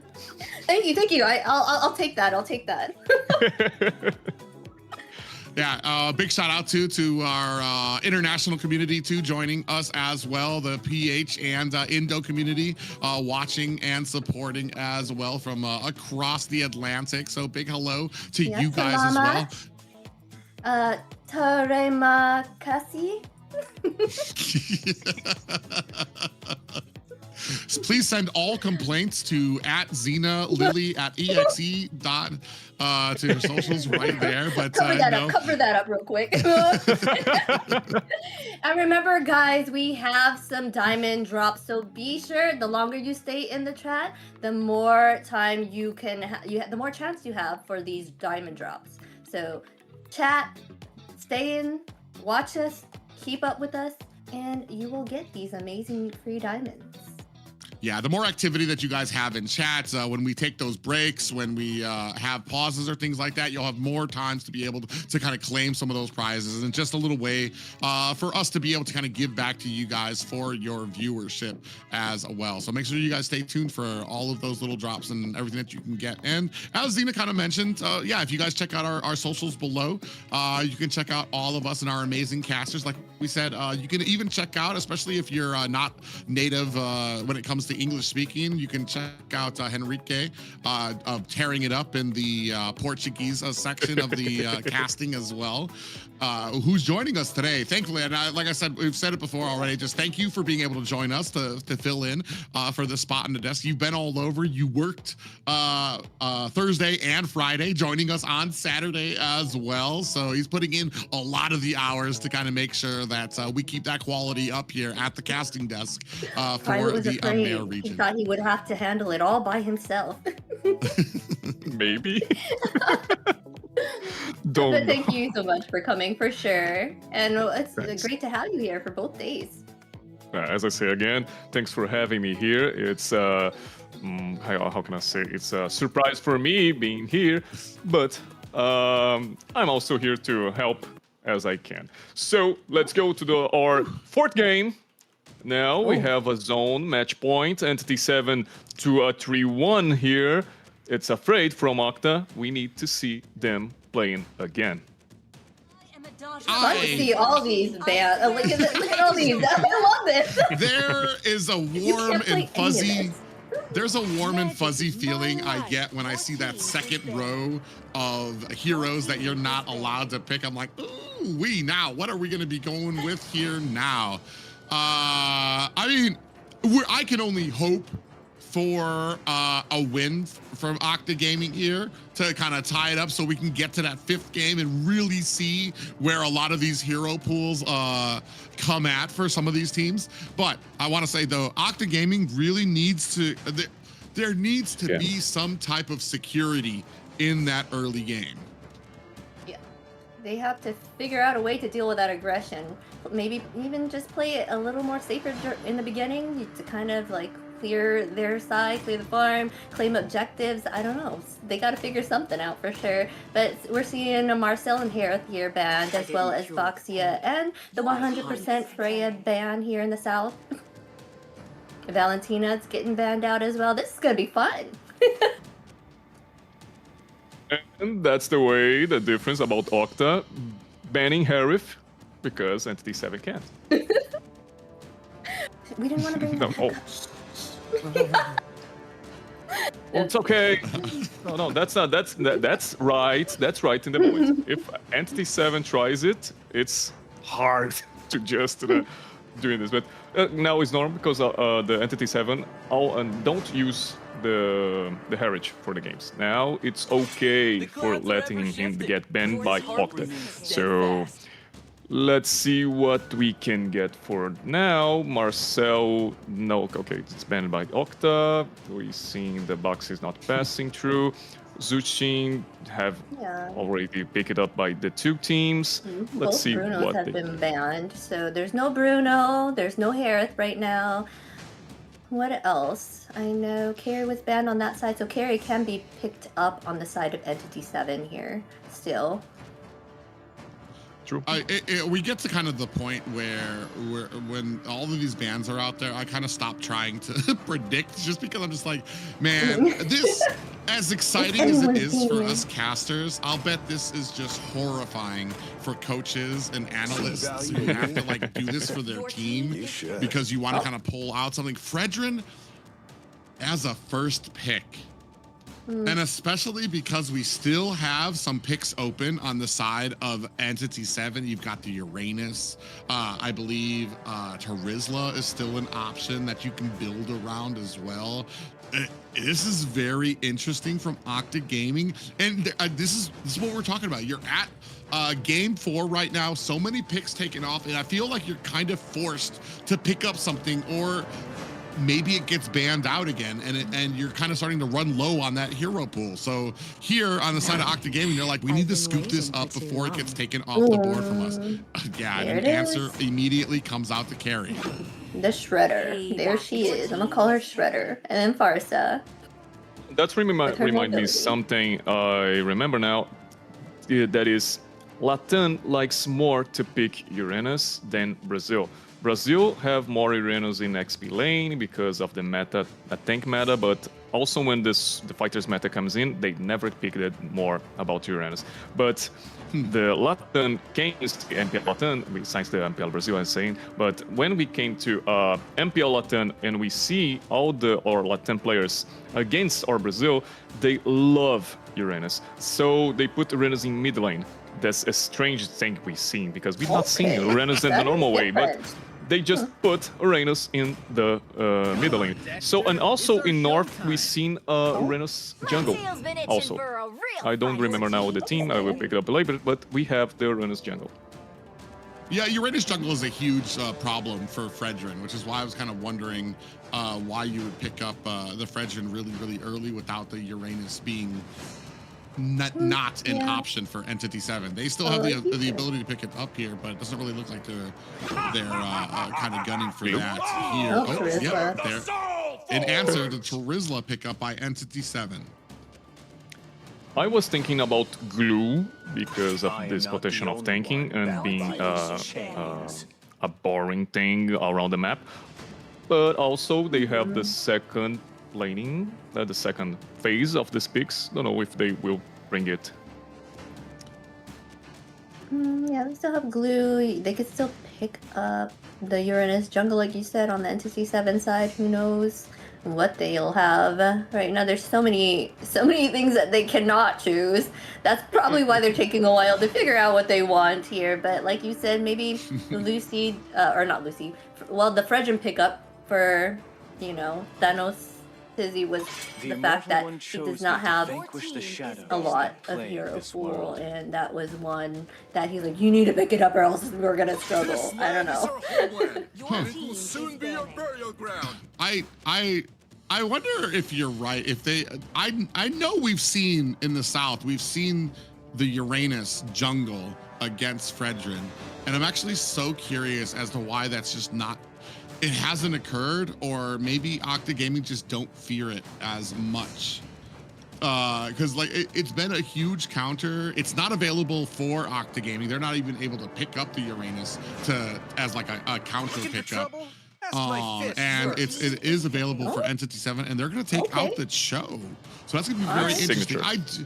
Yeah, I do like the Kalea pickup just because I feel like it can offset a lot of this. You can grab the carry or the Farsa. The only problem is do not grab the Terizla. We've seen this before where they grab the Terizla and then Terizla immediately comes in with the ultimate and just hammers away. I believe this is going to be the absolute first Barats we have seen in the South. I'm pretty sure it's an AMER. An MTC AMER first as well. We miss a lot about Barats. Okay, we miss a lot because Barats was used a lot of times in the MPL Brazil, the momentum. Then we started to Latam season 1. We started a little bit of Barats and then nothing more. Then he just showed up. I'm happy with this. And just remember, Vagin is a show signature man.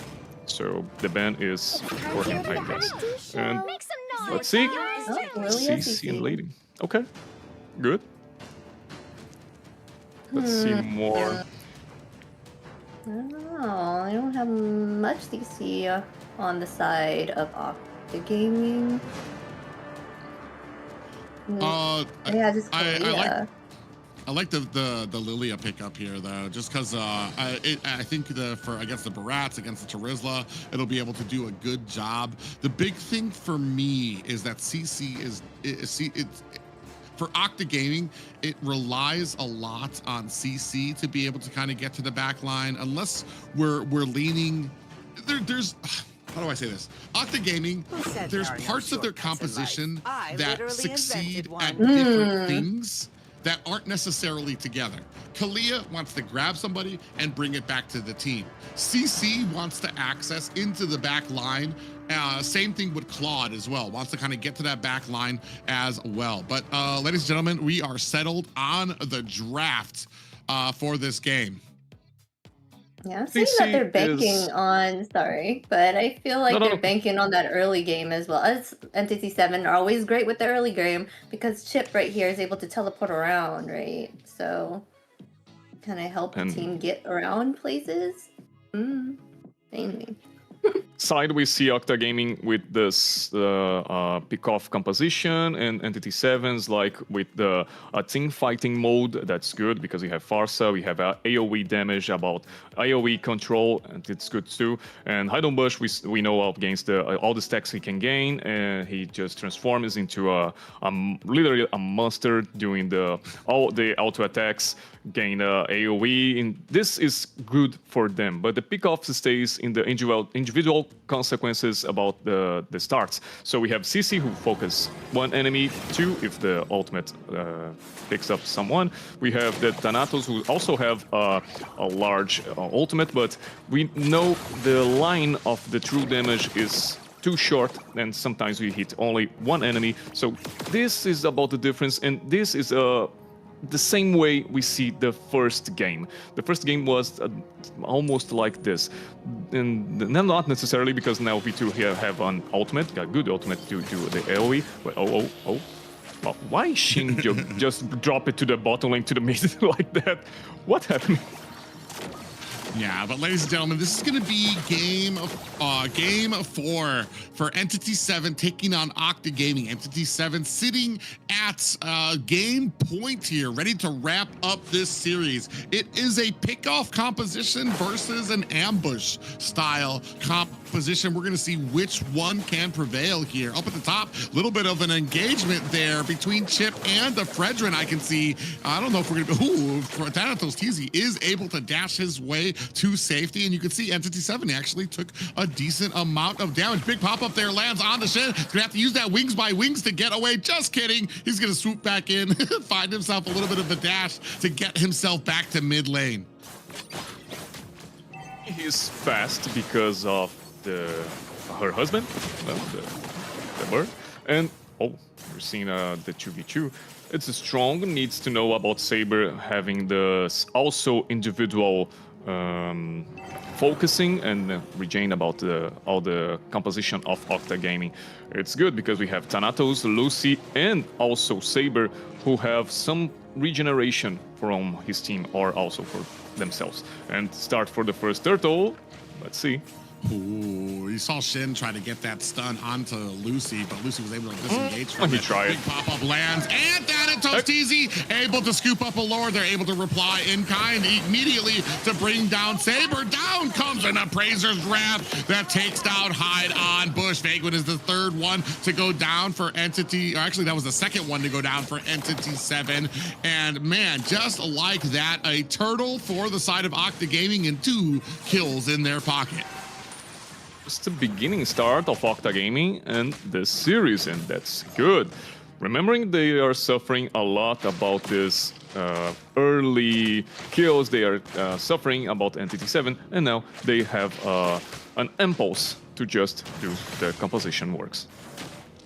Yeah, and it feels like here, I mean, you don't exactly have this great early game for the side of Entity7. You do got some decent rotation. Shin and Vaguin are going to have an easier time to be able to kind of rotate around a little bit, but just not enough to really become this huge threat for Octa Gaming. As we can see in the early game, big stun goes on to Saber, who does turn it around, but they're going to immediately, Entity7 going to focus on to their purple buff.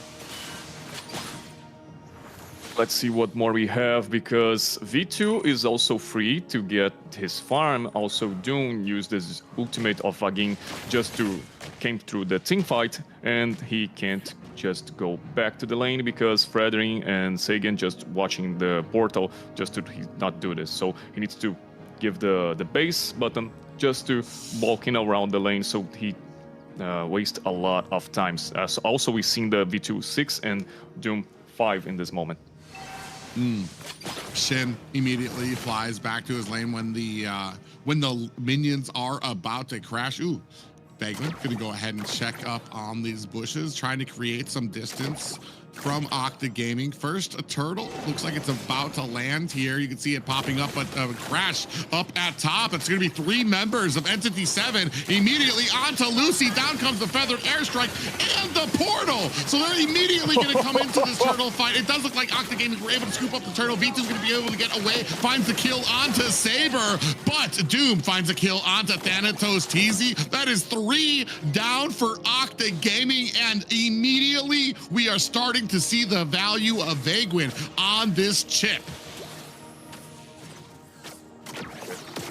This reminds me something, because in MPL Season 2, Latin, okay, MPL Latin Season 2, we have the ship, the first time ships appears in the Mobile Legends Mega Man. Oh, okay, just trying to.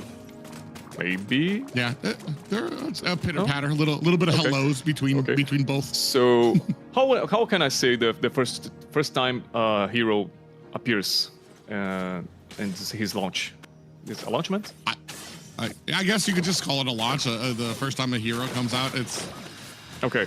In his launch, the first time Vagin was the first player to get the ship. Everybody was afraid to not know how to play with ship. So he do it in the first time and just win. So he's a player who likes a lot to make this characters. I forget the name of them again. Well, no, I mean, the first time appears. Right. And, so he was able to use it right at the beginning, and he's become pretty much an expert at it. Yes. I think the only other person in the South right now that even comes close to being pretty good on a chip was, I believe, Fanboy. As well as a great chip player as well. Ooh, big penalty zone comes in. Lucy in trouble, gets pulled back, and Shen finishes them off with a feathered airstrike. On the back end, we do have a blazing duet. Is that going to be enough? V2 in trouble, looking for an escape. Oh, Prazer's Wrath comes down, but it is not able to finish off anybody on Entity 7. Another 3 players down for Octa Gaming. V2 just tried to use his ultimate just for doing some damage, but I just see Entity 7 like, yeah, okay, I continues with this. I prefer your other members of team. When you scale, when you have your third item, you talk with me. Oh, Saber, just... Okay. Dome's strong. I think that's why Claude is so scary and so surprising to people, because before he gets that Trinity build, most of his ultimates go like that, where the enemy's like, oh, stop, it tickles, oh god. Oh.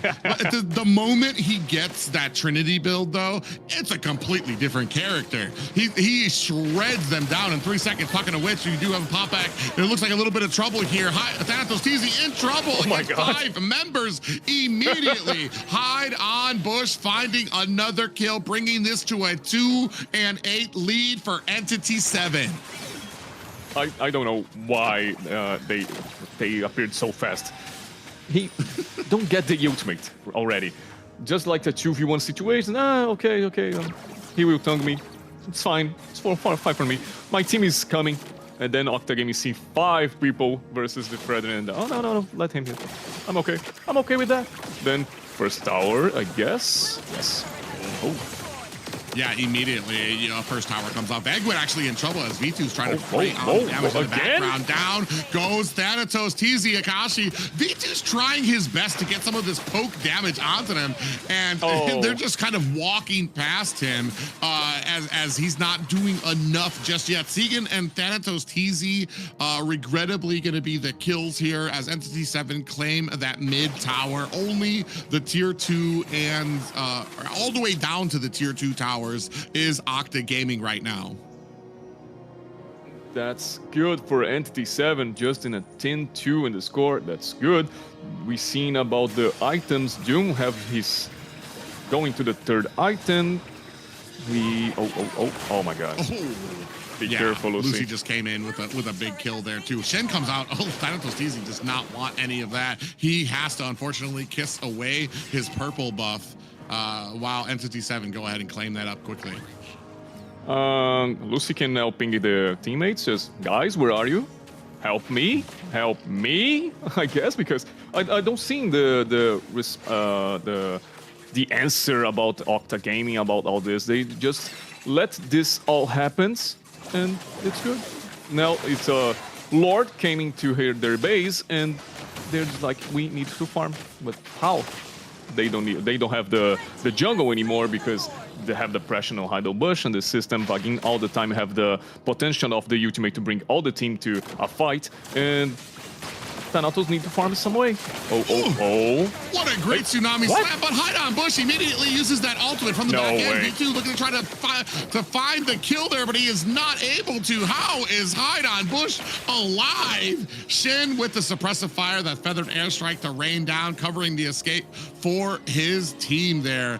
And man, right now, I mean, you're looking at about a 10K gold lead at the 10-minute mark. That is a 1,000 gold advance per minute for Entity7 right now.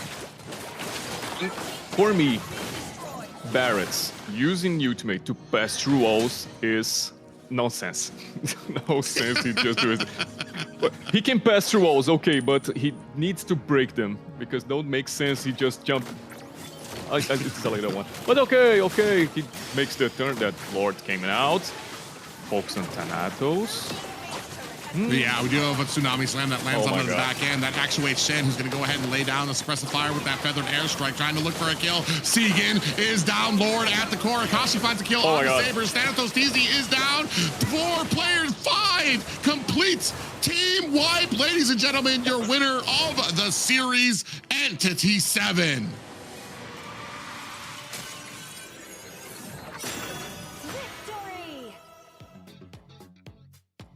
Oh my god. Entity7 is just total domination. That's it. Total domination. Like, they are just a monster, a force to be reckoned with. Their aggression, their synergy, the way that they work together, I'm a loss for words. I'm like, I don't know. They did amazing. There was no way Octa Gaming could win. Really? I was like, how you... But wow. What an amazing game. That's also cool to see, and I'm not sure, because we've seen Octa with the 2 first kills in the game, and that's a hope for them, because they are also just changing the skills and also trying to trade something and can't do it, and now they're an disadvantage. They are in the first place, and no, just Entity7 came in. All right. That's my turn. I'm not. What? I don't know. Like, for me, like, yeah, I'm kind of at a loss for words, but it's kind of like when I'm looking at this, Octa Gaming had a very dominating last week for them. Did very, very well. That's what got them to this position in the first place. I feel like it just Entity7.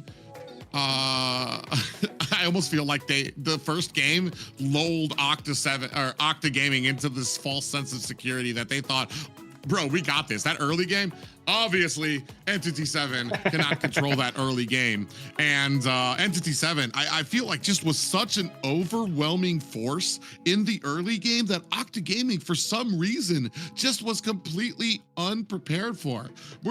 I feel like in 3 drafts, they still did not have something that could really contain in that early game. The synergy coming out from the side of Entity7 too as well. Like, it's not enough to say that Entity7 had a good early game, but they executed. The entire team felt like they were on the same page, exactly knew who they were going for, where the target was right from the opening seconds. And that's one of the things that has been making them so strong here in the South. Then we see the Entity7, the Union makes the force, and they just literally starts to play together all the time. And also they have literally Vagin playing as ship, who just can bring all the players to one place, but they don't need it. They just hold their hands together all the time and like, let's go invade. And that's worth. We're just skipping along.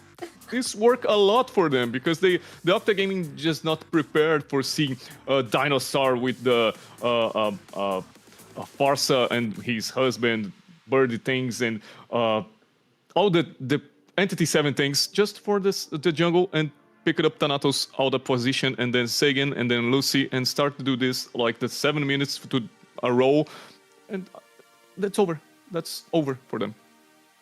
I feel like this kind of speaks to the experience of Entity7 when it comes to these games, to be able to continually put on that pressure from the early game, because this game especially, Octa Gaming felt like they were prepared in the first like minute or two. Like they understood, like, but eventually they got caught. Eventually they got a little lazy when it came. They went out a little bit far, didn't expect Shen and the rest of the team up at the top, and it just became this huge gaping wound that they were not able to make up for.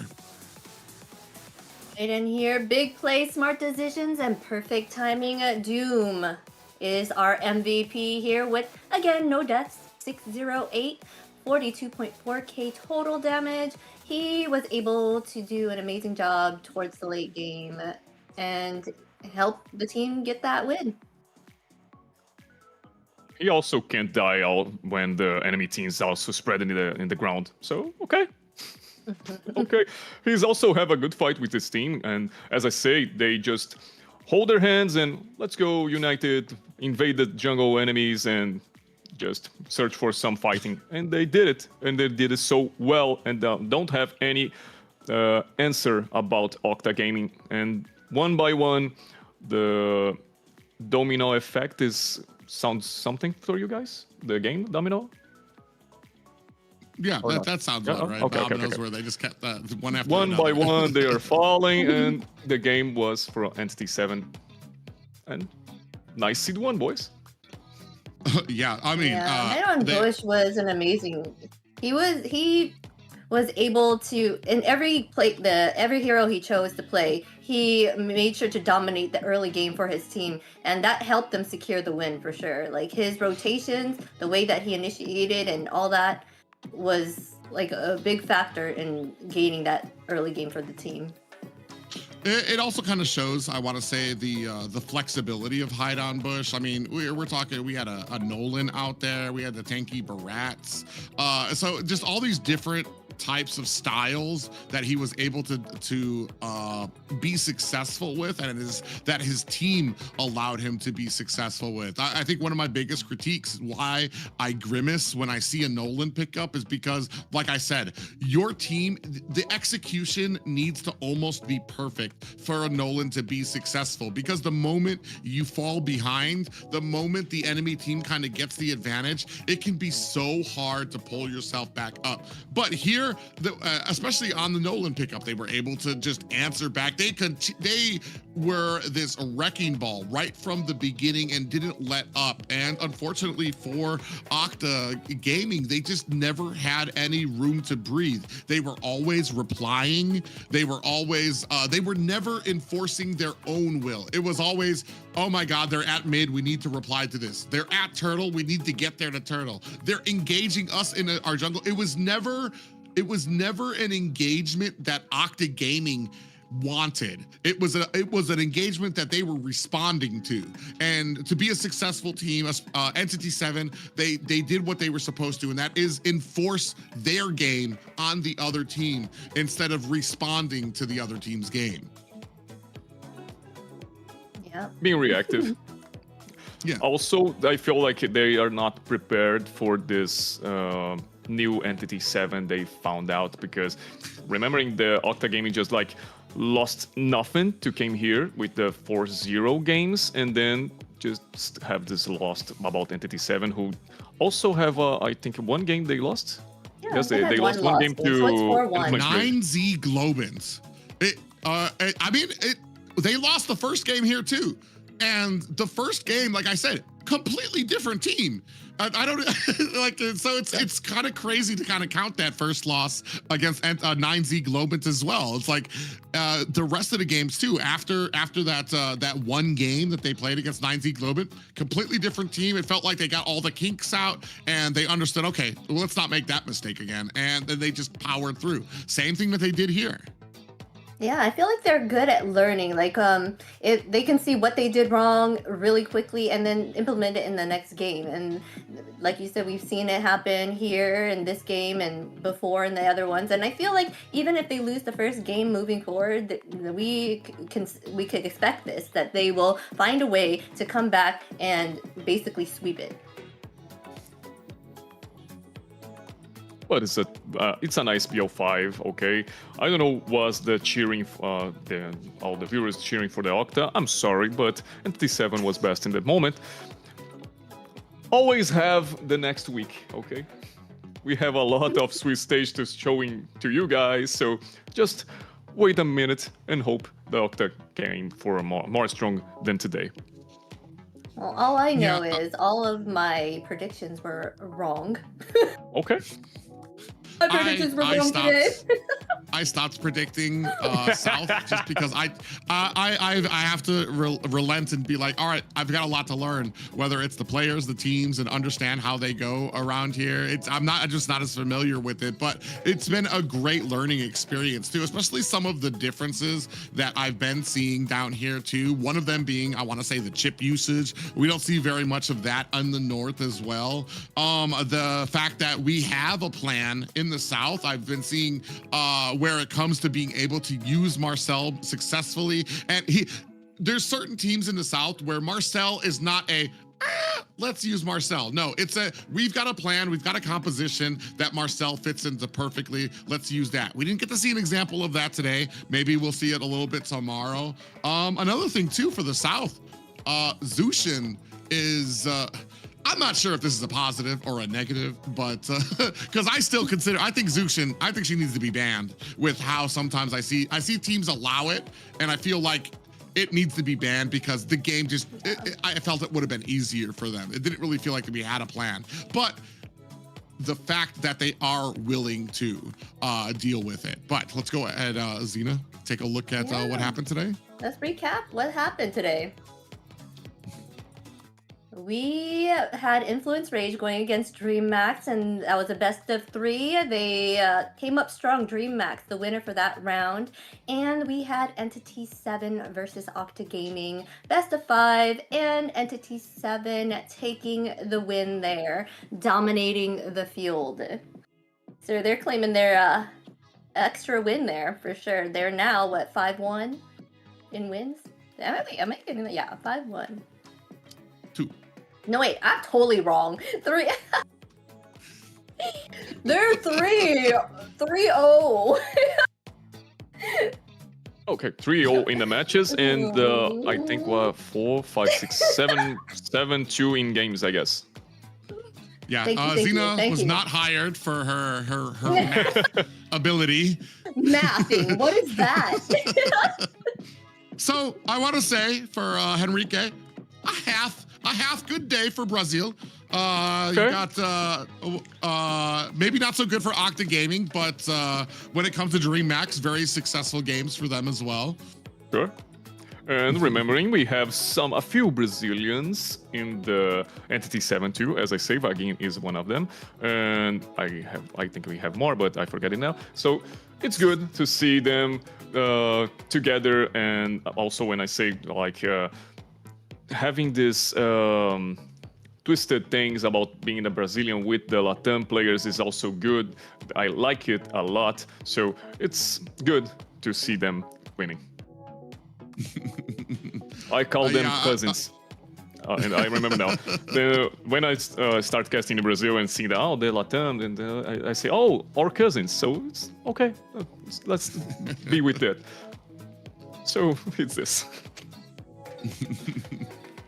I don't know. I was just saying some great games today. I'm so excited here to see. The big thing for a lot of people is I've been saying it since we started this.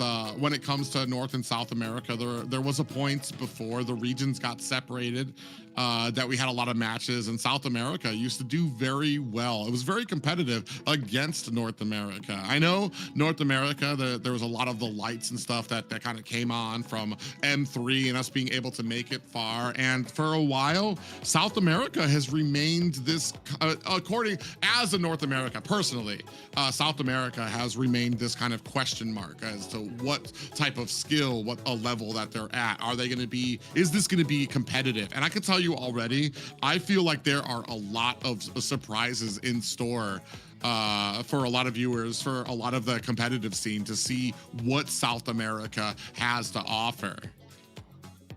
Yes, super exciting stuff. But let's take a look at tomorrow's schedule, guys. What are we looking forward to? We are looking forward to Alpha 7 versus Infinity and Black Sentence against 9Z Globant. What are your guys' thoughts on these teams? Are you guys excited to see these matches go down?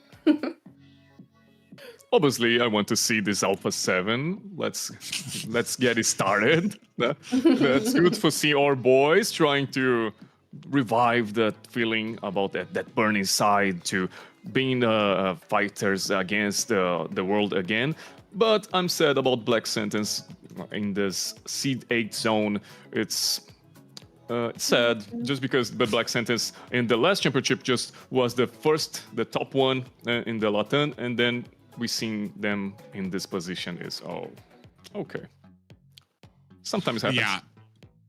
Alpha 7, one of those teams that has successfully used Marcel. And the reason I kind of bring that up is because it says something about their ability to draft, about their cohesion and the synergy that you need to have on a team to be successful with that. The side of Black Sentence we were talking about, it's a brand new team, basically. Yes. They've yet to get that synergy that they need to put together. Here is another opportunity for them to show that out against a team, 9Z Globant, who did get a victory over Entity7 at some point. So they do have the strength in them. It could be a huge challenge and a huge maybe hill for Black Sentence to be able to climb here tomorrow. Yes, our best of 5 tomorrow is going to be what the lowest. They weren't doing so hot. And the past matches over the last weekend. So they were the ones that are kind of at the bottom of the tournament poll right now, right? We got 9Z Globant to Black Sentence. So it'll be pretty nice to see what they can do against each other. So. Do you have anything? Oh, well, we are going to give a little shout out to our sponsor, runestone.gg. Runestone is an amazing, they are our broadcast key partner here that supports the growth of the competitive ecosystem. So helping deliver high quality broadcast and experience to the community. Yeah, a big shout out to runestone.gg, for which this broadcast would not be possible. And like I said before, if you guys want an organization that has the same type of intensity, same type of drive that you do for games, that is runestone.gg. Check them out for sure. Yay. Light up your esports. I love to see that part. Sounds good.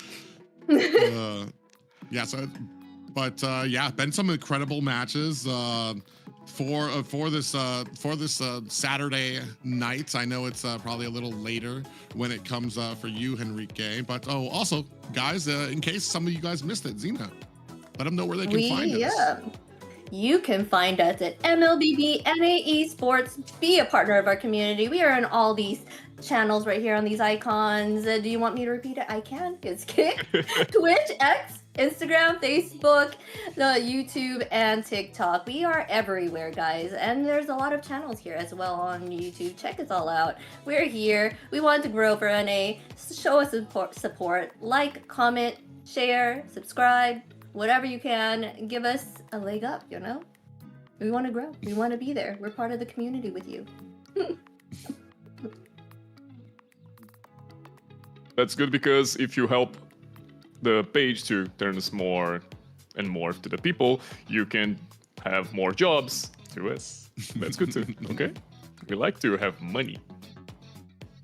But that is going to wrap up things for now. The competition is only getting tighter, and the road through the Swiss stage is far from over. So make sure you come back tomorrow to see what we're all about, okay? See you guys later.